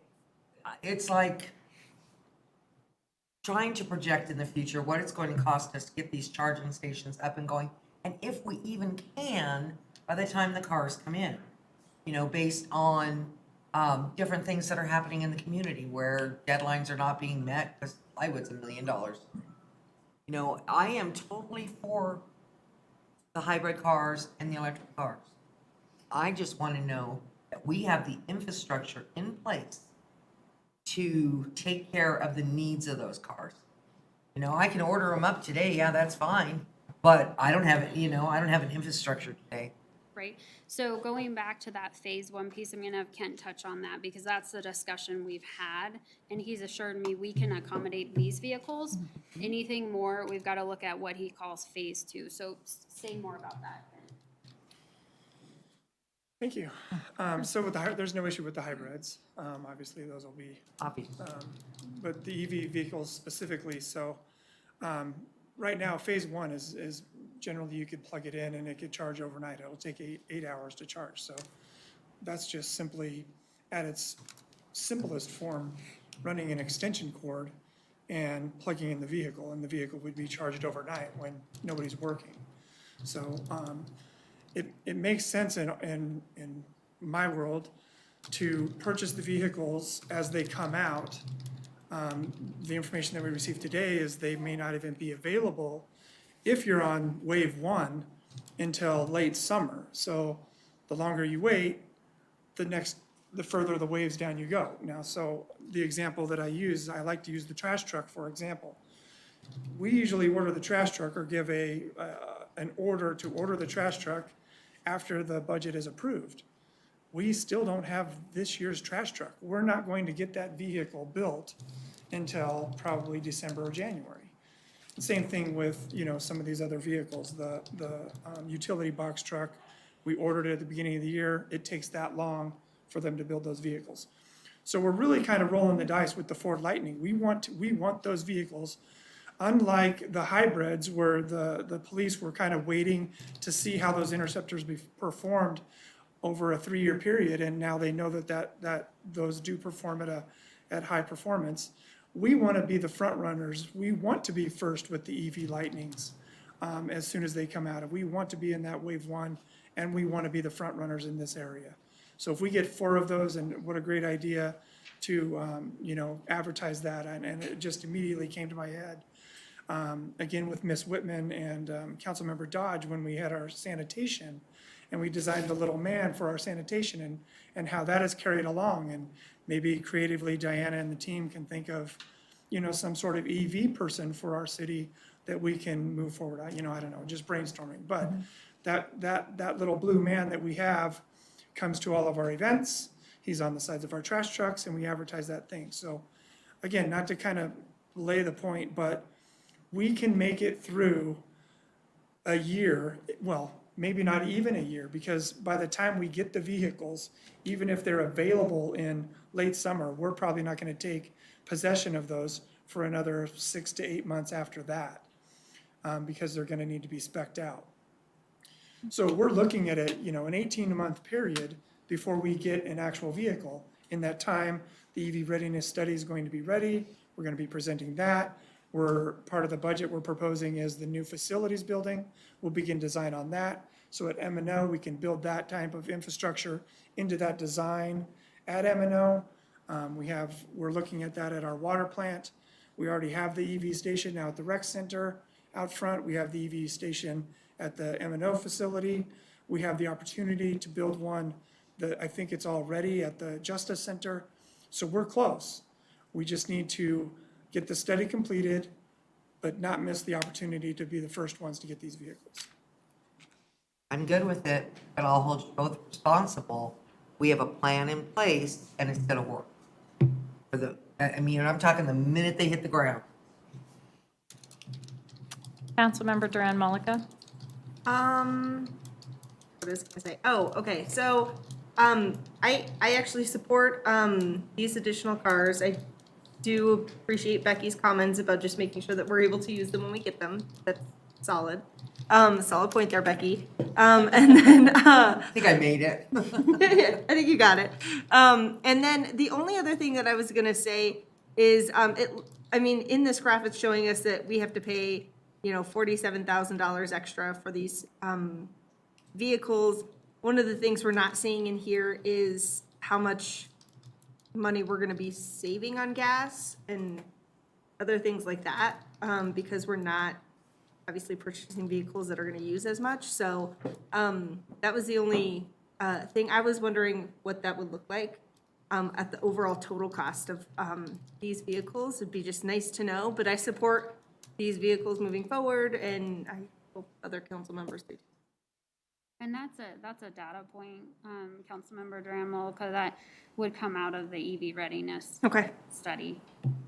Great. So if we can have Brooke, the consultant, try to capture this grouping and give us that data, I think that would help. Yep, that would be great to see. Great. I think this is great. I fully support that too. I'd Jump just on. say if somebody forgets to charge a vehicle, Councilmember Brown, you can't hold me responsible for that. Sorry. Okay, so let's move on to the residential street program.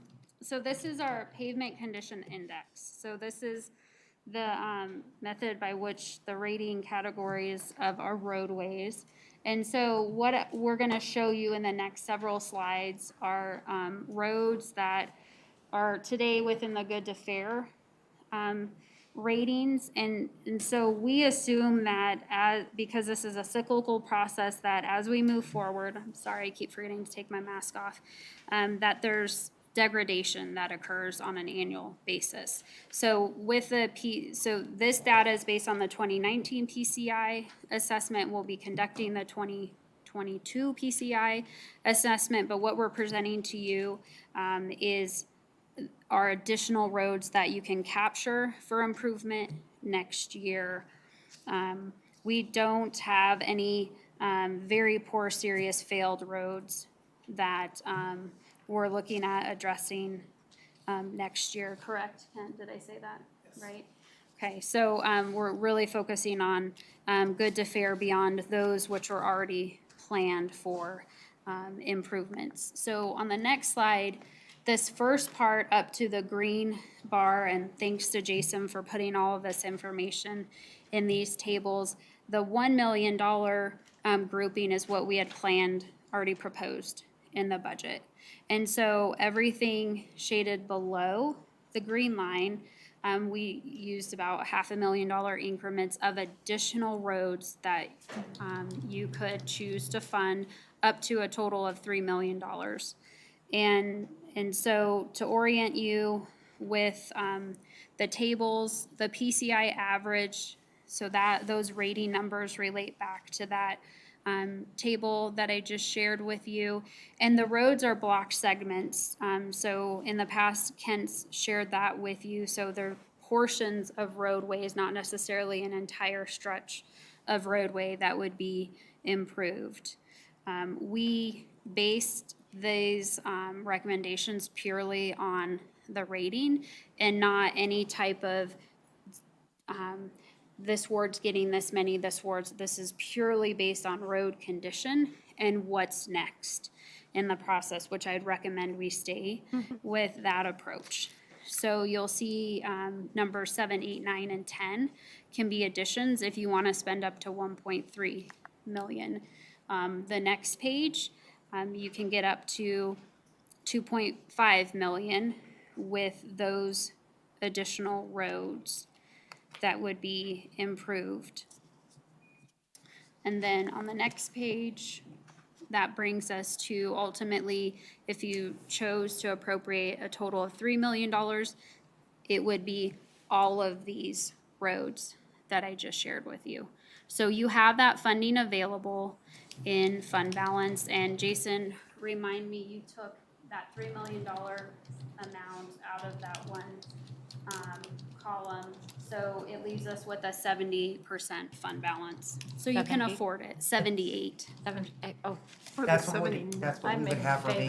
that. It's a no-brainer. 79, I'm sorry, I was 1 percentage off. I have hands here, I see them, Catherine.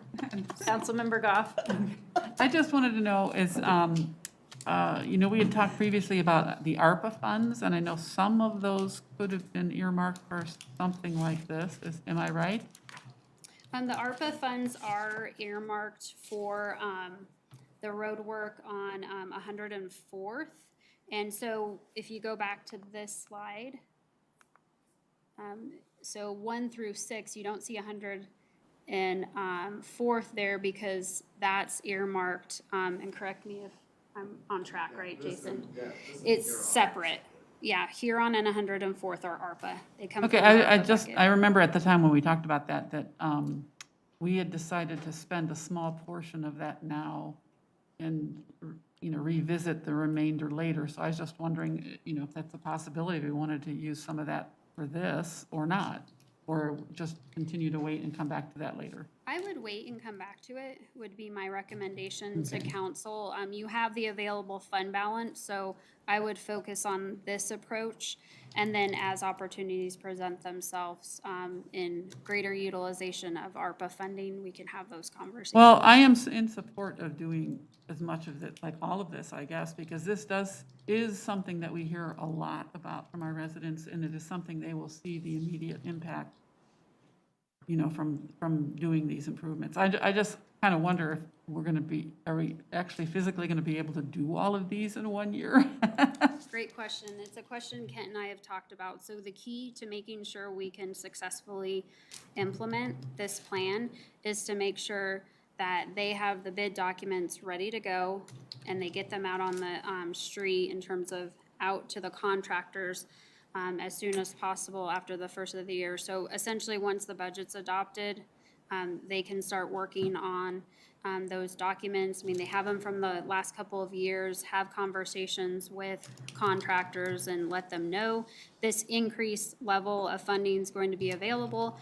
And we've got to get that selection process made and then the road scheduled, because it will be a continuous amount of work. And we'll try to balance the impact to neighborhoods The Washington road work is happening this week in the evening, right, Ken? And so, staff will do their best to make sure that certain areas aren't intense road work all at one time, that it's kind of balanced throughout the city, and the contractor helps with that. But it'll be a lot of road work, but exciting. Councilmember Brown? Jason, this is gonna like totally wake you up and shock you, but I'd like, I'd like to come down to like 50% before, within the next 2 years. 25% is all, but we need to start bringing it down. We're, I know. So That's can why I said I was gonna wake Check over Jason here. up. Let me, yeah, you. Did I wake you up? So let me give you a couple thoughts. Let's slow and steady. Right. With that, because we do have the Civic Campus project. There may be other funding commitments that we need to make using fund balance. I don't know that for sure. Well, I'm not saying take So- it down today.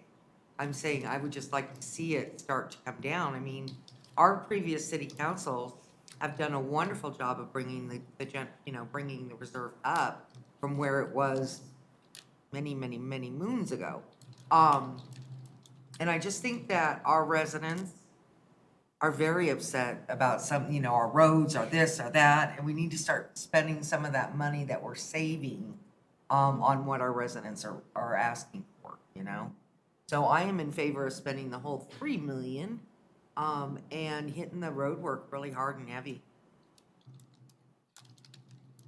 And I will not too. complain. Okay. Spend it. Councilmember Duran Mulligan. 2 questions. When is Huron getting done south of 104th? Never. Overall timeline that you're envisioning. Just, I get asked this question and I always forget what you said. As soon as that guy tells me I can go. Oh, so it's Jason's fault. Got it. The bid documents and the contract, the bid documents are ready to go, the plans are ready to go. Okay. We added in the asphalt, so, I mean, we're ready. So it's coming soon, relatively soon. Like in a year? We need to do it. Okay. We need to do the infrastructure portion, begin, anytime now. Okay. So then that gives us the opportunity to get that road paved before this time next year. Okay. So 2022. 2022. Okay. All right, that's helpful. Thank you. And then my final question is actually, I guess, more of like a Diana question for communication. So similar to what you were saying about infrastructure spending, we really need to communicate with our residents about how much money and time and effort we've been putting towards our roads over the past, year or so. And so, and especially with this budget too, what's a better way that we could communicate that with? And then another thing I was thinking about is there any way to is there like a dashboard or anything that residents could go to, say like, when is my road, like where's my road on the list? Or am I gonna see this in 2022 or 2023? Because that's another question I get. When's my road gonna get done, or when was it done last? Some people forget when it was done last, and I they think it get was it. 10 years ago. So this is a tough one because we have been communicating pretty heavily about the projects that we've been doing in the connection and on social media. And we do have the PCI up on the website where people can go and look at what their street is rated and if they're been done or if it's done this year, if it's scheduled for next year. And then when the PCI comes again, we'll do it. So this is a tough subject, and I'm open to suggestions on how to better get the message to people, because I feel like we communicated about it a lot on all of our platforms, but it hasn't eased up the questions that you guys are getting at all. So I'm like, man, I wish I had a better idea of a way to make this impact on people. And I know we talk about it at ward meetings, it's in the connection, it's on social media, we have it on the website. So I can increase frequency to a certain extent, but I feel like it's really repetitive. For example, Heather did a great article on the last connection saying, we had this 5-year plan, we did it in 3 years, here's all the stuff that we did, and it's all pretty accessible information, but I just, Okay. I'm at a loss. I got to be honest with you. I'm like, Okay. I wish we. Me too. Yeah, and there are some. I did go to a communications conference last week, which I mentioned to you in an email, which apparently I got mixed information on what succeeds here. But anyway, I know that there are some apps that are out there, and texting are some new techniques that we can consider when we look at the 2023 budget. So I'll be looking at those and see if we can reach more people. Okay, great, thank you. Councilmember Lukman-Hiramasa. Thank you, Mayor. I am definitely in support of completing all of the road projects. I do have a quick question. At the No Need for Speed meeting, there was mention of just kind of incorporating traffic calming, striping, and that sort of thing while the road is being repaved. It's already scheduled to be, redone or repaved. So I'm wondering if that cost would include, since it would have to be repainted anyway, would that be a good idea to take a look at traffic calming, striping, be preemptive instead of, or proactive instead of reactive, and waiting for that sort of thing to come to our Did you attention? do that review already with these roads, or that's something that you and staff would need to do? And then if we need additional funding, we need to come back and ask for it? Yeah, we separated out the striping. We used to include the striping in the resident street program, but it was sucking up the funds where we couldn't do the streets and we were doing striping, so. And it was tough for the paving contractor to hire a striper. So we removed it and we're doing it separately. So we leveraged the grant funding for the Connect North Fund, which we're still waiting to do for next year. And then, maybe we have an opportunity to look at these roads and, use some more funding and leverage the grant again. But no, we haven't, we put this together in, 3 days. So no, we haven't looked at the roads and compared to the Connect North Plan and which roads need to be paved and what they need to do, so. I was just curious because it was mentioned on one of the streets that was possible to just incorporate that. Need to incorporate, redo the road anyway. So, Thought. yeah, it's a great perspective, and so we can look at these roads and we can do that analysis and then come back to you with what additional funding we would need to do that. We wouldn't want to repave the roads and not address any opportunities for Connect Northglenn. So, yeah. Thank you. Okay, I think you're go on roads. That brings us to the end. So, questions, other gaps or pieces of information you need from staff? Again, you'll have 2 more opportunities to discuss budget, October 11th and then October 25th. So in the meantime, reach out to me or Jason, and happy to provide any additional information you need. Councilmember Goff? Oh, thank you. Yeah, I just have one real quick question because I forgot to ask it earlier. The Justice Center West Park, adventure course that you're talking about, we've previously talked about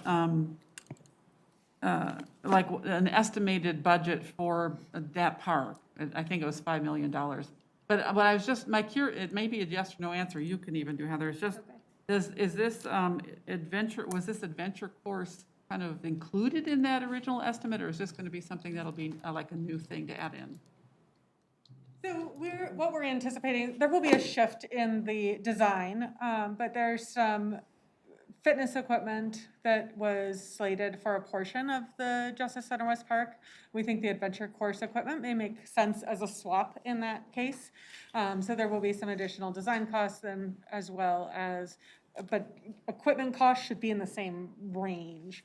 And we do have a fairly significant contingency already identified for that project. So I don't think it's an additional. Okay, great. That's I don't think exactly it's what an I wanted. add. Yeah, good. And we are still waiting to hear if we received funding through congressionally directed spending, and then are asking for those matching dollars through Adams County Open Space this fall cycle. Fingers crossed, all the fingers and all the toes. Right? Okay, anything else? Don't believe so. I don't see any more hands. Any other items for council? Not this evening. Thanks for hanging with us. Okay, we are adjourned. Thank you so much.